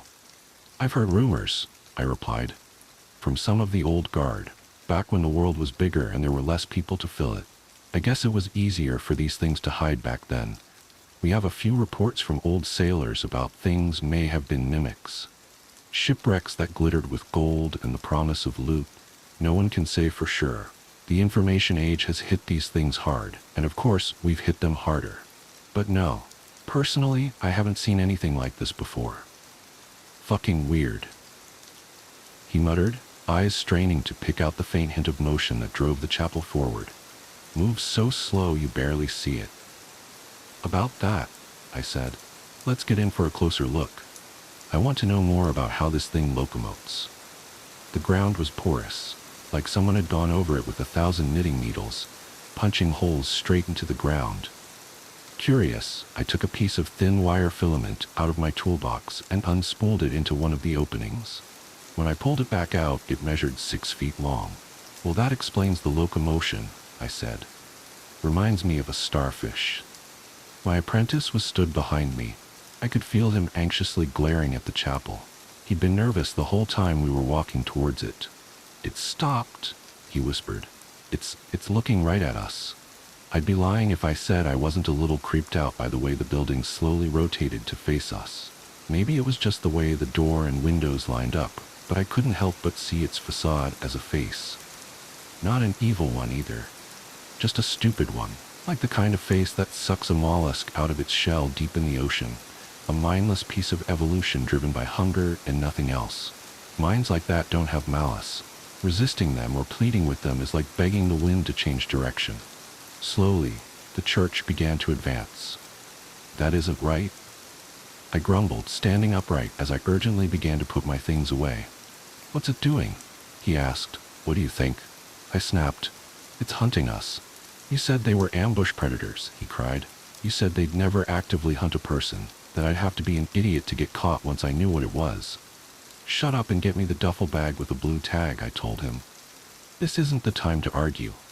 The boy walked backwards, refusing to take his eyes off the building. "For fuck's sake, Jacob," I cried. "It doesn't go over half a mile an hour. Turn around and look properly." You could tell he wasn't happy, but he did as I said. A few moments later, he returned with the bag, and I rifled through it to get a hold of what I wanted, the hand grenade. "Will that kill it?" he asked. "Mimics are usually soft on the inside," I said. "But honestly, I don't know. Never killed a building before." I pulled the pin, let the spoon flick loose, and tossed the grenade straight through the open door of the chapel. 5 seconds. I counted them out. But nothing happened. Nothing changed. I'd expected a muted thump, or perhaps something even worse, something gorier, but there was no noise at all, and I found that fairly unnerving. The only change was that the chapel finally stopped advancing. "Is it hurt?" "If the grenades went off, it has to be hurt," I said. "Then again, does it look hurt?" The building rotated 90 degrees and began to grind slowly away from us. Behind me, Jacob began to whoop and cheer with joy. "Take that," he cried, but I didn't feel so confident. It was unlikely we would lose the chapel and have to find it all over again. The Desert of Wales describes an enormous expanse of arid, stony land, unsuitable for anything except grazing. It wasn't a literal desert. If anything, it never stopped raining. There just wasn't much around to see or do outside of a few lonely buildings and abandoned quarries. Most plant life consisted of hardy lichens and fuzzy moss, along with dense thickets of bristling grass. It was hilly, for sure, but I didn't think we had to worry about a building sneaking up on us, so I didn't bother giving chase once the chapel moved away. Instead, I sent us walking north to a nearby campsite where a few hikers had first reported it eating all of their friends. Jacob was less inquisitive now. He hadn't liked seeing the chapel up close, and truth be told, neither did I. Most mimics I'd encountered were small. Estimates from other field agents like myself had them as typically no larger than 12 kilograms, subsisting on rats and mice and other vermin. They might nab a child here and there, and sometimes we'd get a real doozy like a carnivorous closet in some ancient B&B. But the tabletop game image of mimics was desperately overblown, and I'd never personally laid eyes on anything like that chapel slowly grinding its way towards us. Mimics weren't animals, and they weren't plants either. To see one move around like that, I didn't like it. The campsite, once we reached it, sure as shit didn't help. When I'd heard about the hikers, I figured they were tricked into going inside the building, but the broken tents and pulped remains told us otherwise. At least 2 people had been crushed during the night. I could see that clearly from the collection of canvas and pureed flesh that lay on the outskirts of the site. They were the first victims, I'd been told. Just like the tracks I'd seen before, their deaths had been achieved with what looked like thousands of knitting needles punching through rock and soil, and in this case, bone and muscle and fat and skin. They must have been sleeping, I decided, when the chapel simply rolled over them with glacial slowness. As for the others, that wasn't so simple. Tents were slashed and pulled apart. Bones, still pink and wet, lay scattered around the fire. This looked more like the work of a pack of dogs than a mimic, who usually left little behind except for bleached bones so clean you could mistake them for some kind of museum display. "They must have tried to help each other," I said as I counted out the 5th rib cage. "Like that story I told you about. That's the only way I've seen mimics rack up this kind of body count. They trap one guy and his friends come to help, and it just escalates. Most of them inject digestive enzymes like an arachnid. Sometimes that includes a few basic poisons that act on the nervous system. That could account for it, maybe." Jacob didn't respond, at least not to my question. I stayed crouched where I was for a few more minutes, staring at the carnage, before he spoke up. "It crushed their skulls." "What?" "Look," he replied, holding up a pile of bone chips in his cupped hands. Slowly, he let them all fall through the cracks in his fingers like sand until a few larger pieces remained. He took one and passed it over, and I instantly recognized the bridge of a nose. "They're all here." It crushed them, practically ground them into powder, all in one place as well. It's almost ritualistic. "No, it's not," I replied. "Mimics don't do that. They don't think, and they sure as shit don't do rituals." So how do they know what to imitate? Come on, I snapped. Let's get back to the car. You didn't answer my question, he said, and I could tell he'd been working up the courage to challenge me on this for the last hour of the hike. What question? How do mimics know what to imitate? He asked. Well, they don't reproduce, if that's what you mean. What do you mean they don't reproduce? They don't fuck, they don't lay eggs, they don't even grow or gain weight after feeding. They're not animals, so they don't reproduce. On top of that, we have records of things that weren't mimics becoming mimics, I replied. A car, for one. There was a closet in the London Natural History Museum that was most definitely not a mimic on the 9th July 1991, but which still proceeded to eat 3 janitors by the 13th of August that same year. There was a brief moment of silence before Jacob's voice suddenly rang out across the windswept plain. What? He cried. Are you telling me these things just appear? Don't know, I shrugged. Not my job to know. That's a different department. But yeah, everyday things can apparently just turn into mimics. So like what? My backpack could become a mimic? At any time? Maybe, I replied. What you should be worried about is so can your dog. So can you. It's rare, but it can happen. Sometimes they don't even know. It just, boom, it just happens. You wake up and your wife isn't there and you don't know why, but you suddenly have a funny-looking scare on your chest and your tummy won't stop rumbling. I think we have 3 in containment at the moment. One of them swears someone did it to him. Is he lying? Deluded?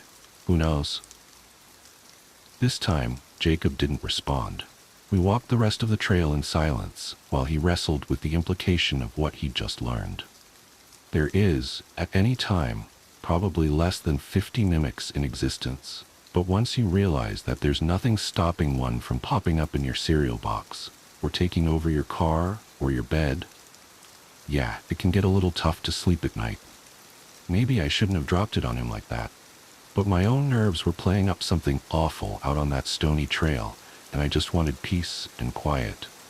Already the sun was starting to dip, and the sky was full of graying clouds. We'd enjoyed some fairly decent weather so far, but now it looked like our luck was running out.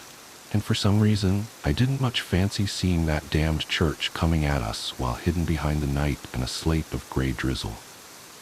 Instead, I focused on settling down for the night in that kitschy little bed and breakfast we'd scouted on our way up. Sure, we had a long drive ahead of us, but I was thankful the walking part of the day was over.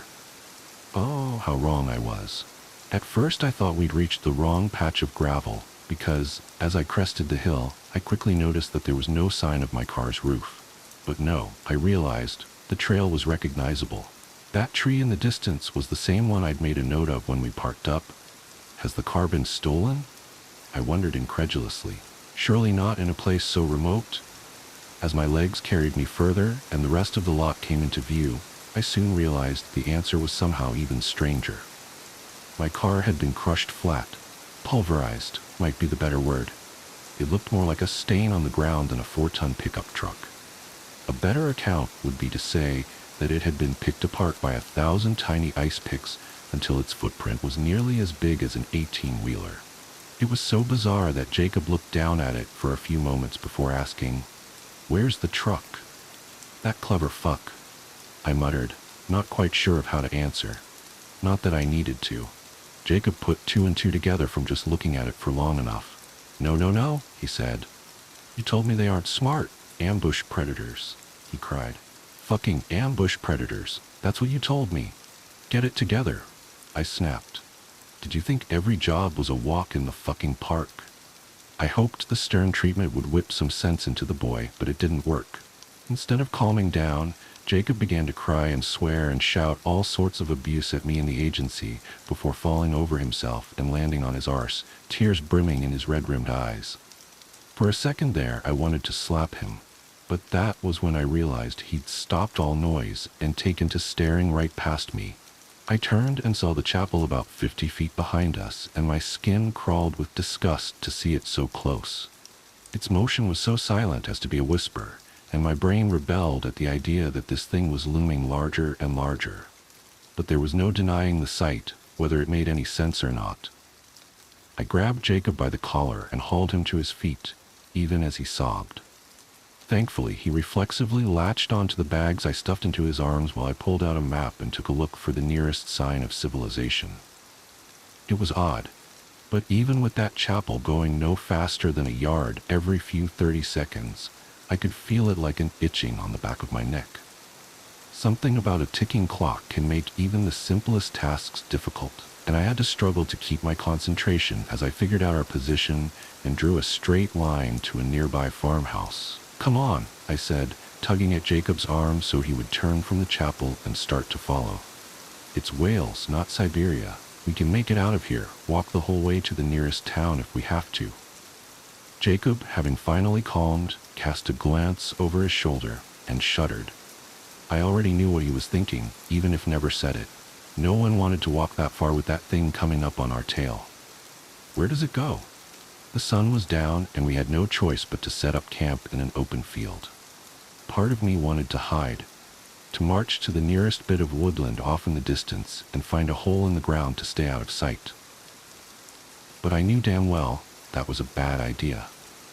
Our best hope was to keep an eye on this thing, and at its current rate of travel and the 2-mile gap we'd put between us and it, I figured we had about 4 hours before we needed to get going again. And I was going to make sure we could keep our eyes on it for every second of that time, or at least one of us would. We both needed to sleep, Jacob especially. So for now, having settled down by a small fire with very little cover, I told the boy to catch some shut-eye while I watched. "Where does it go?" he repeated, and I tore my eyes away from the horizon to look back at him.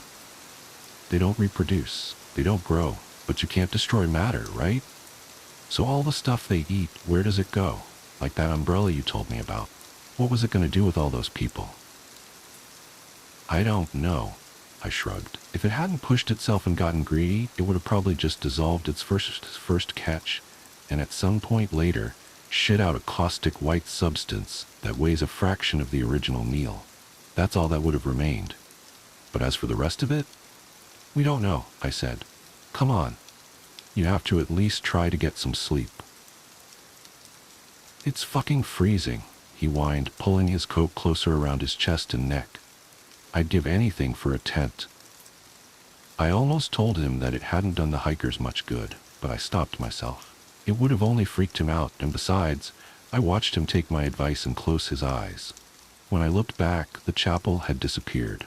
For a second there it made the breath catch in my throat, but the shock didn't stick around for long. I'd known for a while now that the chapel wasn't a simple thing. It had cut ahead of us all the way to the car and trashed it. That was the kind of tricky behavior you wouldn't even expect from an apex predator like a bear or a mountain lion. I didn't much like it, but I started to wonder if this thing was going to get the better of us. Knowing what I did about mimics and how they fed, the thought of this thing catching us didn't make me feel like relaxing one little bit. I found myself hoping Jacob made it through all this. He'd asked a pretty astute question back there. Where does it go? I hadn't lied either. We didn't know. But that didn't mean we couldn't guess, and oh boy, the guys at the agency had guessed galore. The longest running theory was that we just didn't see mimics reproduce, but like a bad excuse, that was starting to fray the longer we held on to it. 90 years and counting, and not one example of a mimic being born in lab conditions? Of us even finding the slightest evidence of that behavior out in the wild? A nest? Some eggs? Anything. And why the hell didn't they weigh more after feeding? The more we documented them and the more we learned, the more elaborate the scientists had to become in explaining it all. The second theory, the newest and what was soon becoming the most popular, was some kind of infection or fungus or something. We've dissected enough of these things to learn a thing or two. Hell, the boss back at HQ has a vivisected mimic pencil sharpener preserved in amber as a desk ornament. It's pretty neat. And what these dissections show is that mimics keep a lot of the original object. They splice nervous systems and strange, discombobulated muscular fibers onto hard, inanimate structures, and somehow it just works. As to why they seem to pick the right objects at the right time, maybe they don't. Maybe this shit's everywhere, and it just needs the right conditions to flourish. Maybe your computer mouse is trying to turn into a deadly predator, but it just can't. Because every time you use it, It agitates all those little microbial construction workers and it all comes falling apart. But the smarter amongst you will realize this still doesn't answer Jacob's question. It might be the how, but it doesn't really do the why. I mean, after all, where does it go? They don't have stomachs. Not really. They're like arachnids. They suck this stuff up and it just goes somewhere. We think. There's one more theory. People don't talk about it, not even in the agency, but I think push come to shove, just about any field agent worth his salt would admit to it being the most likely explanation. The scientist who came up with it disowned his own theory just a few days after first posting it to the message boards, but I always suspected it wasn't because he thought it was naff. He just didn't like it being tied to his name. Can't say I blame him either. Anyway, he posited that mimics aren't separate organisms at all, that they're a projection of something. The reason why they pick specific objects is because there is an intelligence behind them, behind all of them, as a matter of fact. They aren't independent organisms. They're more like proboscises attached to a single source. That's why we can't find where the digested food goes, he says. It's getting sucked out of the physical world in front of us and redirected somewhere else. The thought of every mimic ever caught being nothing more than a tentacle belonging to some unseen force, it fit a lot of facts, but it sure as shit didn't make that scientist any friends. The implication that this thing is intelligent, that it has some kind of memory and might remember us agents. What we do, we don't talk about it much. No one likes to think these things might be able to hold a grudge. When I awoke, it was to the sound of Jacob screaming, and for a few brief seconds, I expected to see blood splashed across the floor. It just made sense to me that that kind of gut-wrenching squeal would come with a great big helping of blood and broken bones. Instead, when I opened my eyes and scanned the horizon, I was greeted with an even bigger shock. The chapel was about 30 feet away. I threw myself onto my feet and suppressed the feeling of revulsion that swept over me. Letting that thing get so close, God, I felt like I'd woken up to a big, fat, hairy tarantula crawling right towards my mouth. All I had to survive were my wits and my senses, and I'd practically thrown both away by letting myself fall asleep without first waking Jacob to stay on watch.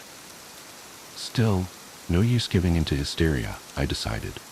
I stood where I was and caught my breath and calmed down, even as the chapel continued to grind towards us. Up close, that thing was almost grotesque. I don't know how to put it, except that it was messy. The thatch roof was frayed and peeling, and every whitewashed brick looked somehow misplaced. The building itself was easily 400 years old and must have predated silly ideas like blueprints and architecture. It was surely cobbled together piecemeal by rural villagers centuries ago until some other force had animated it. Its many arching windows reminded me of the clustered black eyes of a spider, lacking any sign of symmetry and intelligent thought. It was stupid, but it really did make me think of something pulled out to the ocean trenches, like a venomous little anemone. Even as I looked, up close at last, I could see the slightest hint of pulsating webbing behind the dusty stained glass. Veins, perhaps, used to pump blood around this impossible creature. Behind me, Jacob was hyperventilating, but at least his crying had stopped.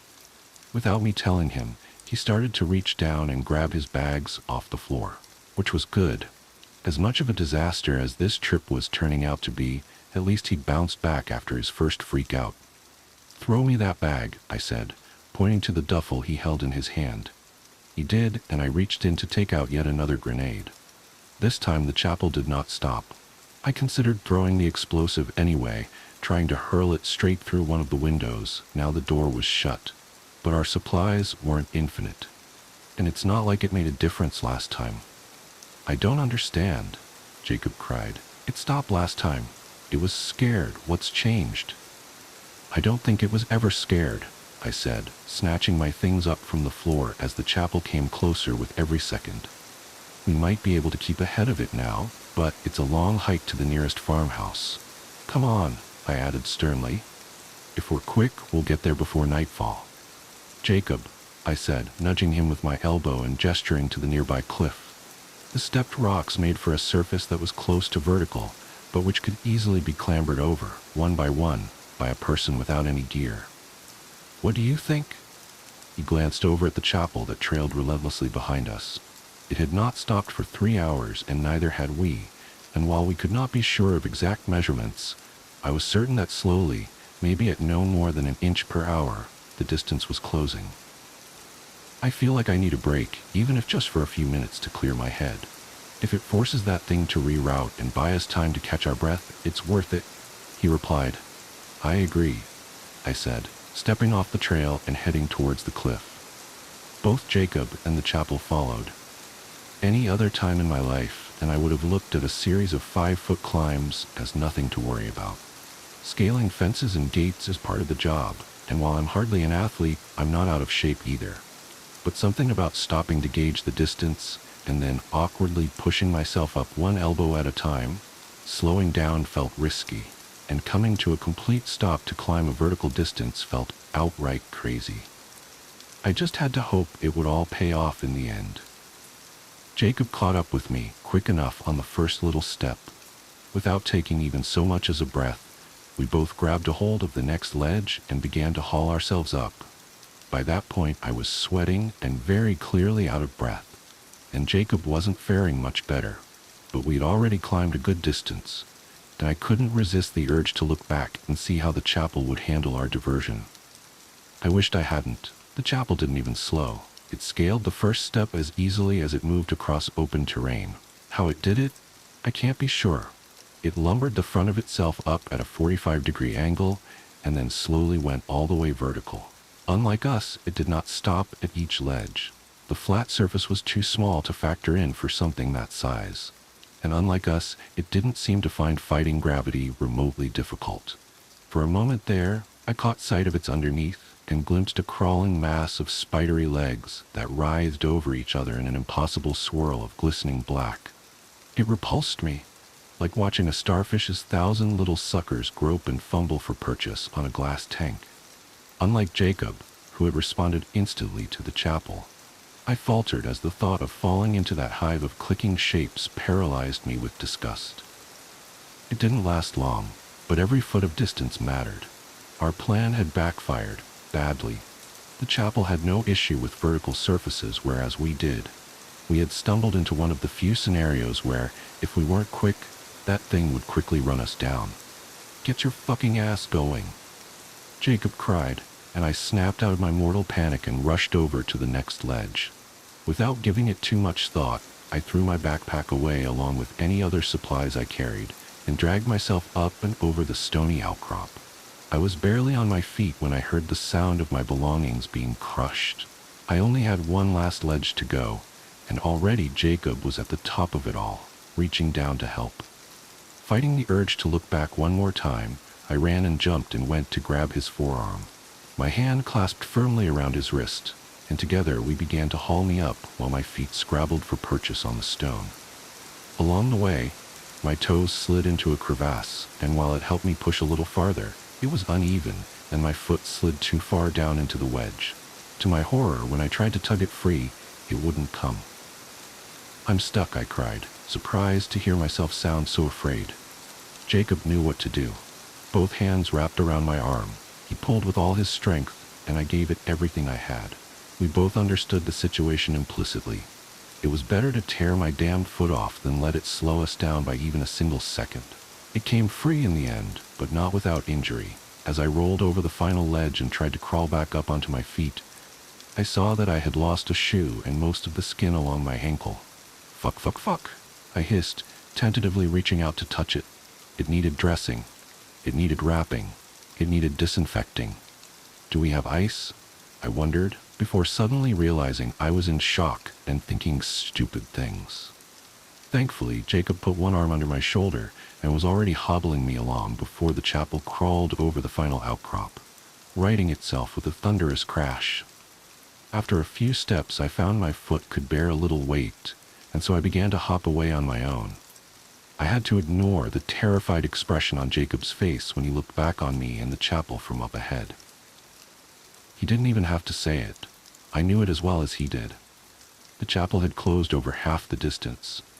I'm getting too old for this, I said as I limped along, breath ragged as I fought to keep pace with Jacob. You're not even 40, he grumbled. Yeah, but every fuck-up made so far has been made by me, I hissed. The cliff. Falling asleep on watch.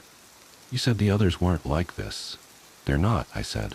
Not even close, if you get out of here alive. I stopped myself from saying it, but the damage was done. The silence between us hung heavy for long enough to let me know Jacob had absorbed that one little word and all its hidden meanings. Look, I said, you don't need to worry about the job when you get out. There ain't nothing out there that'll bother you after this.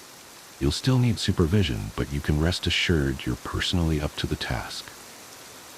So you'll give me a good reference? Fuck yes, I said. Best of the best. I wanted to broach the topic of how Jacob would contact the agency on his own, what passcodes to use, what names to ask for.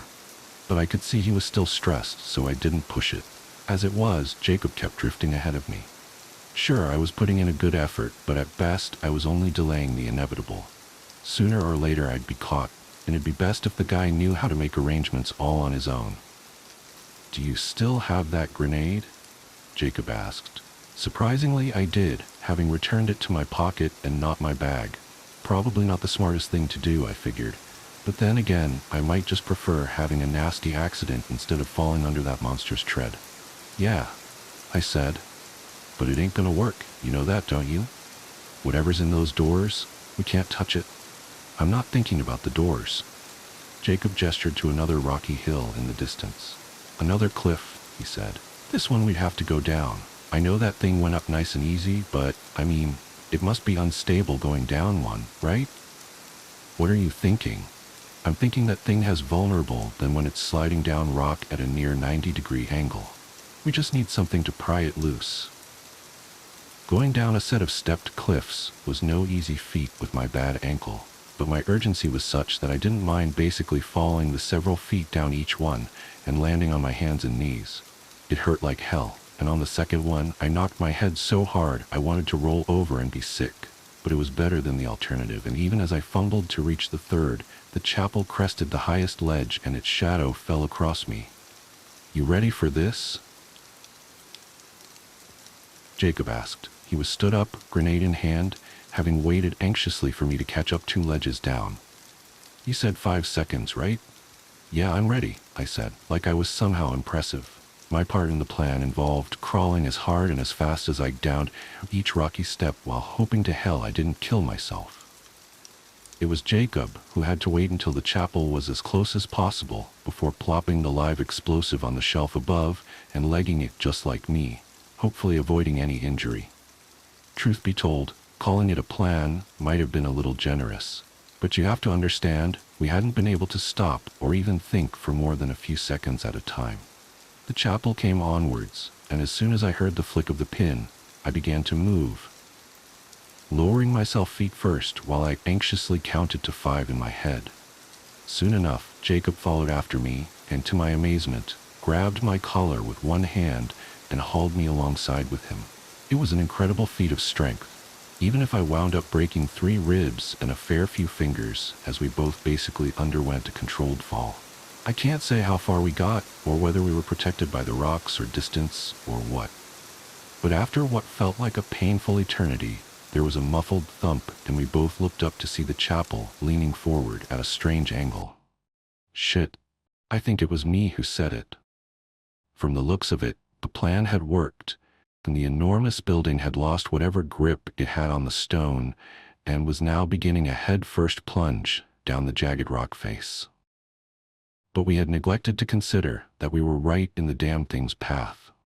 I considered tucking myself into the rocky outcropping and hoping that the building would roll right over me without harm, but even just a fleeting glimpse of its blackened limbs flailing around in a desperate hope for purchase made me think otherwise. I could easily imagine those needle-sharp proboscises snagging my skin and dragging me down with it. Jacob, however, came through. He never stopped pulling me by the collar, and in the end he threw me sideways. I say throw, it was more like a tumble off to the side. But I don't think you can appreciate how hard it must have been for him to do. He saved my life in that moment, getting me out of the way so that the chapel went tumbling past, leaving us both unharmed. By the time the dust cleared, we were both left bleeding and bruised halfway down the rocky steps, looking at the chapel as it lay on its back, squirming like a horseshoe crab stuck in the sun. It had millions of limbs buried under that floorboard, most as wide as needles, some as thick as a thumb. Where they came from or how they were organized, I couldn't tell. I didn't even like looking at them. They made my skin crawl. Still, I began to laugh as we stared at it trying to rock itself back upright, smashing its roof and walls to bits. If it kept at it, it would soon kill itself without any help from us. Jacob started to cheer, and this time I decided to join in. We made our way down the cliff, and by the time we reached the bottom, the chapel had stopped rocking and some of its legs had started to wither. I'd never seen anything like it, but I couldn't stop myself from thinking that the mimic had decided to abandon the chapel entirely. I watched as it slowly withdrew its legs back inside the floorboards and out of sight, and I had the sense we were watching this thing accept its final defeat. "Fucking hell!" Jacob cried, stepping forward as he strained to pick out the strange sounds coming from behind the glass. "I think it's dying? That or going back where it came from," I said, soon expecting a flurry of questions. Jacob was definitely curious, and this time I'd have no problem sharing all my thoughts with him. Only the questions never came. When I finally made eye contact with Jacob, he was looking paler than ever, with eyes as wide as marbles. By the time I saw the pulsating web of flesh that crept around the back of his head, slowly flowing around his ears like melting silly putty, it was too late. There was a sound like a rubber band snapping, and he was snatched backwards, hurtling through the open door of the chapel like a sideways bungee jumper. He'd been grabbed from over 100 feet away. Whatever had happened, it was the mimic's final act. As the door slammed shut, it folded the last of its legs up into its insides, and all movement ceased. It was, and of this I'm incredibly sure, an act of spite. One that not only shocked me with fear, but left me feeling like my chest was going to crumple in on itself. I hadn't liked Jacob much at the start, but I would have been dead long ago without him. And he'd shown himself to have great potential. I'd already begun planning how I would help him rapidly rise through the ranks of the agency. With any luck, he'd have a career that lasted decades and took him right to the top. All of that was gone in less than a second. Despite knowing him for less than a week, I'm not ashamed to say I cried. The chapel was brick and mortar by the time I returned with help. We traced it to some abandoned village years ago, and the researchers would go on to spend months poring over its tracks and hunting habits. Most of the evidence came from my first-hand account, and so I was taken out of field duty for well over a year while being asked the same questions over and over again by slightly different people. It's weird to say, but I was celebrated. Jacob was awarded some posthumous medal, and his parents fed the usual bullshit story about some kind of gas leak. I made sure they rigged the story so it looked like he died doing something heroic, shutting down some valve before it blew up a few residential houses. Still, it didn't sit right with me that the true nature of what he did would never be known. Maybe that's why I'm posting this. I'm not sure. Since the chapel, I've been trying to get the agency to formalize the idea that these things can be intelligent. From there, I hope I might even be able to get them to acknowledge that there's even more to it than that. A lot of fuss was made over the mimic withdrawing, but it was treated as a kind of spontaneous death. I'm not convinced. It was like it went slithering back to where it came from, and what worries me is that I think it took Jacob with it. Possibly even alive. I only tried once to go back into the field. My partner, an experienced guy like myself, made sure it was only a little job. Apparently some grad students were complaining about missing specimens in their secure pathology labs. We quickly traced it to one of the tunnels in the rat's habitat, the kind of thing no traditional scientist would ever even consider looking at. But we knew. One glimpse at it and the powdery white discharge all around it let us know. A simple job. Easy too. But it was the note I found, lying down in the matted sawdust and shit that stayed with me.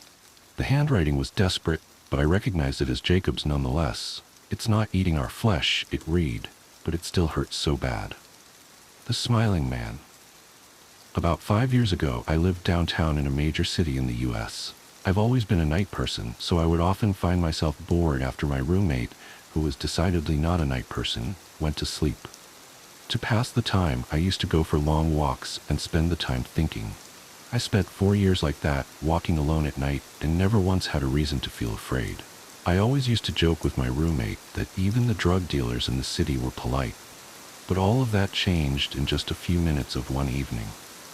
It was a Wednesday, somewhere between 1 and 2 in the morning, and I was walking near a police-patrolled park quite a ways from my apartment. It was a quiet night, even for a weeknight, with very little traffic and almost no one on foot. The park, as it was most nights, was completely empty. I turned down a short side street in order to loop back to my apartment when I first noticed him.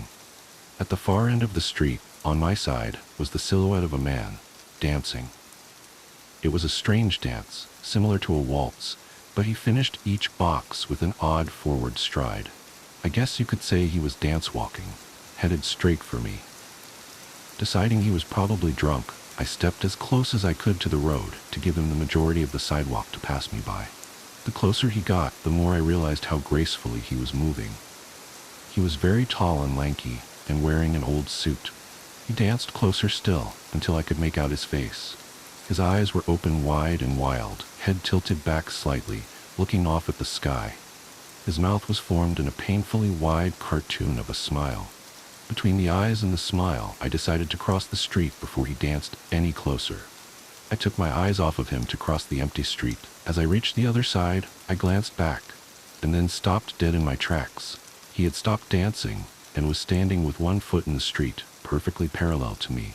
He was facing me but still looking skyward, smile still wide on his lips. I was completely and utterly unnerved by this. I started walking again, but kept my eyes on the man. He didn't move. Once I had put about half a block between us, I turned away from him for a moment to watch the sidewalk in front of me. The street and sidewalk ahead of me were completely empty. Still unnerved, I looked back to where he had been standing to find him gone. For the briefest of moments, I felt relieved, until I noticed him. He had crossed the street and was now slightly crouched down. I couldn't tell for sure due to the distance and the shadows, but I was certain he was facing me. I had looked away from him for no more than 10 seconds, so it was clear that he had moved fast. I was so shocked that I stood there for some time, staring at him. And then he started moving toward me again. He took giant, exaggerated tiptoed steps as if he were a cartoon character sneaking up on someone. Except he was moving very, very quickly. I'd like to say at this point I ran away or pulled out my pepper spray or my cell phone or anything at all, but I didn't. I just stood there completely frozen as the smiling man crept toward me.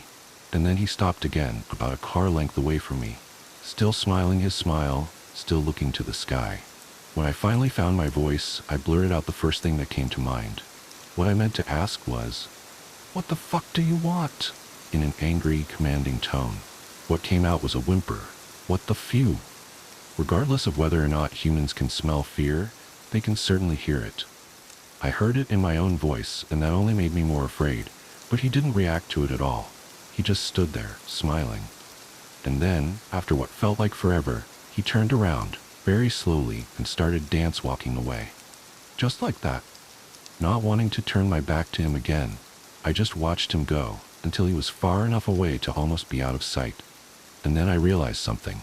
He wasn't moving away anymore, nor was he dancing. I watched in horror as the distant shape of him grew larger and larger. He was coming back my way, and this time he was running. I ran too. I ran until I was off of the side road and back onto a bedded road with sparse traffic. Looking behind me then, he was nowhere to be found.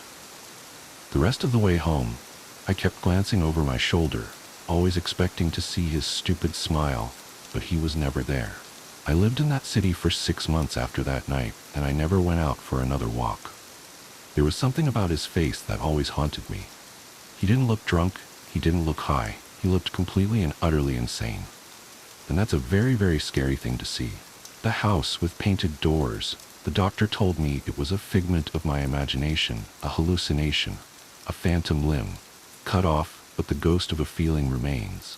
The doctor tutted and prescribed me a different pill. I've lost count of how many pills I've tried. There was the yellow one, then the red and white capsule, and the green one. They have succeeded in giving me incontinence, nausea, and hair loss. But they haven't taken my girl away. My doctor told me to talk about it. Tell people. Who the hell am I supposed to tell something like this? My last friends abandoned me when Sylvia left. It's late here. It's just me and no sleep. Where to start when there is so much to tell? At the beginning, I suppose, it's always a good place. We thought we'd had it made when we moved into the suburbs. We had well-paying jobs. Fluke or competence had saved us when the waves of cuts hit around 2010. For once in our lives, money wasn't a problem. 8 years earlier, we had Annabelle, Belle for short. She was our little angel. Parents out there will know. A child shifts the center of gravity of your life. The move was good for her, good for us. Away from the hustle and danger of the city, busy streets, missing children, the sticky hands and staring eyes of sexual predators. It wasn't the house of our dreams, but it was close enough. A lawn for the balmy summer months, fireplace for the chill of winter, space for us to grow into, especially for a young girl. It came fully furnished, and it was a steal. A distressed sale, our agent called it, at least a tenth off what a similar property would set us back. The euphoria and novelty lasted me till the first night. Sylvia was asleep next to me. The moonlight sparkled off the fine hairs on her bare shoulder. We shared a celebratory drink after dinner, and then another after that. I was lying in bed, basking in the warm glow of alcohol when I first heard it. My first thought was rats. That was exactly what it sounded like, the little tap dance of tiny claws on hard wood, coming from the walls. The delicate snoring from next to me told me that Sylvia was undisturbed by the scratching noise coming from the walls. I flinched as my bare feet touched the cold floor. The floorboards groaned in protest as I padded across the room like an overweight ninja. The tapping paused at the first creak of the floorboards, then resumed. The rough weave of the wallpaper under my palm as I leaned in to track the pitter-patter behind the walls. The scampering sounds eluded me. Every time I attempted to track the rats, the sounds seemed to come from another part of the room. My knees grew sore from pressure. I wasn't some young child at a playground. I was a grown man, and my weight pressed down on the bony points of my kneecaps. Out of desperation, I put my ear to the wall, hoping that the source of the little noises would reveal itself to me. I was only met with a stubborn silence, or almost a stubborn silence. On the edge of my hearing, so quiet that I had to strain my ears to pick it up. A child's laughter from inside the walls. I did not speak of the incident. I spent more time trying to convince myself that there hadn't been that childish giggle. Wind, perhaps. The rattle of a toy. Not a rattle, maybe one of those newfangled dolls with those soulless eyes and microchip voice. There was a change in her, like the heavy air you can smell before a thunderstorm. She was a little quieter than usual. A strange environment will do that to a kid. A little withdrawn. Sylvia didn't really notice. I suppose I'd always been more observant than her. Belle started looking tired, dark crescents appearing under her light hazel eyes. She wasn't getting much sleep. My first instinct was to blame the rats in the walls. Who wouldn't? They got louder and louder as the days went by. The damn things were keeping me up at night. It seemed that the sounds progressed from simple scratchings to thumps, almost as though the cursed rodents were hurling themselves bodily against my walls. The thumping started sounding eerily like footsteps. I was not about to be defeated by a group of jumped-up rats in my own house.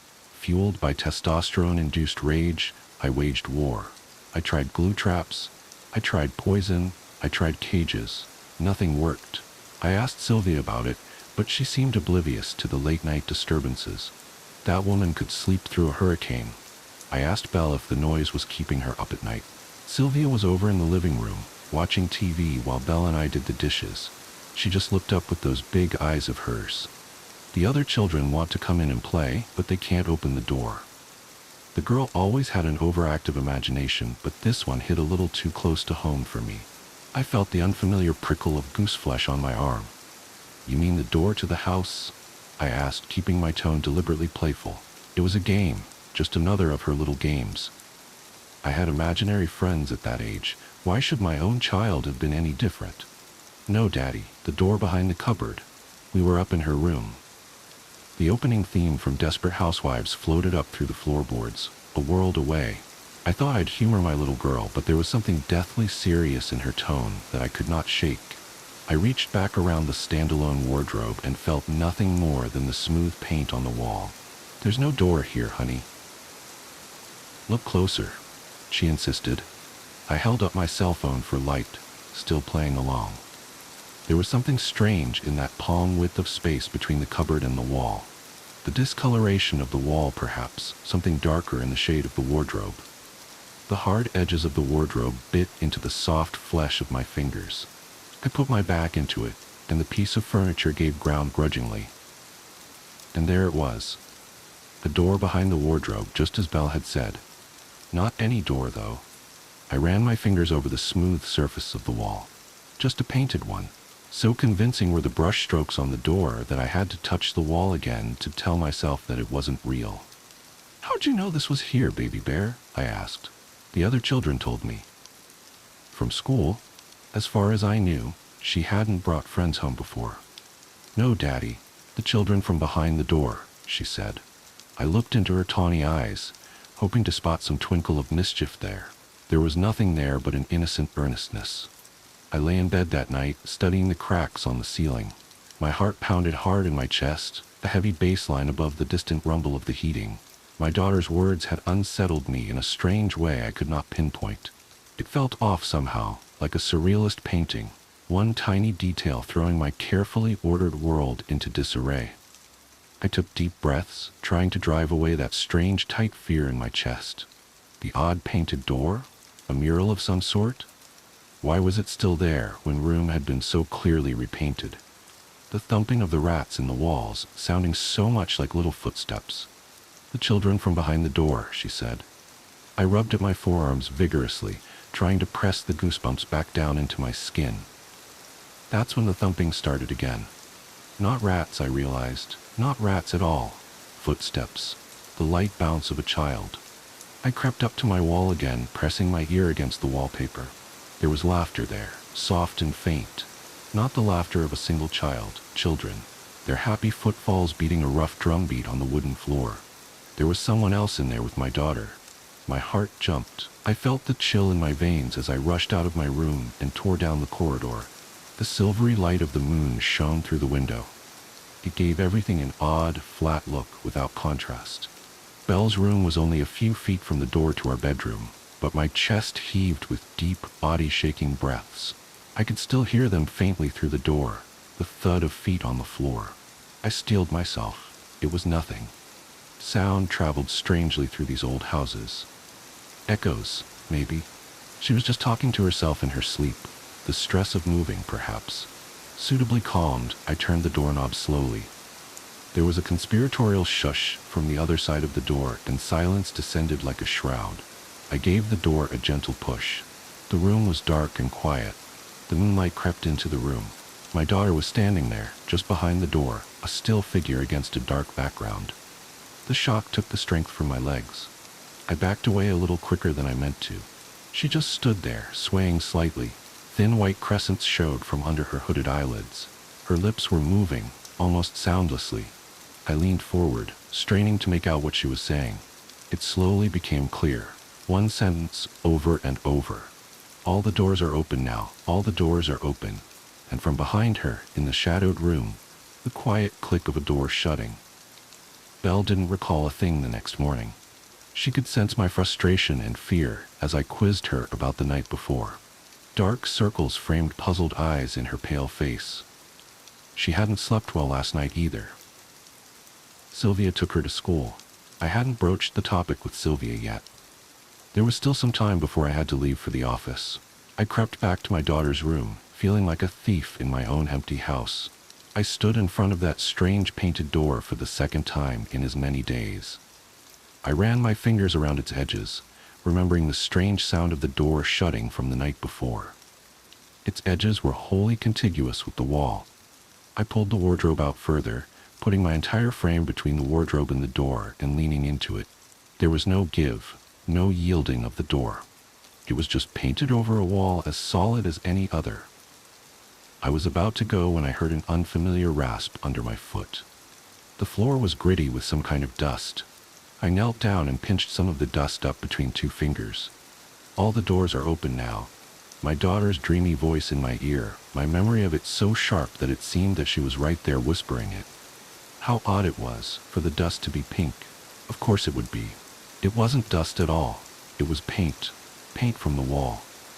Things didn't get better. The gambling footsteps continued at night, unabated. That and the whispers and the giggles at night. Whatever was in my daughter's room toyed with me. It never let Sylvia hear it. I would stay up, waiting to wake my wife up just in time to hear it, only to be met with a stubborn silence. Trickery wouldn't work either. We stayed up late to catch a DVD long into the small hours of the night, but the house remained quiet. The laughter from the next room was always tantalizingly distant. The happy sounds of children at play as though from a great distance. Too great a distance to be in the room next to mine. Belle was in high spirits, but she was wasting away. Sylvia hadn't noticed it yet, but I felt it in the sharp bones of her shoulders, pressing into my arms when I hugged her, or her skinny arms that I could almost encircle with my thumb and forefinger. I received an email from her form teacher, mentioning that Belle still wasn't integrating well at school. He said that Belle was perpetually tired in class, and she had blamed late-night games of tag and hide-and-seek with her friends for her tiredness. "You need to exercise more control over your girl," he said. I had to know what was going on. Sylvia was already asleep. The nightly visits hadn't started yet. I slid into Belle's room silently, an open packet of flour in my hand. I scattered it all around the floor, taking care not to step into the flour myself. I lay back in my bed with a sigh, waiting for the sounds to start. Sleep took me unexpectedly, but what little I had was fitful and restless. I woke with a snort at first light. It was a Saturday, and it would be some time yet before the rest of the world woke. I stretched under the covers, my back popping satisfyingly. I blinked the sleep from my eyes. The flour. I had to check the flour. I swung my feet off the bed and planted them on the floor, right next to a pair of white speckled footprints, just where they would be if someone was standing over my bed, staring at me. That damnable chill stole the warmth of the morning sun from my skin. My hands clenched and unclenched spastically like dying spiders. I stared at the trail of flour-marked footprints from my open door. How long had she stood there in the dark, watching me sleep, I wondered. I stood up on shaky legs, my hand on the wall to support myself down the corridor. Belle's door was ajar.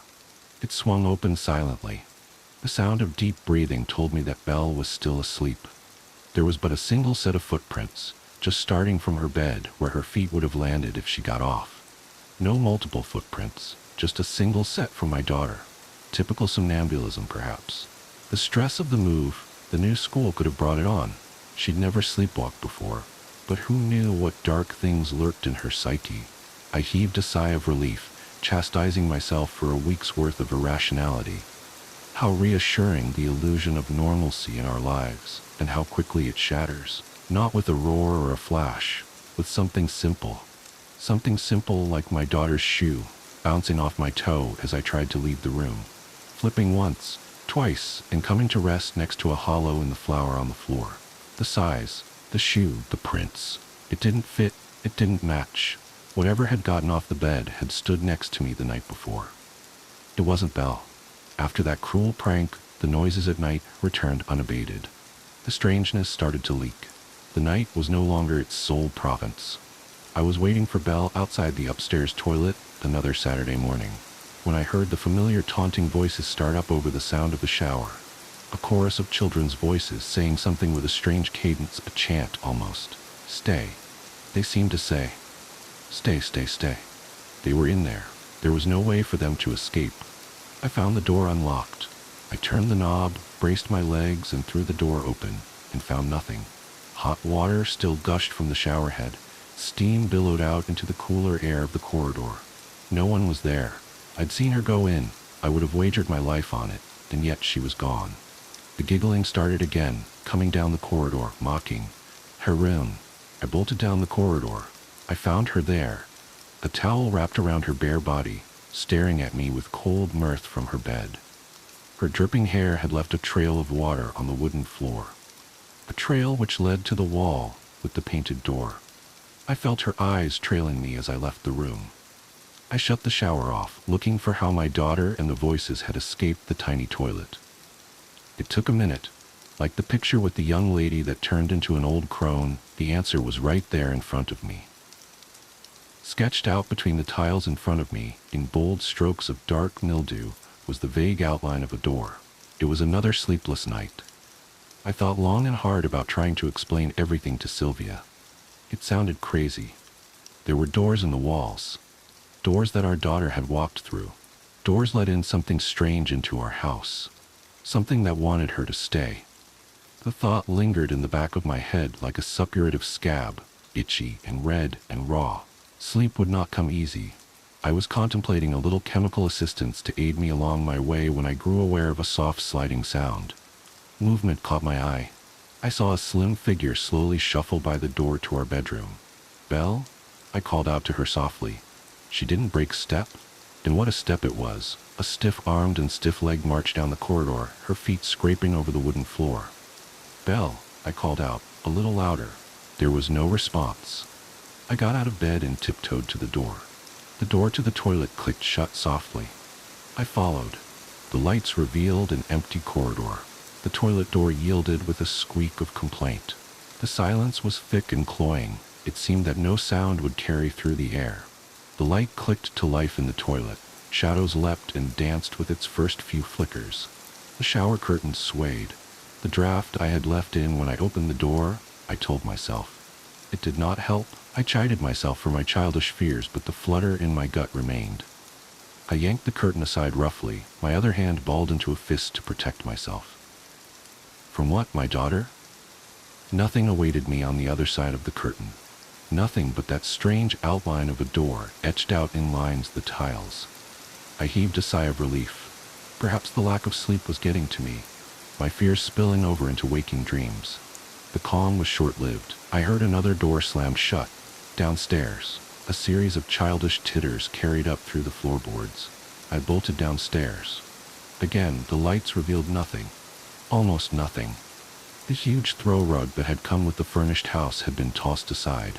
There, hidden under it, was another door, scratched into the parquet flooring. I felt sick to my stomach, thinking of the days we'd spent on the couch with our feet on that hideous thing. I ran my fingers around the thin grooves of the scratch marks. The door felt cool to the touch, cooler than the surrounding wood. The same feel of a front door guarding against the winter chill. Whatever it was that the door guarded against, it was cold. Very cold. The laughter started again. Taunting. Mocking. I heard the creak of my daughter's footsteps on the stairs to the basement. The light of the living room seemed to shy away from the depths of the basement. I could make out Belle's outline, just where the light of the living room met the darkness of the basement. The light switch was at the foot of the stairs. The steps sang under my weight. Belle didn't turn around. I reached out to grab her shoulder. Her bony shoulder was icy cold. I pulled her towards me. I could just nearly see her face. Something blotted out the light. I blinked at the silhouette at the top of the staircase. "Daddy, why are all the lights on?" Belle's voice. Oh God. Belle was at the top of the stairs. I felt the light caress of fingers on my hand. The girl in front of me, her fingers on mine. Her voice was a hoarse whisper, as though forced from a throat long turned to dust. "She's ours now." She giggled and twisted away from my grasp, vanishing into the dark. The dark space under the house suddenly filled with the patter of feet on the dusty floor, 2 pairs, 3 pairs, until it seemed that an entire legion of light feet were dancing across the floor. The sound was deafening in that confined space. I reached forward and thumbed the light switch, only to be greeted by silence and the slowly settling dust. Something was wrong with the wall again. I already knew what to expect. With a sweep of my hand, I cleared the dust from the wall. Just as I expected, another door, this one a huge set of double doors, painted on the wall with garish colors. Just before I left the basement, I saw the clean circles on the floor where the opening door had swept the dust away. We had to go. There was something dark in the house. Something wholly unnatural about those strange painted doors. I sprinted up the stairs. "Grab some clothes," I told Belle as I passed her. I did not stop to see if there was a shred of understanding in her blank eyes. She turned and followed me silently upstairs. I shook Sylvia awake roughly. 4 weeks to the day we moved in and we were fleeing our own home. She blinked the sleep from her eyes. In hushed tones, I tried to explain the situation to her. The painted doors, the sounds of the children, the danger we were all in. Her expression slowly changed from sleepy bewilderment to one of disbelief and annoyance. She told me that I was overreacting, that the stress of the move and our job was taking its toll on me. We would talk about it in the morning, she said. Get help from a doctor if we needed to. I grew increasingly agitated at her apathy. I begged her to humor me for just one night, for our family to shift to a motel for a single evening. Our conversation grew heated. All this was cut short when Belle reappeared at our doorway. Her hair was wild, her eyes burning with some inner fire.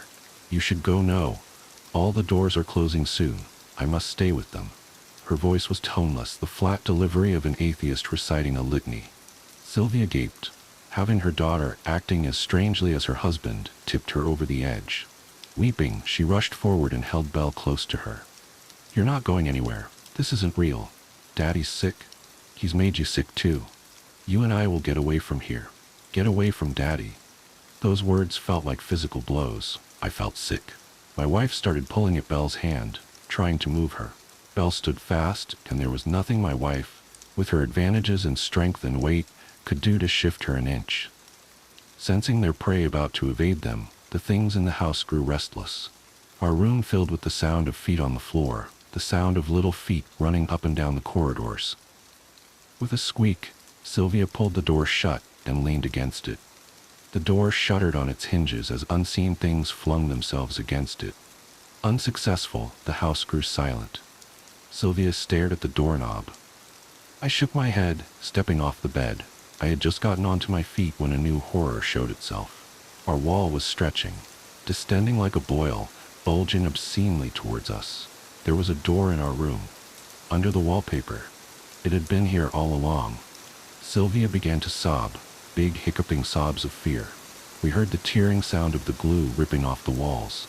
The blister on the wall took shape. I saw the hard edge of the door pressing, straining against the wallpaper. And behind that, the sharp points of fingers pressing against outwards. Many pairs of hands. And then, a rip. A pale finger burst through the thick wallpaper. It hooked downwards and began to tear at the fabric. Sylvia and I were transfixed by the sight, paralyzed by fear. Sylvia screamed as Belle tore herself free from her mother's grasp. Belle took a step forward and placed her hand on the light switch.